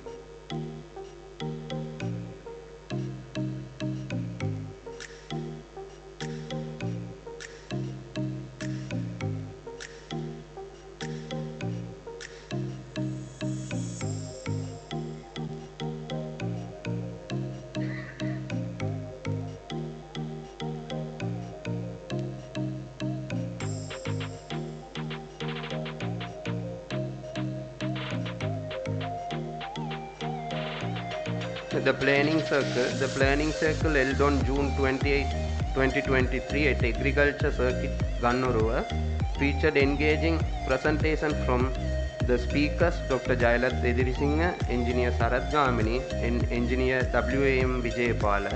The audience by sharing their valuable insights, contributing to an informative and enriching event.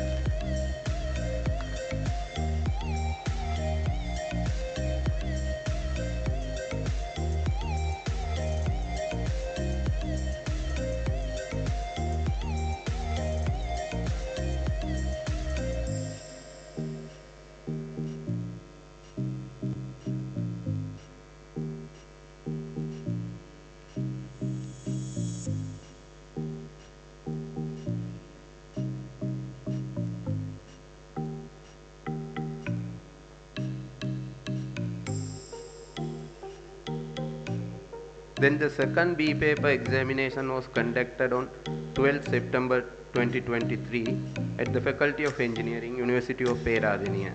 This event marked a significant milestone in our commitment to academic and professional advancement, providing a platform for participants to showcase their knowledge and skills.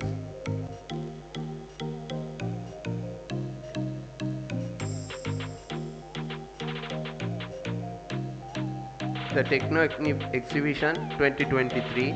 The Techno Exhibition on October 20th to 22nd, 2023, organized by the Mother Center IESL, and the Kadurata chapter spotlighted the crucial role of slope protection methods.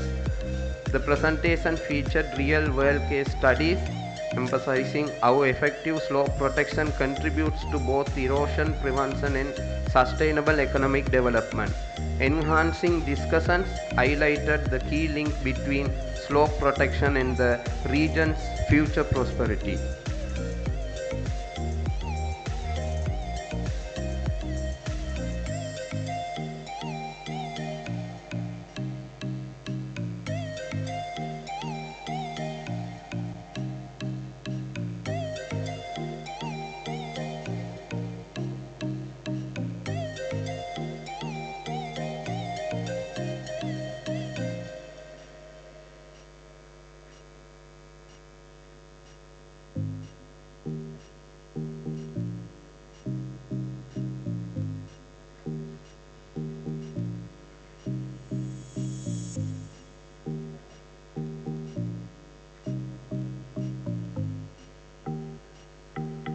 Annual field trip.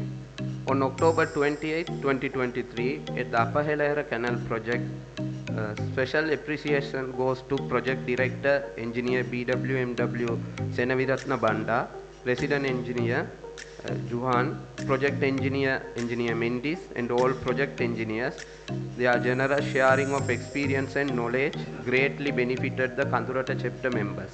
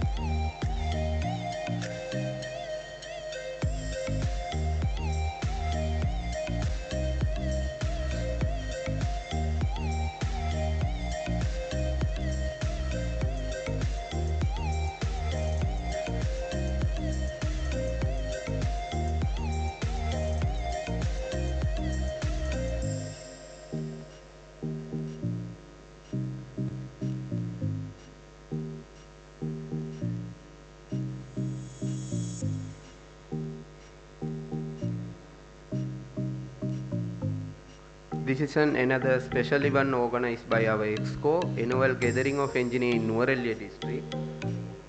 So the gathering is held on November 17, Hotel L5 Nuwara. We extend our gratitude to Daiki Axis for sponsoring this event. Special thanks go to Engineer Sarath Gamini for generously sharing his wealth of engineer experience with the engineers in the Nuwara district.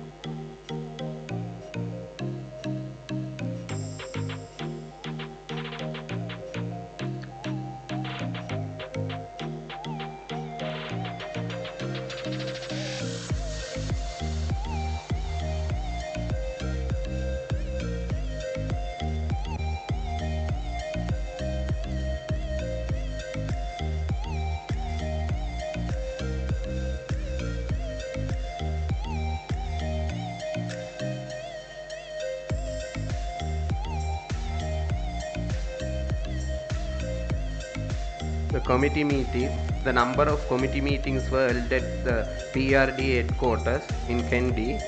There may be about 13 number of committee meetings were held. So we express our special thanks to all our committee members and the representative members from each organization. Their valuable ideas have been instrumental in contributing to the success of our chapter event.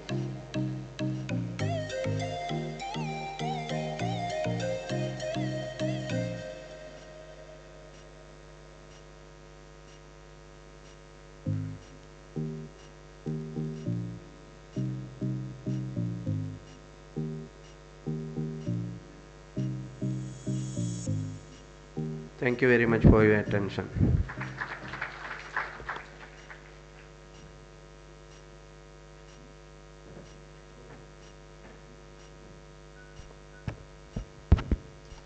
Thank you very much, Engineer P.M. Premanath, for your wonderful presentation on the past year activities of IESL Kadurata chapter. Ladies and gentlemen, we have adopted the meeting minutes for the past year. It is now time to adopt the financial statement from the previous year. And to do so, I would like to very cordially invite Engineer A.G.P.B. Deshapriya, the Treasurer of the IESL Kadurata chapter, to present a summary of the financial statement.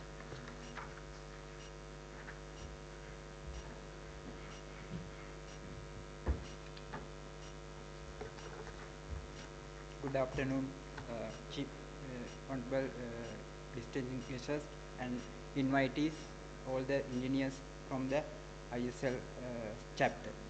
So this is I am going to present the financial statement for the year 2022 to 2023.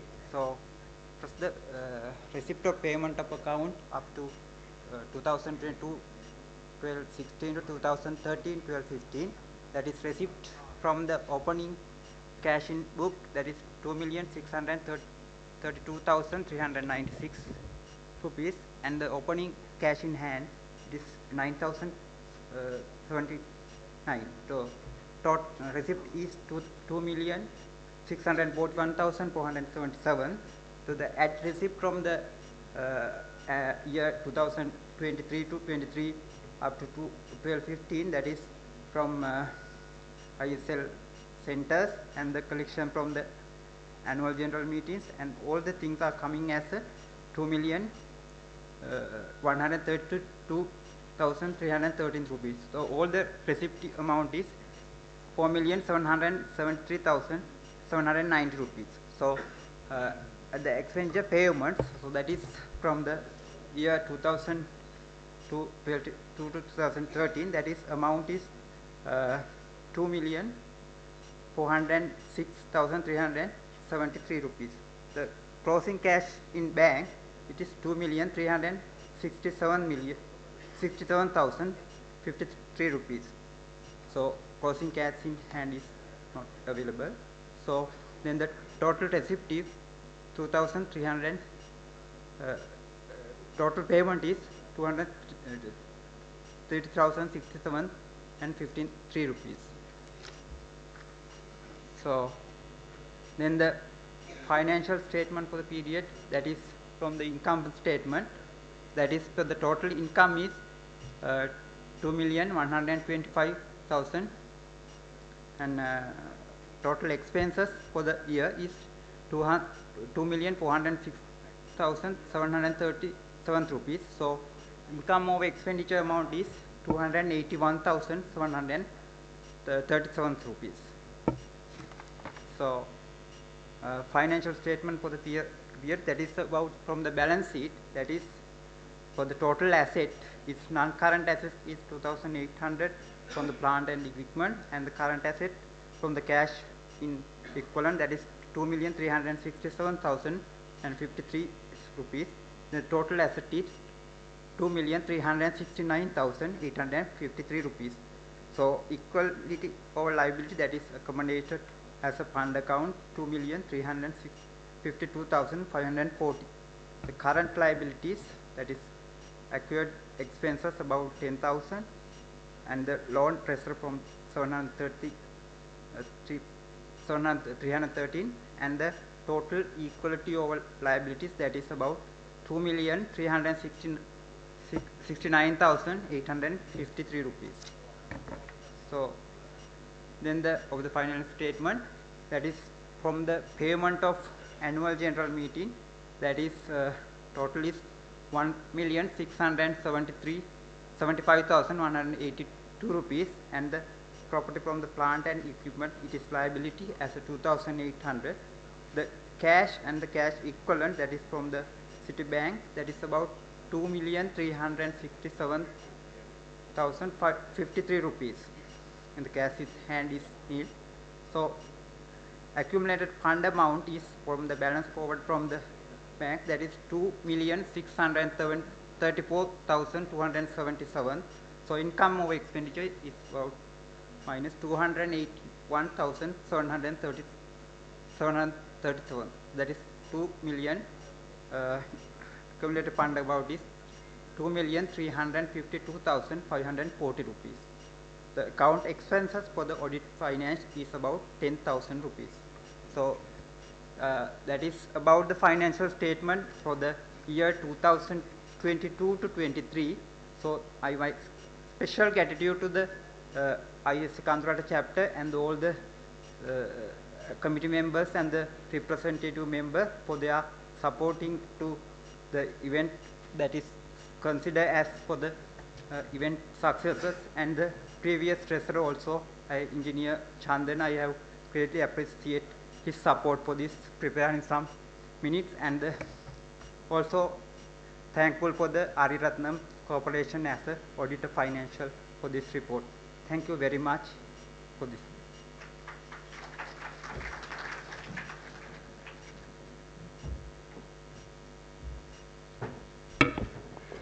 Ladies and gentlemen, before we call for the adoption of the financial statement for the year 2022 and 2023, this would be the opportunity to raise any concerns you have. If anybody has any concerns, please raise them now before we call for the financial statement to be adopted.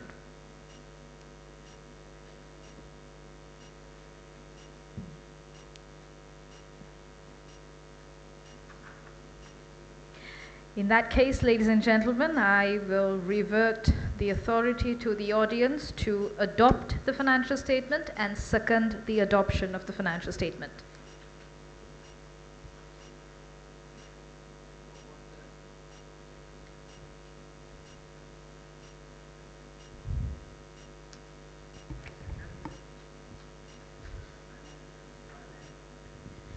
And with that, ladies and gentlemen, the financial statement for the year 2022-2023 has been adopted officially into records.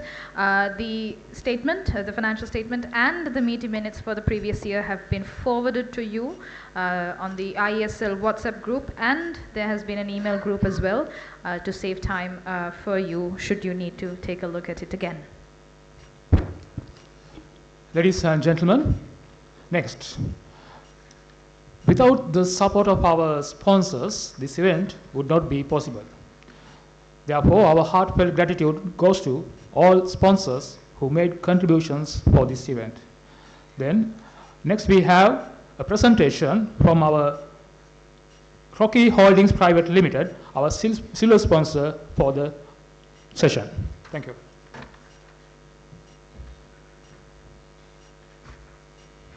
Ayubovan. Welcome to Rocky Private Limited. We are specialized in the fields of water treatment, wastewater treatment, and civil construction. Our expert team is dedicated to provide you with the most reliable and affordable solutions as per your requirements. requirements. For more information, please visit www.rockyholdings.com. Our success is your satisfaction. Rocky Holdings Private Limited, purity in trust.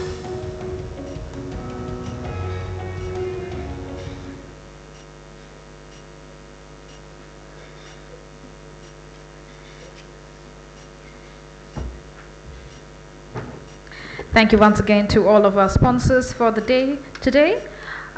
Since we've already been listening to speeches and presentations for a while now, and I know you've had your refreshments, but there's still speeches and presentations, we thought we'd take a short break from that particular moment of the agenda to move on to something different.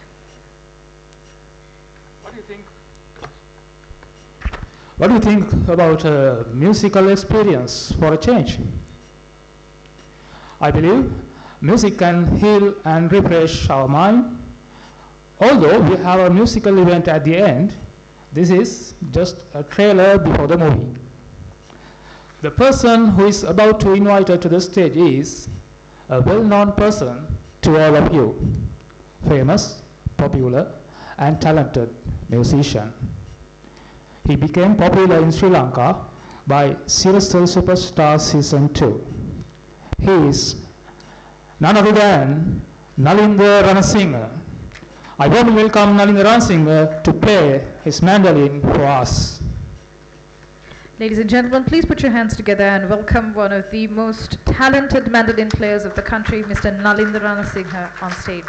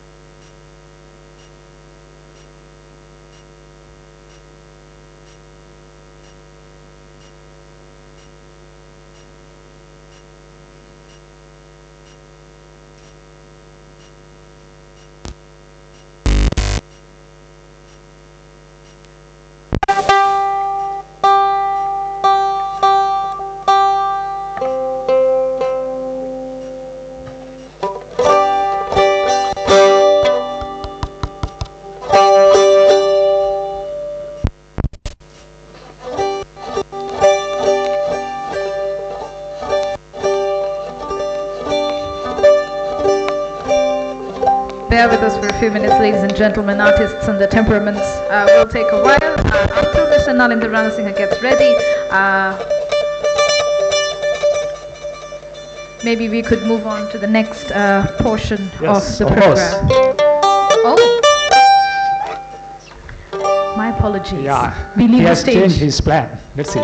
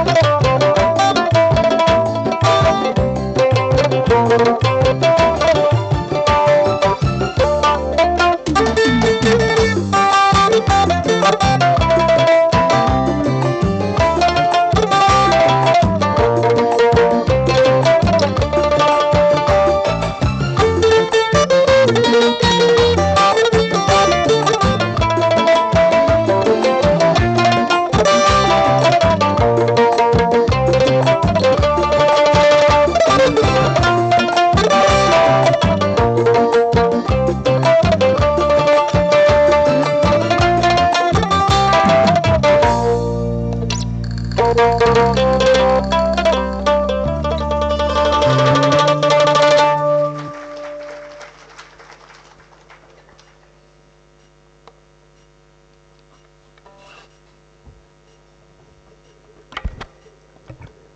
you very much, Nalinder, for your wonderful presentation. Enjoyed a lot.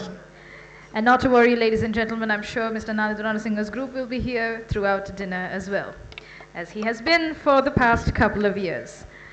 With that, ladies and gentlemen, we move on to the next portion of our agenda, which is quite an important event for the committee members of the ISO Kadurata chapter, because at the chapter, they feel a profound sense of gratitude that they must express their thanks to the remarkable individuals who have given their support and contributions to today's program and the programs of the year that has passed.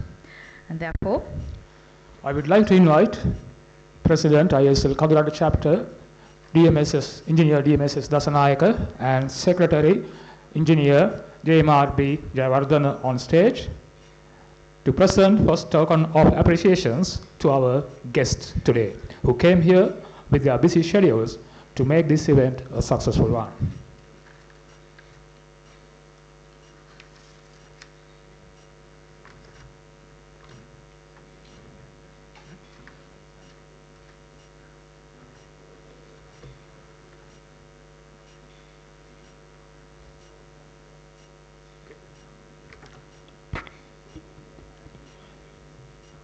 First token of appreciation goes to Professor Ranjit Disanayake, our chief guest today. Thank you very much, sir, for coming here today and grace the occasion as the chief guest.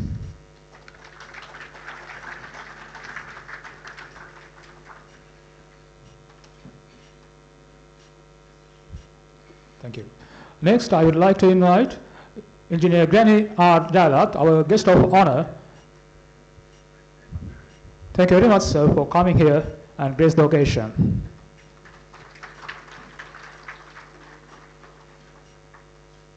Thank you. Next token of appreciation goes to our keynote speaker, Professor Nadishani Nanayakara. Thank you very much, madam, for your great and wonderful keynote address.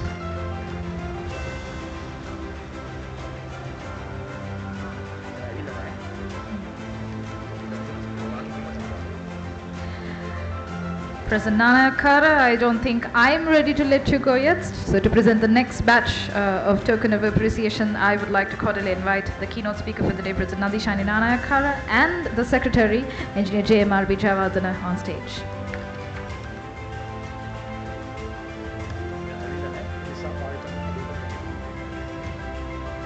The first token of appreciation goes to Engineer Palita Abekon.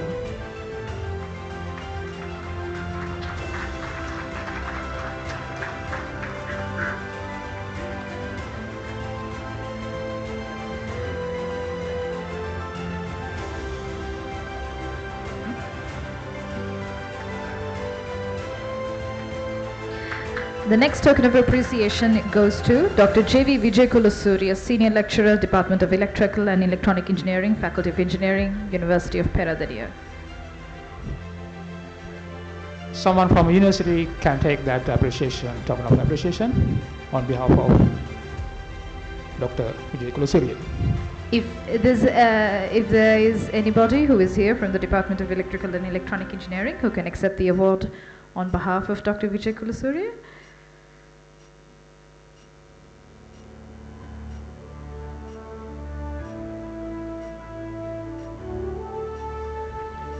Thank you, Dr. Panduka.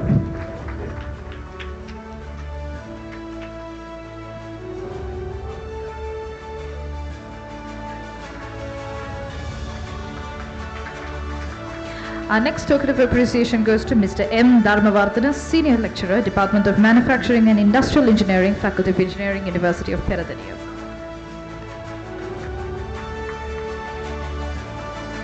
If someone could come up to collect Mr. Dharmavardhana's token of appreciation for him. And these appreciations are going for Junior Inventors of the Year program. They help us as evaluation panel members to make the event success. Now it is our duty to appreciate those supports. If someone could collect Mr. Dharmavardhana's token of appreciation, someone from the University of Peradeniya.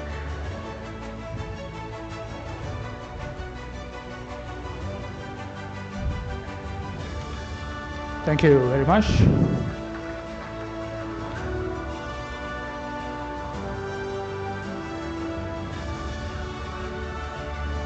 Our next token of appreciation goes to Dr. Kamalanath Samarakoran, Senior Lecturer, Department of Computer Engineering, Faculty of Engineering, University of Peradeniya, also for helping the Kadurata chapter as a evaluation panel leader. Since Dr. Samarakoran is also not here today. Thank you very much for the support given to the event today. The next token of appreciation goes to Dr. Chaturani Chandrasiri, Senior Lecturer, Department of Civil Engineering, Faculty of Engineering, University of Peradeniya, who is also not here today, I believe. So could we have someone from the faculty to please collect Dr. Chandrasiri's token? And there was a huge support from the university actually for our event, Junior Inventor of the Year program. And all these appreciations are due to that. See, ladies and gentlemen, these people may not be here today, but they deserve the appreciation they're getting. Our next, thank you, President Nanakara and Engineer Javadana for joining hands with us for the presentation of tokens. Next, I would like to invite Engineer Granny R. Jailat on stage to present our next token of appreciations. And I would like to invite Engineer Deshapriya, Treasurer ISL Kadurata chapter, to accompany him.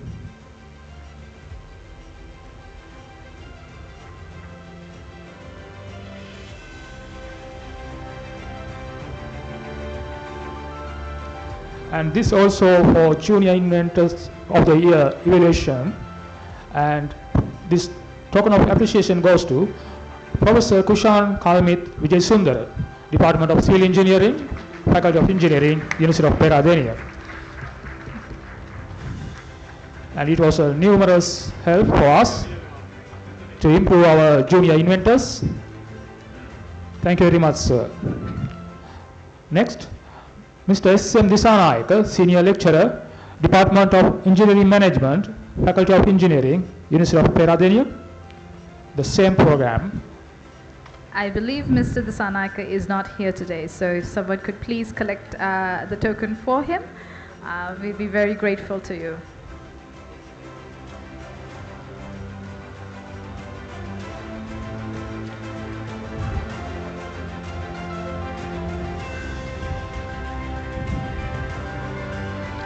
Dr. Pandukar? Okay, thank you.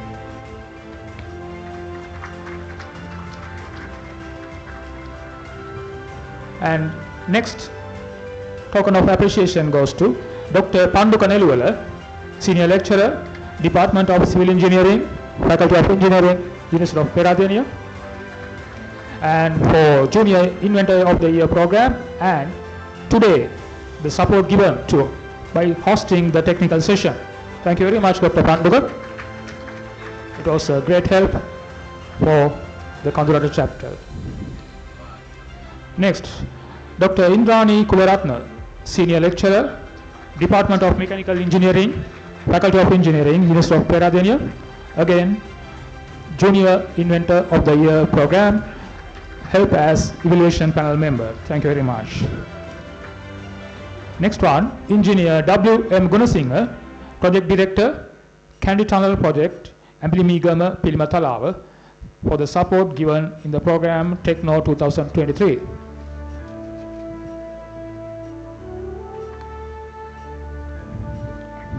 Can someone collect the token of appreciation on behalf of Engineer W.M. Gunasinghe?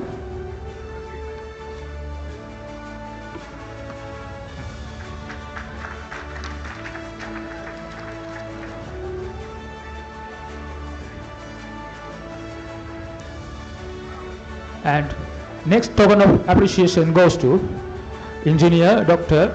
Jailat Singh, Senior Lecturer, Department of Civil Engineering, Faculty of Engineering, University of Peradeniya. And for the planning circle guest speaker, he gave a wonderful speech there, and for the support always towards ISL Kadurata chapter. Thank you very much, sir, for your support. Thank you, Engineer Jalat and Engineer Deshapriya.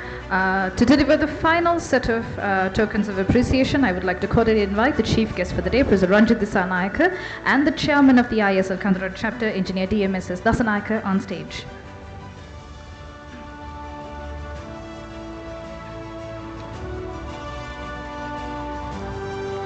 This next token of appreciation goes to Engineer Sarat Gamini, former project director, part of the water supply project Kadurata, for being a planning circle guest speaker.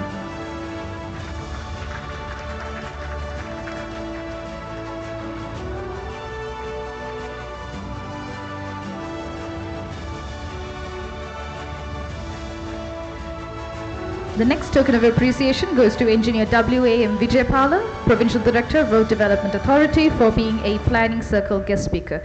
I believe Engineer Vijaypala.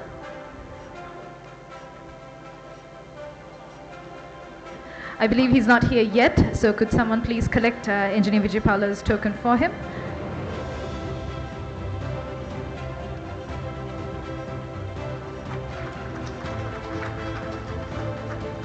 Our next token of appreciation goes to Engineer BWMW Seniviratna Banda, Project Director, PIUUECP, Mahaveli Water Security Program, Upper Alahara Canal Project.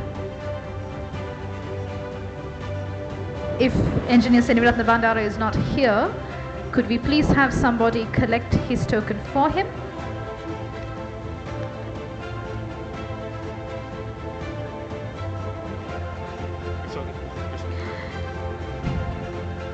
We then move on to the technical presenters for the day.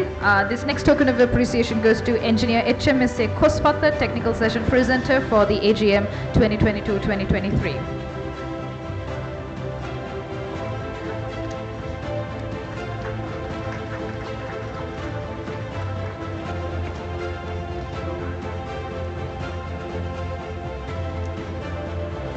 The next token of appreciation goes to Engineer P.H. Samarajiva, also Technical Presenter for the day.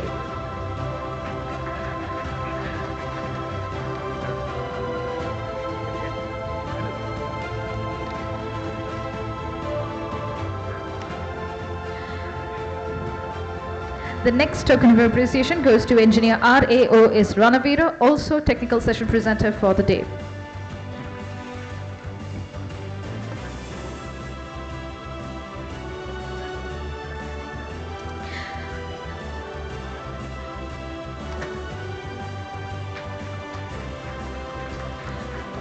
The next token of appreciation goes to Engineer MVT N. Chandrasekhara, final technical presenter for the day.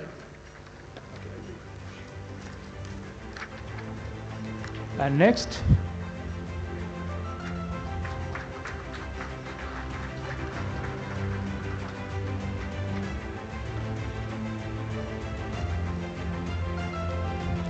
our next token of appreciation goes to Mr. PRPUB Abhiratna. He's an undergraduate in the Faculty of Engineering for the support given in these technical researches. Mr. PRPUB Abhiratna.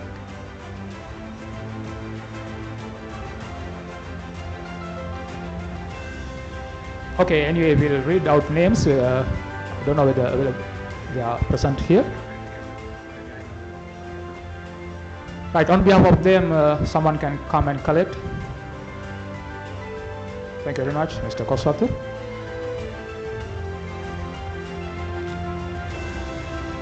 On behalf of all undergraduates, I will read out names. Ms. F.A. Smith, Ms. K.J.L. Fernando, and Mr. G.D.R.I. Harshchandra. All are undergraduates in Faculty of Engineering, and they contributed to these technical researches.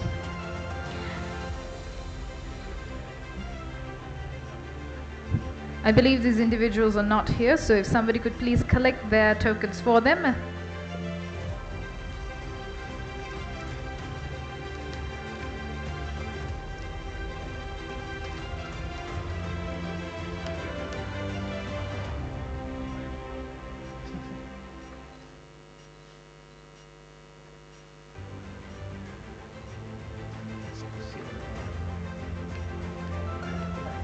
Thank you, President Sanaika and Engineer Dasanaika, for joining hands with us. That brings the presentation of the tokens to an end. And that's for all the support given for ISL Kadurata chapter programs throughout the year. Thank you very much again for everyone. Ladies and gentlemen, we move on to another message from our sponsors. This time around, I would like to very cordially invite Mr. Shanal Fonseca, Assistant Manager, Institutional Business for Lankem Ceylon PLC, our silver sponsor for the day, to address the gathering.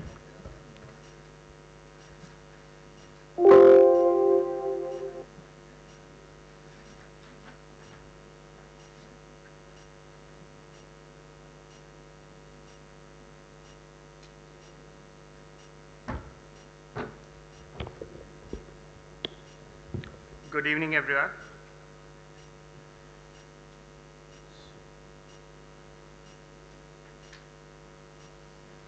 Lankem Robielac comes to you with a team of experts to provide you with tailor-made, customized coating solutions suited specifically to your requirements. Operating with resilience for nearly 4 decades, our products and services have been enjoyed by a client base that includes private entities, corporates and construction companies. Our range of products and services include painting, repainting of commercial buildings with warranty options,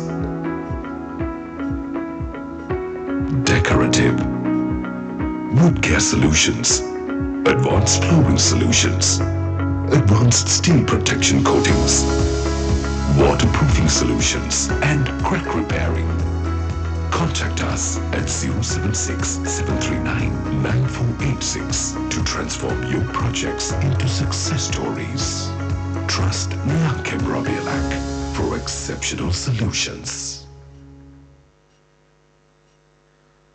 So Lankem Robielac is the first paint company to be the first Sri Lankan to have a listed company for the paint company, and we are the first paint manufacturer to get the ISO 9001, 19094, and we are more concerned about the environment. So moving on, like we are having a product range from emulsion, enamels, flow coatings. We are pioneer in the flow coatings. We are the certified from the SLS certified. We are ISO certified. Especially we are certified with the SGS, the food graded certifications. Like we have specially food graded certifications for particular paints. So when it comes to the products, so this is our product category: decoratives, steel applications, flooring, ancillaries, wood care and accessories. We are pioneer in the flow coatings, like we are in the flow coating for the epoxies. We are pioneer for the self-leveling flow paintings. We have done the main key flow paintings for the Uswatta. We have done the EB3C for the electricity board. We have done it, and also we have the water-based flow, epoxy flow-based paint as well. So this is one of our key projects that we have done.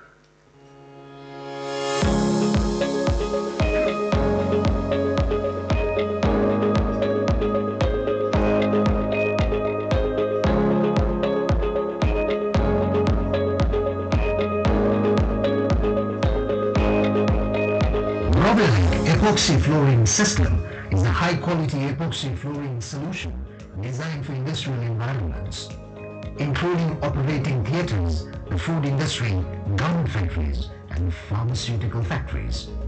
This flooring solution is perfect for indoor use in factories, warehouses, laboratories, clean rooms, automotive facilities, and other settings with moderate to high traffic.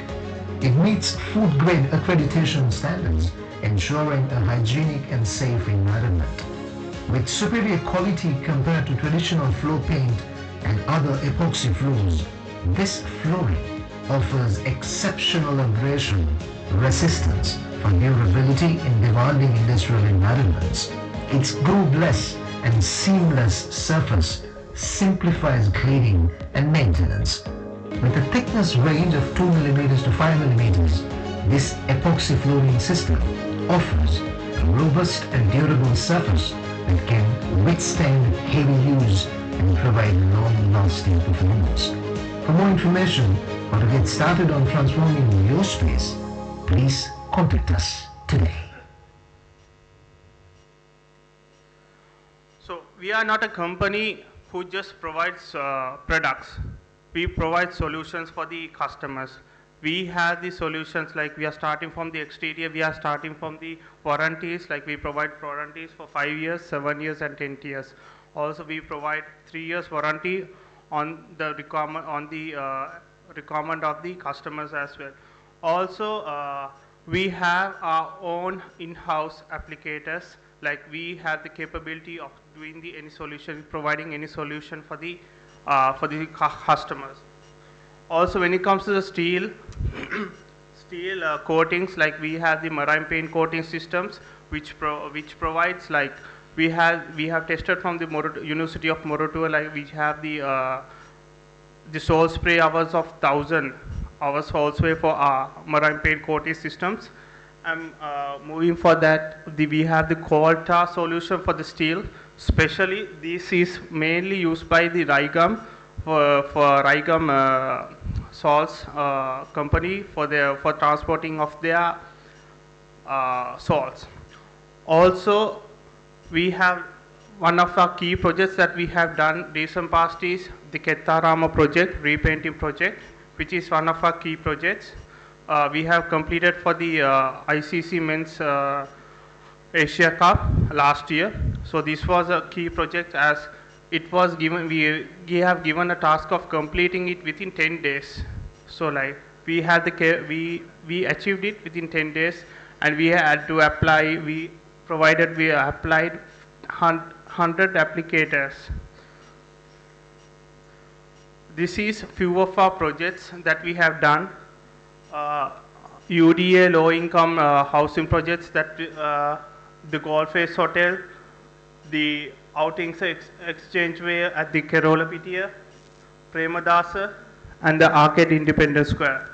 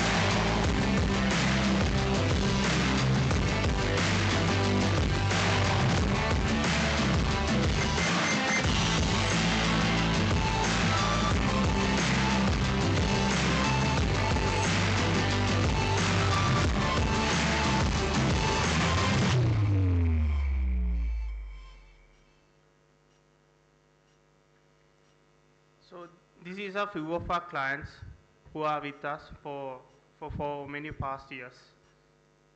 Moving on, so this will be my final slide. Also, our team will be there. So like for you have any questions or any solutions, our team is there. So you are most welcome to have a conversation with our team. Thank you.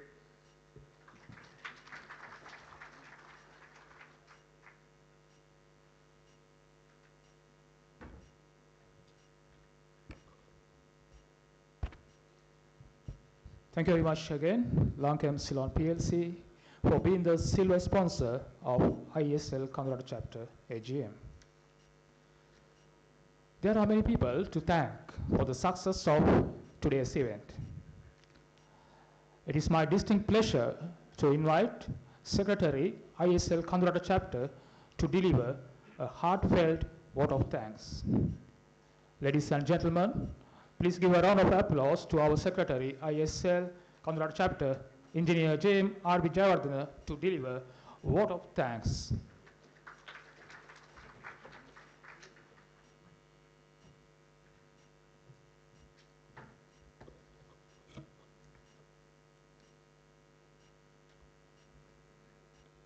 Good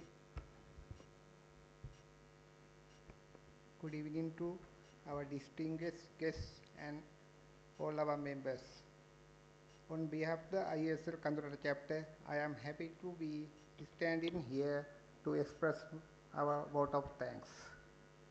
First, our heartfelt gratitude to keynote speaker today, Professor Nandisani Nanayakara, Faculty of Engineering, for accepting our invitation and for being here with us today. Your thoughts have truly inspired us. And also, special thanks to guest of honor, President-elect ISL, Engineer Granny Jayalat, for participation and for sharing valuable ideas with us.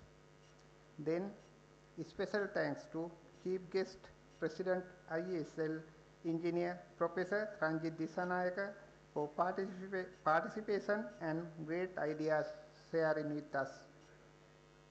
As well, in past year also, Faculty of Engineering giving fullest cooperation to conduct many activities of ISL Kadurata chapter at the faculty. Without this cooperation and support, these events may not come fruitful. So, we express our heartfelt gratitude to Dean Dr. Uday Disanayaka, Faculty of Engineering, for all cooperation given in all activities in past year. Not only that, we successfully completed the JIY evaluation program at the Faculty of Engineering. In this event, our 8 senior lecturers participated voluntarily in JIY evaluation panel. Great thanks to all of them on behalf of ISL Kadurata chapter. And also, we held 2 B paper exam at the Faculty of Engineering, Drawing Office number 1. Great thanks to Head of Mechanical Department also for allowing all hall facilities without any hesitation and with short notice. And especially thanks to Dr. Indrani Kularatna and Senior Lecturer Mr. Mahanama Disanayaka for their friendly and collaborative support in all activities. And thanks you very much to all other senior lecturers and staff members for their direct and indirect supports in many ways and for their participation.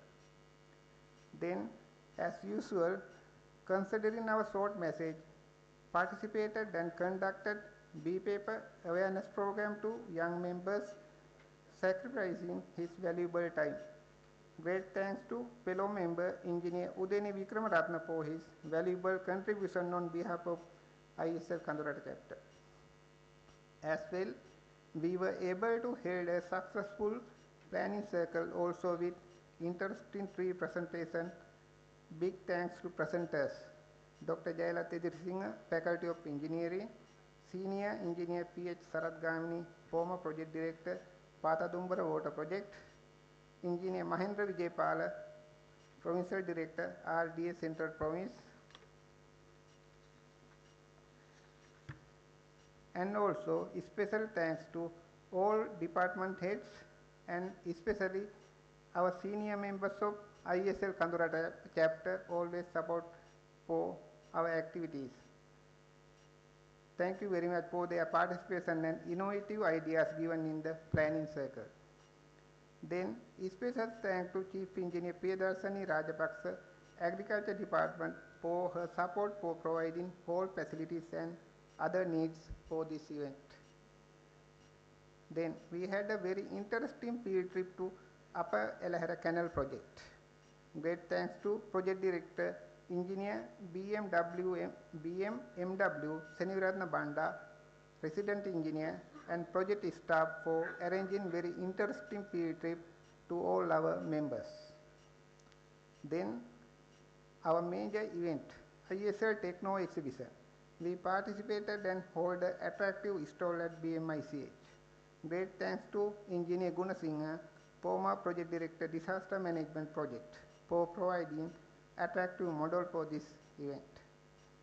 Then thanks you very much to all invited heads of departments and other guests for participating to this event. Your participation is great honor to all of us. As well, great thanks to President, Secretary and all staff of IESL Mother Center for all guidance, cooperation and all supports given.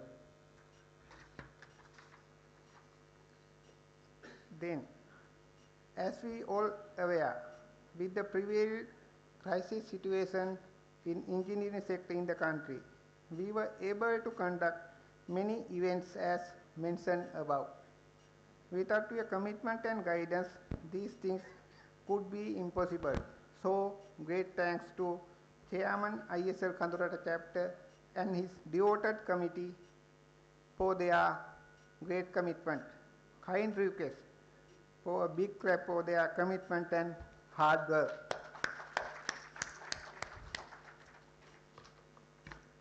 Then, without you, this event may be a dream. Our heartiest gratitude, our platinum sponsor Daiki Axis Sri Lanka, then our gold sponsor Proki Holdings and silver sponsor Probielab. You all are very vital and very valuable to us. Thank you very much to all. Not that all. Other sponsors, those who gave their support to this event and past events throughout the year, thank you so much to all. As well, special thanks to presenters of entertainment events. We really enjoy your events. Thank you very much to presenters of the entertainment events. At last, but most important, without all you, we are not able to do all above events. So great thanks to all members of the ISL Kadurata chapter for being with us today and throughout the year. Special thanks to our senior members of ISL Kadurata chapter for their guidance and supports given in all activities in past year. Finally, I apologize if I miss any name or organization to mention here in my speech, and very sorry for any inconvenience made during our organization of this event. So, thank you all those who support to ISL Kadurata chapter in many ways during this year, requesting all your fullest support for coming new committee. Also, I here end in my thanking speech. Thank you very much to all of you. Thank you very much. Good evening.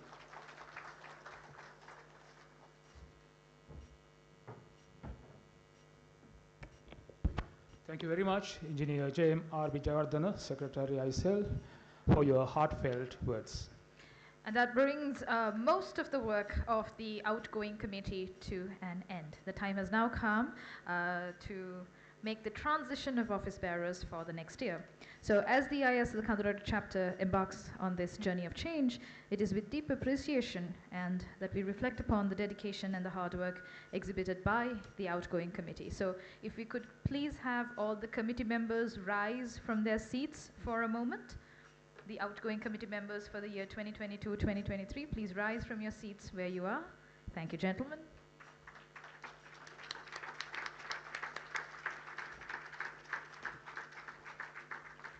The time has now come for this exceptional group of individuals to gracefully step down from their roles as the executive committee of the IESL Kadurata chapter. Their tireless efforts, commitment, and countless contributions have undoubtedly played a pivotal role in the growth and success of our chapter. We owe them a debt of gratitude for their unwavering service and leadership. Thank you. Next, as we bid adieu to one chapter, we eagerly anticipate the beginning of another. The incoming executive committee, poised to take the reins, brings with them fresh perspectives, new ideas, and a shared commitment to the continued growth and prosperity of the IESL Kadurata chapter. To make a decision of who this next incoming committee is going to be, the outgoing committee has to step down. And in the interim period, we appoint a pro-term chairman to take over the events. So, the outgoing committee has made a decision that, as always, Dr. Jala Tedrisinghe has been appointed as the pro-term chairman for this year as well. So, could we please have Dr. Jala Tedrisinghe take his place at the head table?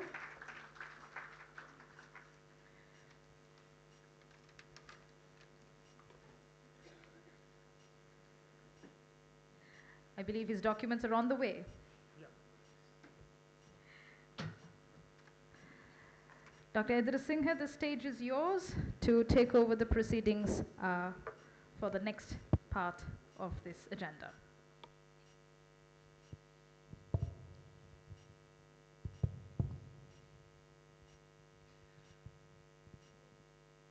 Thank you very much, the outgoing executive committee, for giving me this opportunity to sit in front of you again.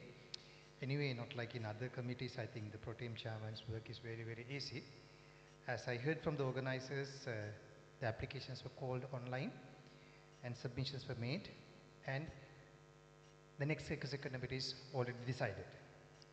My responsibility is only to declare who will be the next executive committee. I don't think we have to call nominations from the floor. There's nothing like that here.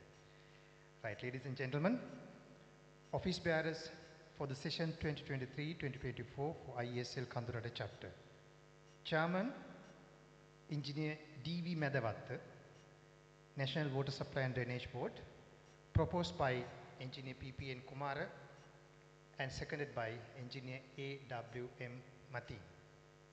Can I invite Engineer Mr. D.V. Medavatta to the stage, please?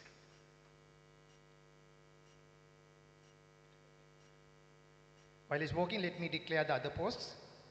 Secretary for IESL Kadurata chapter 23-24, Engineer A.W.K. Arif, again National Water Supply and Drainage Board, proposed by Engineer S.M.S. Bandara, seconded by Engineer D.V. Medavatta. May I invite the Secretary also to the front, in case if you have to put down any. Yes. While he's walking to the stage, the Vice Chairman of IESL Kadurata chapter for the year 23-24, Engineer I.C.B. Vitanage. I don't think I had to declare the organization, all from National Water Supply and Drainage Board. Proposed by Engineer Asanka Nanayakkara and seconded by Engineer Taranga Jayatilaka. You can be there, Engineer Vitanage. I'm going to call you to the stage. Any only President and the Secretary can be. Yes, you can applaud. Appreciate it. The Treasurer of IESL Kadurata chapter for the year 23-24, Engineer Darshana Tiriman, proposed by Engineer Shyani Munasinghe, seconded by Engineer Taranga Jayatilaka. Assistant Secretary, Engineer Dilshan Suryamudali, proposed by Engineer Chandira Ranasinghe, seconded by Engineer Daham Prematilaka. Sorry, Chandira. Yes. The next editor of IESL Kadurata chapter 23-24, Engineer Shyani Munasinghe, proposed by Engineer Chandira Ranasinghe, seconded by Engineer P.P.N. Kumara. All of them from National Water Supply and Drainage Board. I think this is a chance for National Water Supply and Drainage Board to take over the whole IESL committee and take forward. Yes, the next committee members. Committee member 1, Engineer N.M.A. Matin, proposed by Engineer Dilshan Suryamudali, seconded by Engineer Dhananjay Hettiarachchi. Committee member 2, Engineer H.T.N. Jayatilaka, proposed by Engineer Dilshan Suryamudali, seconded by Engineer Daham Prematilaka. Oops, big list anyway. Should I read all? The next committee member, Engineer Kalum Anand, proposed by Engineer Taranga Jayatilaka, seconded by Engineer Dhananjay Hettiarachi.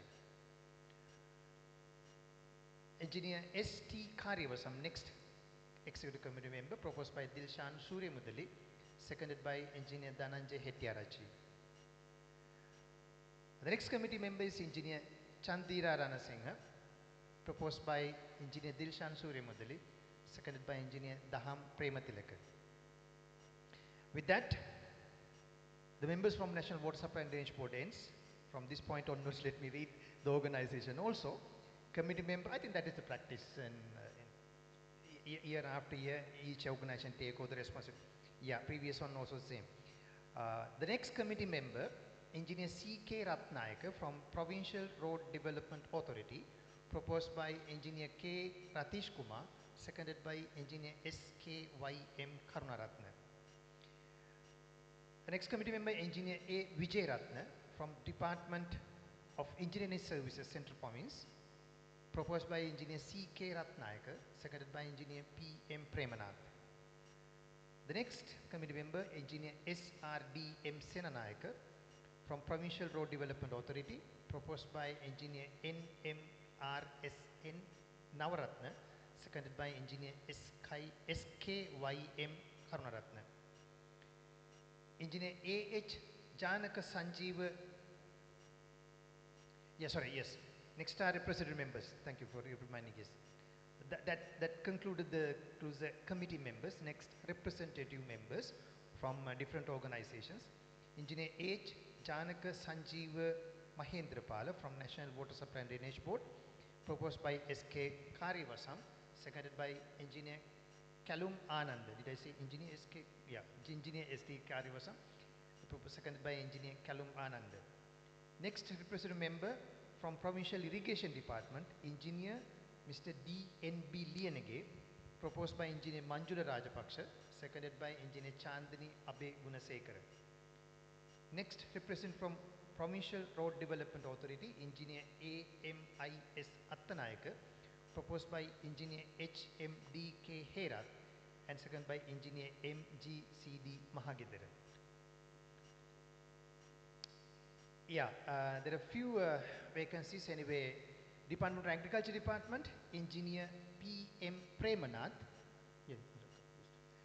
seconded by Engineer K. Ratish Kumar, seconded by Engineer Tilina Senaratna. And the representative from Department of Engineering Services, Central Province, the name is Engineer K. Ratish Kumar, proposed by Engineer D.M.T.D. Disanayaka, seconded by Engineer A.W. Jairatna. Agriculture Department, Engineer Mrs. P.N.W.G.K. Gunaratna, proposed by Engineer C.R. Ratnayaka. Yeah, we have to get somebody to second this name. We have only name from proposed. Yes, thank you very much, Engineer.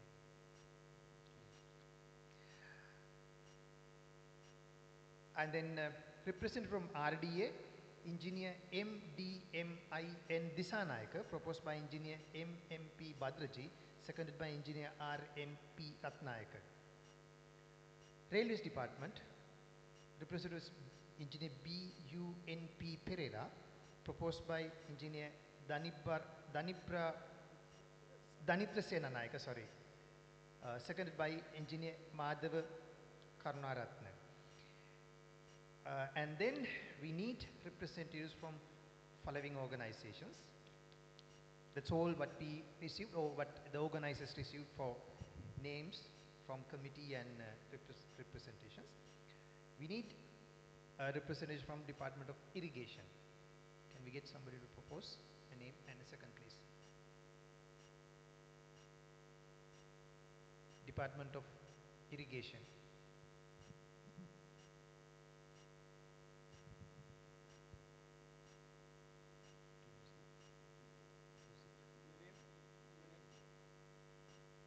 Engineer Dinesh.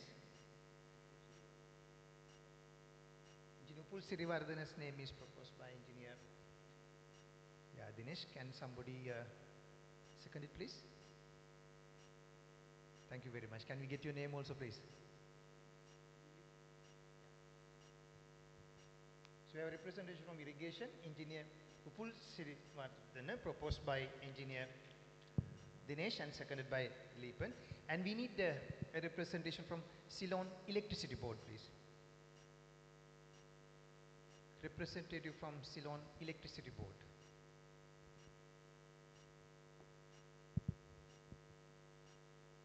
Can I make an advance warning? We need a representative from Department of Animal Product and Health, Sri Lanka Telecom, Provincial Irrigation Department, Kandy Municipal Council. Yes, for them to get ready. And now we need somebody from Ceylon Electricity Board, please.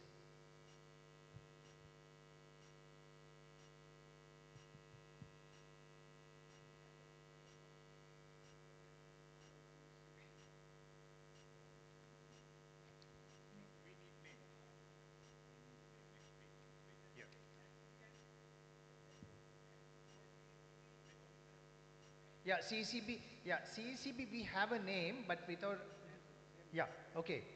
Rohita Pushpakumara, somebody should propose it and second it, yes. Okay, Mr. Mihira, Engineer Mihira. Yeah, Engineer Pali the second it.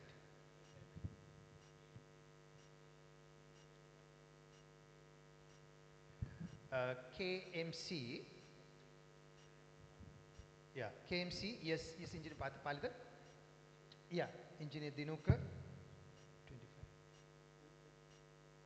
Proposed by Engineer Palidar. Yeah, Palidar proposed. Engineer Palidar, what is his name? Dinukar Seneviratne. Engineer Dinukar Seneviratne. Somebody seconded. I can't see anybody because this flashlight is very, very bright. Yeah, Engineer Dayan Jayasekara. Gayan, sorry. In the absence of any name for Ceylon Electricity Board, leaving it for the next executive committee to decide, can we have somebody from Department of Animal Product and Health, please? Or Sri Lanka Telecom.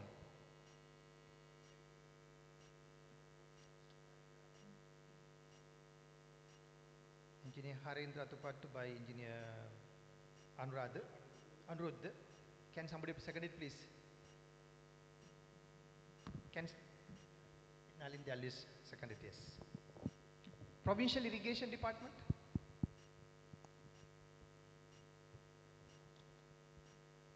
Mahavali Authority.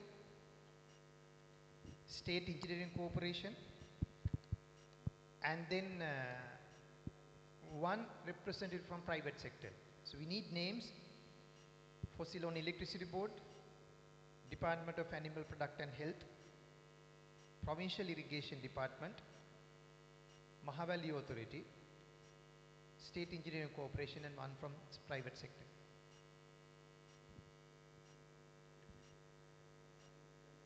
Yes. Yeah. Engineer Tanuja. Your name, please? Okay, you have this. Can we get somebody to second it, please? Yes, thank you. Engineer Dasanayaka.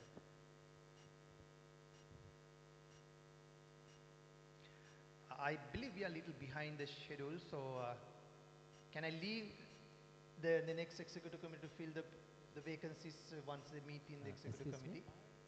Yeah. How about the representative from the Faculty of Engineering? Give me a minute. I can remember in the last few years there was a representative from, yeah, it is not in the list, but yes, Dr. Yaspal. Is it okay? Yes, we can have one from University of Peradeniya, please. Yeah, Dr. Pandukar. No, I just raised that. Sorry? I mean, I noted that it is missing. It was missing in the last AGM also. So I just raised that. Okay, thank you for reminding that is included. Can you propose somebody, please? I think Dr. Naswi was present last year. No, Naswi was the committee member, not the representative, I think. Okay, so there's a name, Professor Virokon suggests Dr. Samita Buddhika. If somebody can second it, please. I will second it. I'm Kushan. Okay, yeah.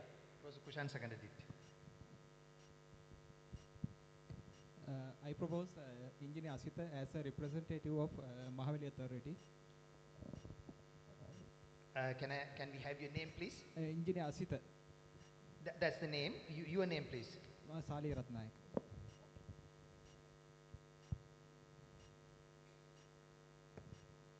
To complete the proceedings, we will have somebody who will second it, please.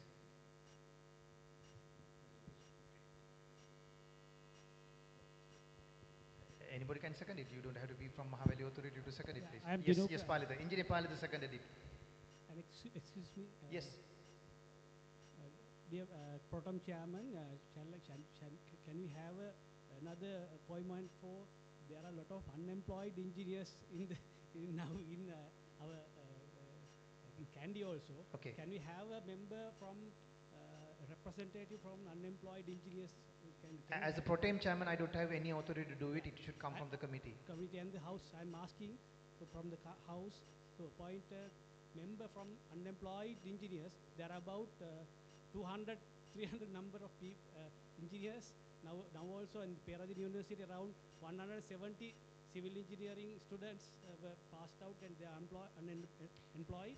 So can we have a representative from there? Yeah, your point is well taken, but I said this as a pro tem chairman, I don't have any authority to declare on that. It should come from the executive committee, or we should bring it as a motion. Yeah, as long as the House does not have any disagreement, we can go ahead. Yes, agree?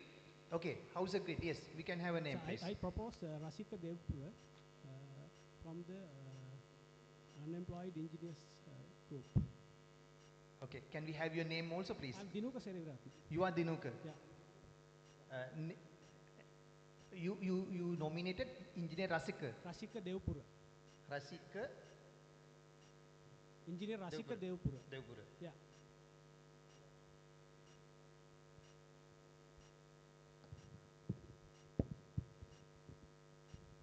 Yes, please. I second it. I second that proposed name, and also I want to add, because last AGM also we raised this issue to have some kind of mechanism to identify that engineers, especially the newcomers to the field from the universities, to the ISL we proposed that there should be some mechanism to identify them and have some solution for them.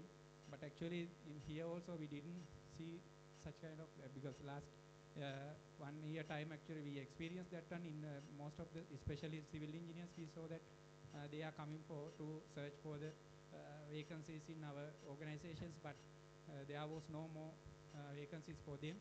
So again I propose state that the president also here to after this matter taking as seriously. Thank you. Are you talking something like job fair or induction for engineering profession? What kind of proposal? If the president is here, I can hand over the responsibility to him. Exactly what job opportunities or what? Can you explain a little bit more? The chairman wants to know a little bit. Is that induction? To induct, actually, you have to have a job. Sorry, I'm representing University of Peradeniya Engineering faculty. I think this issue, since many people talk about this matter, I would like to also raise this matter. I think many graduates, recent graduates, they are unemployed. So this matter is very serious. I think since ISL president-elect also present here, so we just want to highlight that ISL side, we should take certain decision, make sure that, or at least emphasize the government, the real situation of the industry at the moment. The many students are unemployed, and also the popularity of civil engineering among our community is drastically going down. In our Peradeniya selection was the last in the civil engineering point of view. I think since we all gathered here engineers, we understand the gravity of the problem.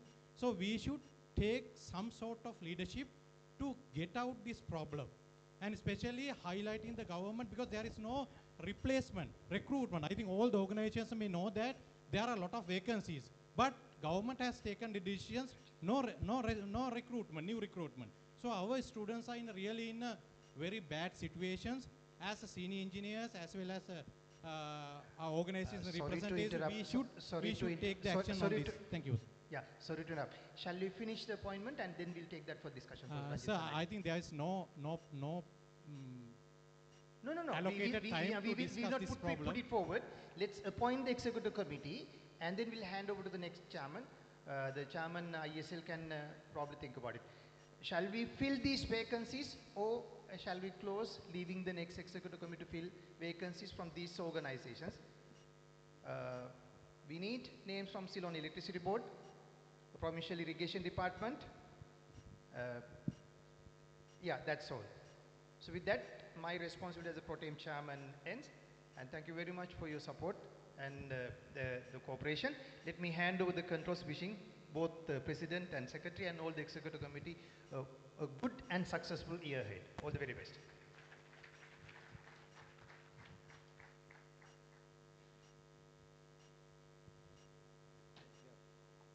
Okay, can you give some time for a forum?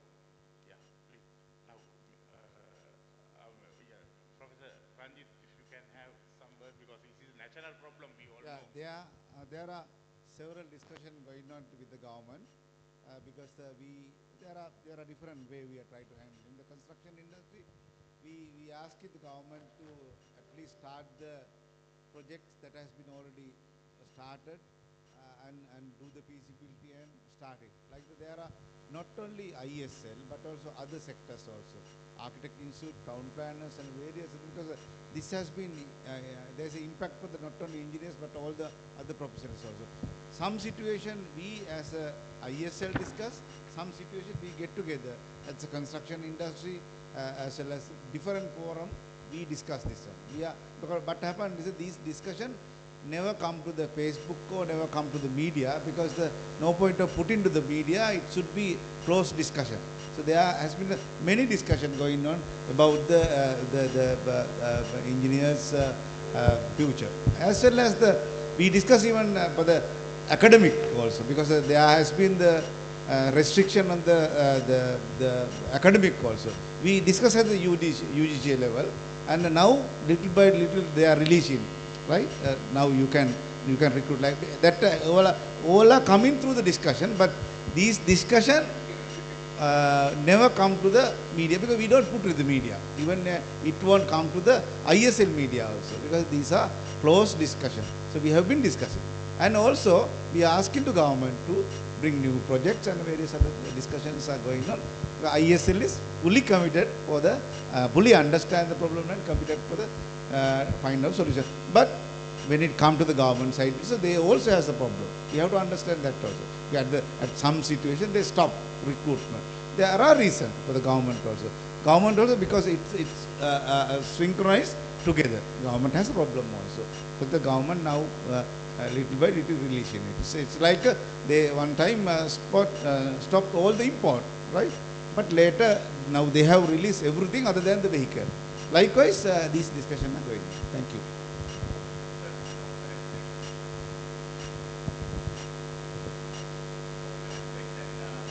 I think this is just an open discussion, sir. Yeah. I mean, not pointing out anybody a finger, just to clarify the things. Sir, in ISL, do you have a number of statistics regarding the unemployed engineers? We do have. We collected. Sir, could you please tell us what is the number? Also, I can't remember. We have a committee. Right, it's all right, sir. Yeah. I mean, just figure out, just present these numbers to the government to show the gravity of the problem very seriously. Because for example, we say starting from the when you go to the construction industry, direct and indirect employment, it go up to 5 million. Right? Likewise, all the numbers we have, because when we present to it go like the 8% of the GDP. All the numbers we go with the numbers. Right. Without that, we can convince it. So one more thing, sir. I presented through one of my friend, and we wrote a proposal and presented to the Council of ISL to have a international conference on regarding the possibility of searching the help from our foreign alumni to enhance the employability in Sri Lanka. There are many ways we can do it, sir. The first thing is our alumni might help to develop the startups here, as well as some our engineers can find the employment in foreign countries through their network. as well as there are new opportunities might be created for the new graduates as well as experienced engineers through networking. Somebody has to take this leadership. Actually, I see that is a Peradeniya. We do that, but how we do that? We have the foreign chapters. We have the the Australia. We have like 4 chapters. We have the one in the UK. Like we have the one in the Qatar. We try to get the jobs from there and connect with them. I think we could connect few people also right now, but. Because we cannot directly have the better to, because we have already formed the chapters, foreign chapters. Therefore, rather than going to the alumni, it come to the university. When we go to the ISL, that is why we establish chapter. So we understand. For example, I mean this month, 24th, 25th, I am going to Victoria because we established a new chapter. Why? Because we understand there are so many engineers in the Victoria. I am in the Melbourne. So from there we try to contact, because rather than going to the alumni or ISL, we have to go to the foreign chapter. So as a very quick clarification on it, sir. Since all the universities, University of Peradeniya, University of Moratuwa, University of Rohuna at least, they have a very strong alumni. I think the university should get together with ISL and to have this forum in online platform. That must be very quick as well as very strong collaboration rather than going for a chapter wise. This is just a proposal. So thank you. Even the alumni must connect to the foreign chapter, because our arm is a foreign chapter. Because if we try to work with somebody else, they don't. I mean, obviously they don't like. Therefore, we always try to contact with. So at least Peradeniya Engineering, Civil Engineering Department is planning to have such international forum. Very good. I mean, and please help us just to as information. So I thought that we can extend that into the ISL level. Thank you, sir. Thank you.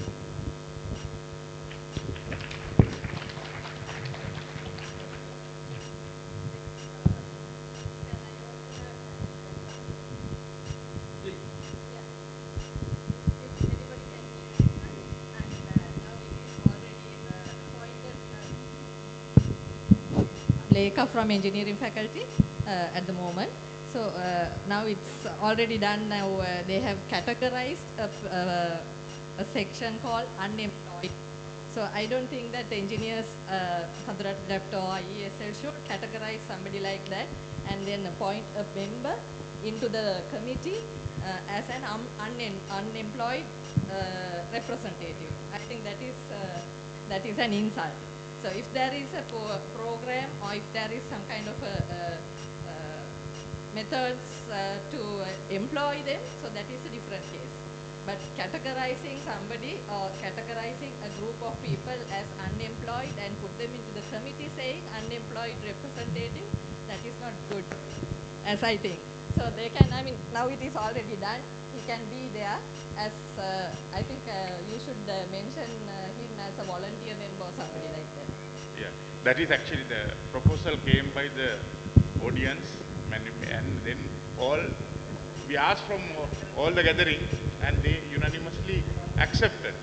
So as you suggested, so we can have it as a volunteer member or something. Yeah, that's better, no? Any objections? Actually, I proposed the category, but the idea is to take this issue into this forum to discuss. Yeah. Now well anyway, taken, we have to face to the reality. Reality is that they are unemployed. So that he's not a volunteer. He's an engineer who's appointed. Anyway, if the house is taking a decision as a volunteer, all are volunteers. All the members are volunteers. Why do we name one person as only a volunteer? No, not one person or one group. One member, yeah, one member. All are volunteers for this committee. So my idea is just to take, because they have different issues. They have different issues. Unemployed people, unemployed engineers, they have different issues. We have to take those issues to the committee and discuss. Then shall we go for a vote? Now we can't waste our time. No, one person telling for a to member as a unemployment. One section say.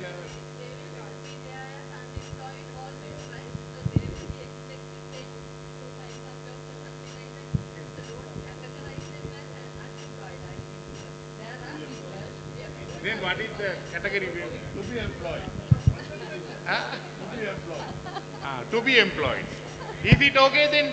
to be employed.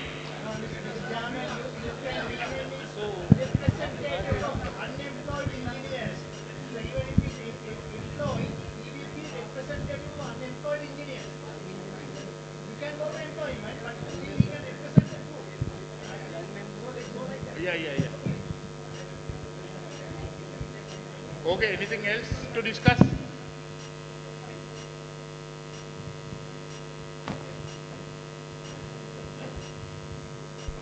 Thank you very much. Thank you very much.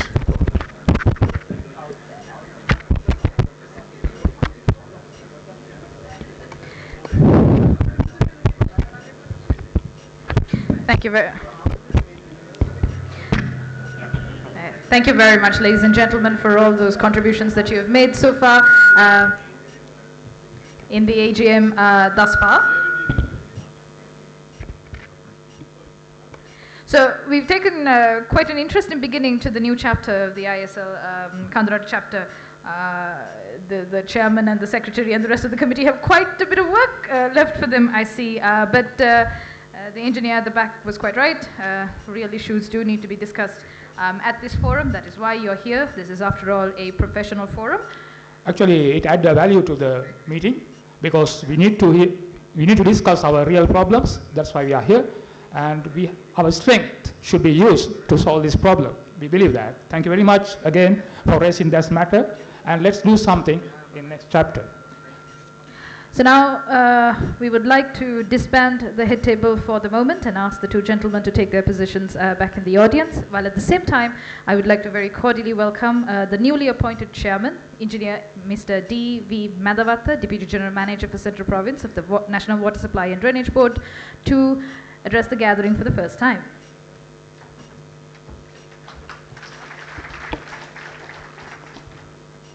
Good evening.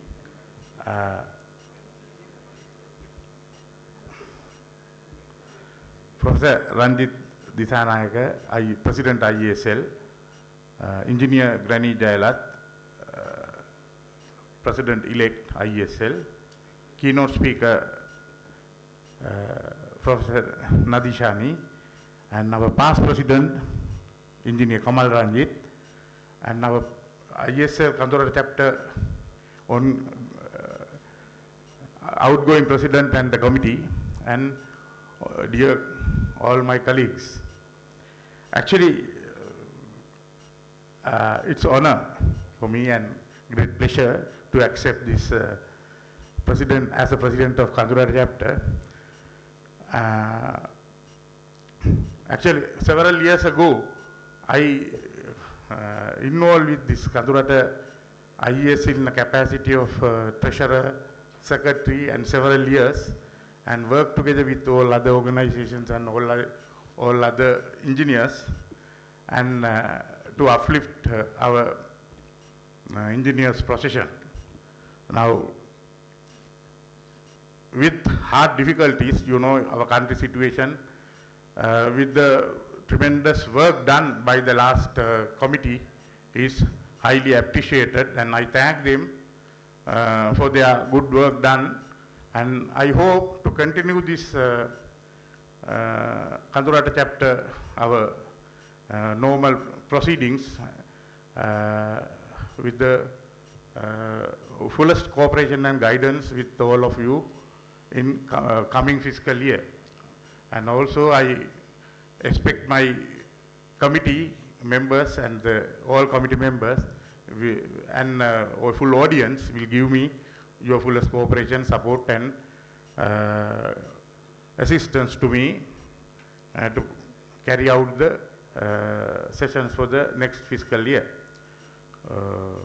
Actually, I hope to have some kind of action plan within by calling committee members meeting immediately, and well taken up at that our unemployed engineers problem also. That is a national issue, we know. And with the assistance of our mother center, and we'll try to take it up at national level. And I am not going to talk too much in this at this moment because we are running short of time. So with this, I expecting all of your cooperation, support, for the ISL Kadurata chapter, few future activities, I conclude my speech by thanking everyone present today. Thank you very much.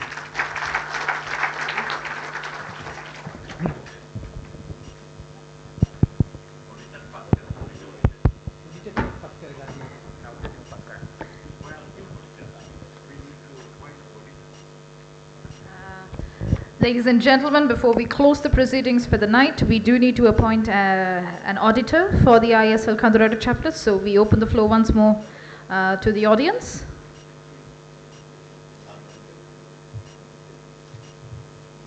If somebody could appoint, propose an auditor, and somebody needs to second it. Well, the same auditor has been proposed. Somebody needs to second said proposal. Okay, thank you. And this announcement for the new members of the committee. Please give your names and phone numbers to the new secretary after this. Ladies and gentlemen, finally we have come to the end of the program. Thank you very much, everyone, for joining us today at ISL Kadurata Chapter Annual General Meeting for year 2022-23. That brings us to the end of the Annual General Meeting and Annual Session of the session 2022-23. So, contrary to everybody's beliefs, we're actually ahead of schedule this time, but differing to Engineer Sarath Gamini's request, we won't stand between you and dinner anymore. Mr. Nalindra Ranasinghe and his musical group are still ready to entertain you as well. We hope you enjoyed the rest of the night. That's it from us for the night, ladies and gentlemen. Thank you and good night. Good night.